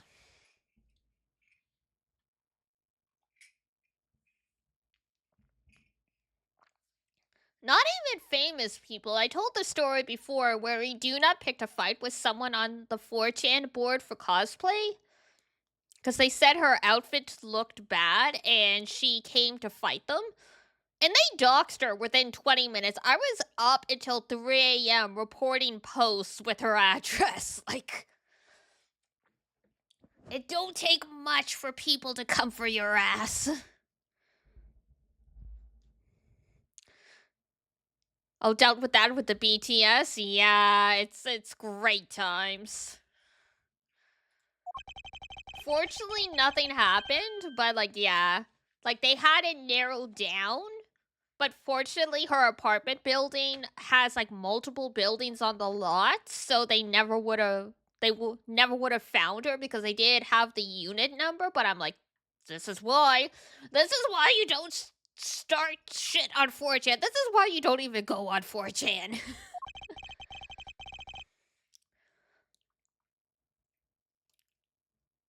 I think I need to question him a bit further. Okay. And there we go, fake statue. About your statue, Mr. LeBlanc. We're about to call it a fake, and you're not gonna be happy. I wonder if it, might be a fake.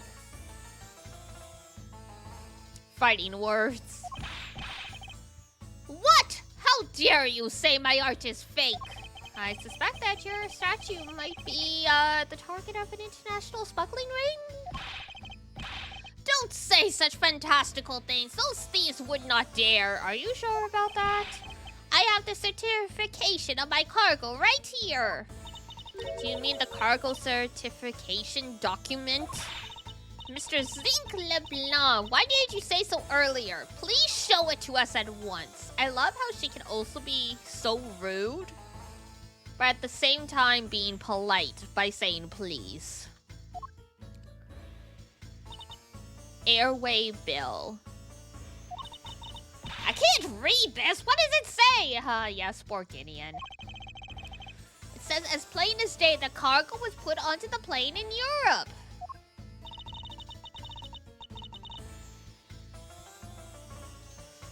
And there you have it, Miles Edward. Too bad for you. What, we're just going to take his word for it? We're not going to have an outside third party translate it? That's just silly.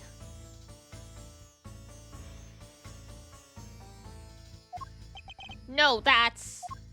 Which means that there never was a window of time in which the statue wasn't sitting there.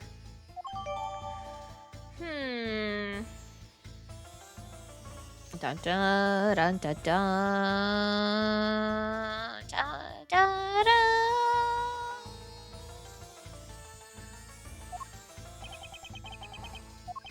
I respectfully disagree. We cannot discount the theory until I see the statue for myself.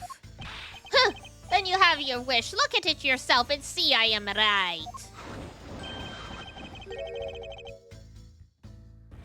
The eyes are wrong, I can tell immediately.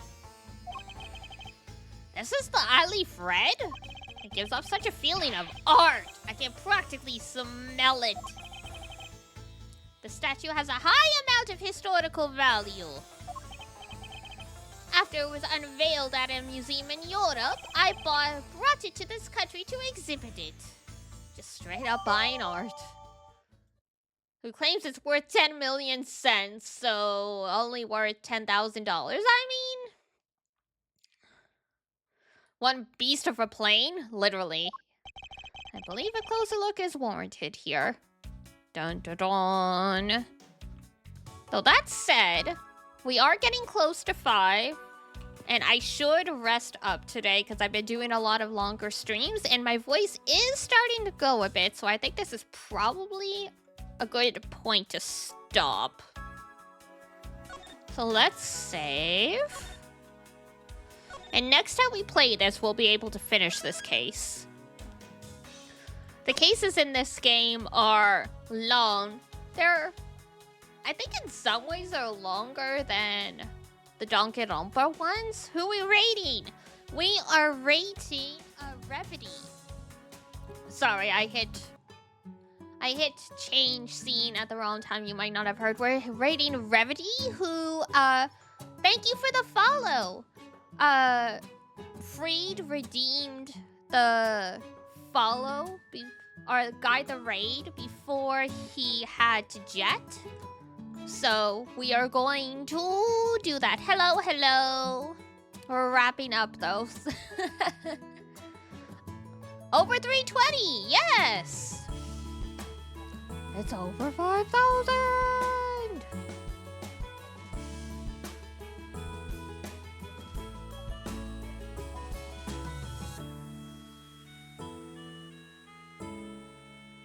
$322, very nice. 350 before New Year's? Possibly if I get a big influx of followers. Might not be super likely, but who knows? You never know. Did I come at the end? You did, yeah. We're just wrapping up. We're getting ready to raid. That's okay. We will be streaming tomorrow at 12 p.m. EST. We'll be playing some Danganronpa 2. She'll be back tomorrow. Yeah, I stream every day unless I'm not feeling well or I have something to do. So here is the raid message since we're going to head off and raid someone for their birthday. And here is the Discord for new folks and or lurkers who want to keep up with us when we're not streaming. For now, though, that's going to be it for me. Time to get up, stretch, do some exercise, get away from the computer for a bit. So for now, that's going to be it for me. So if it's daytime where you are, have a wonderful rest of your day. And if it's nighttime, have a great rest until you head on. When you head on off to bed, the people are mad funny in there. I'm sure. We're all just hilarious. Alrighty, guys. Have a good morning, afternoon, evening. Take care of yourselves. Wash your face. Brush your teeth. Eat good food. And I'll see you next time. Bye-bye. Bye-bye-bye-bye. Mwah.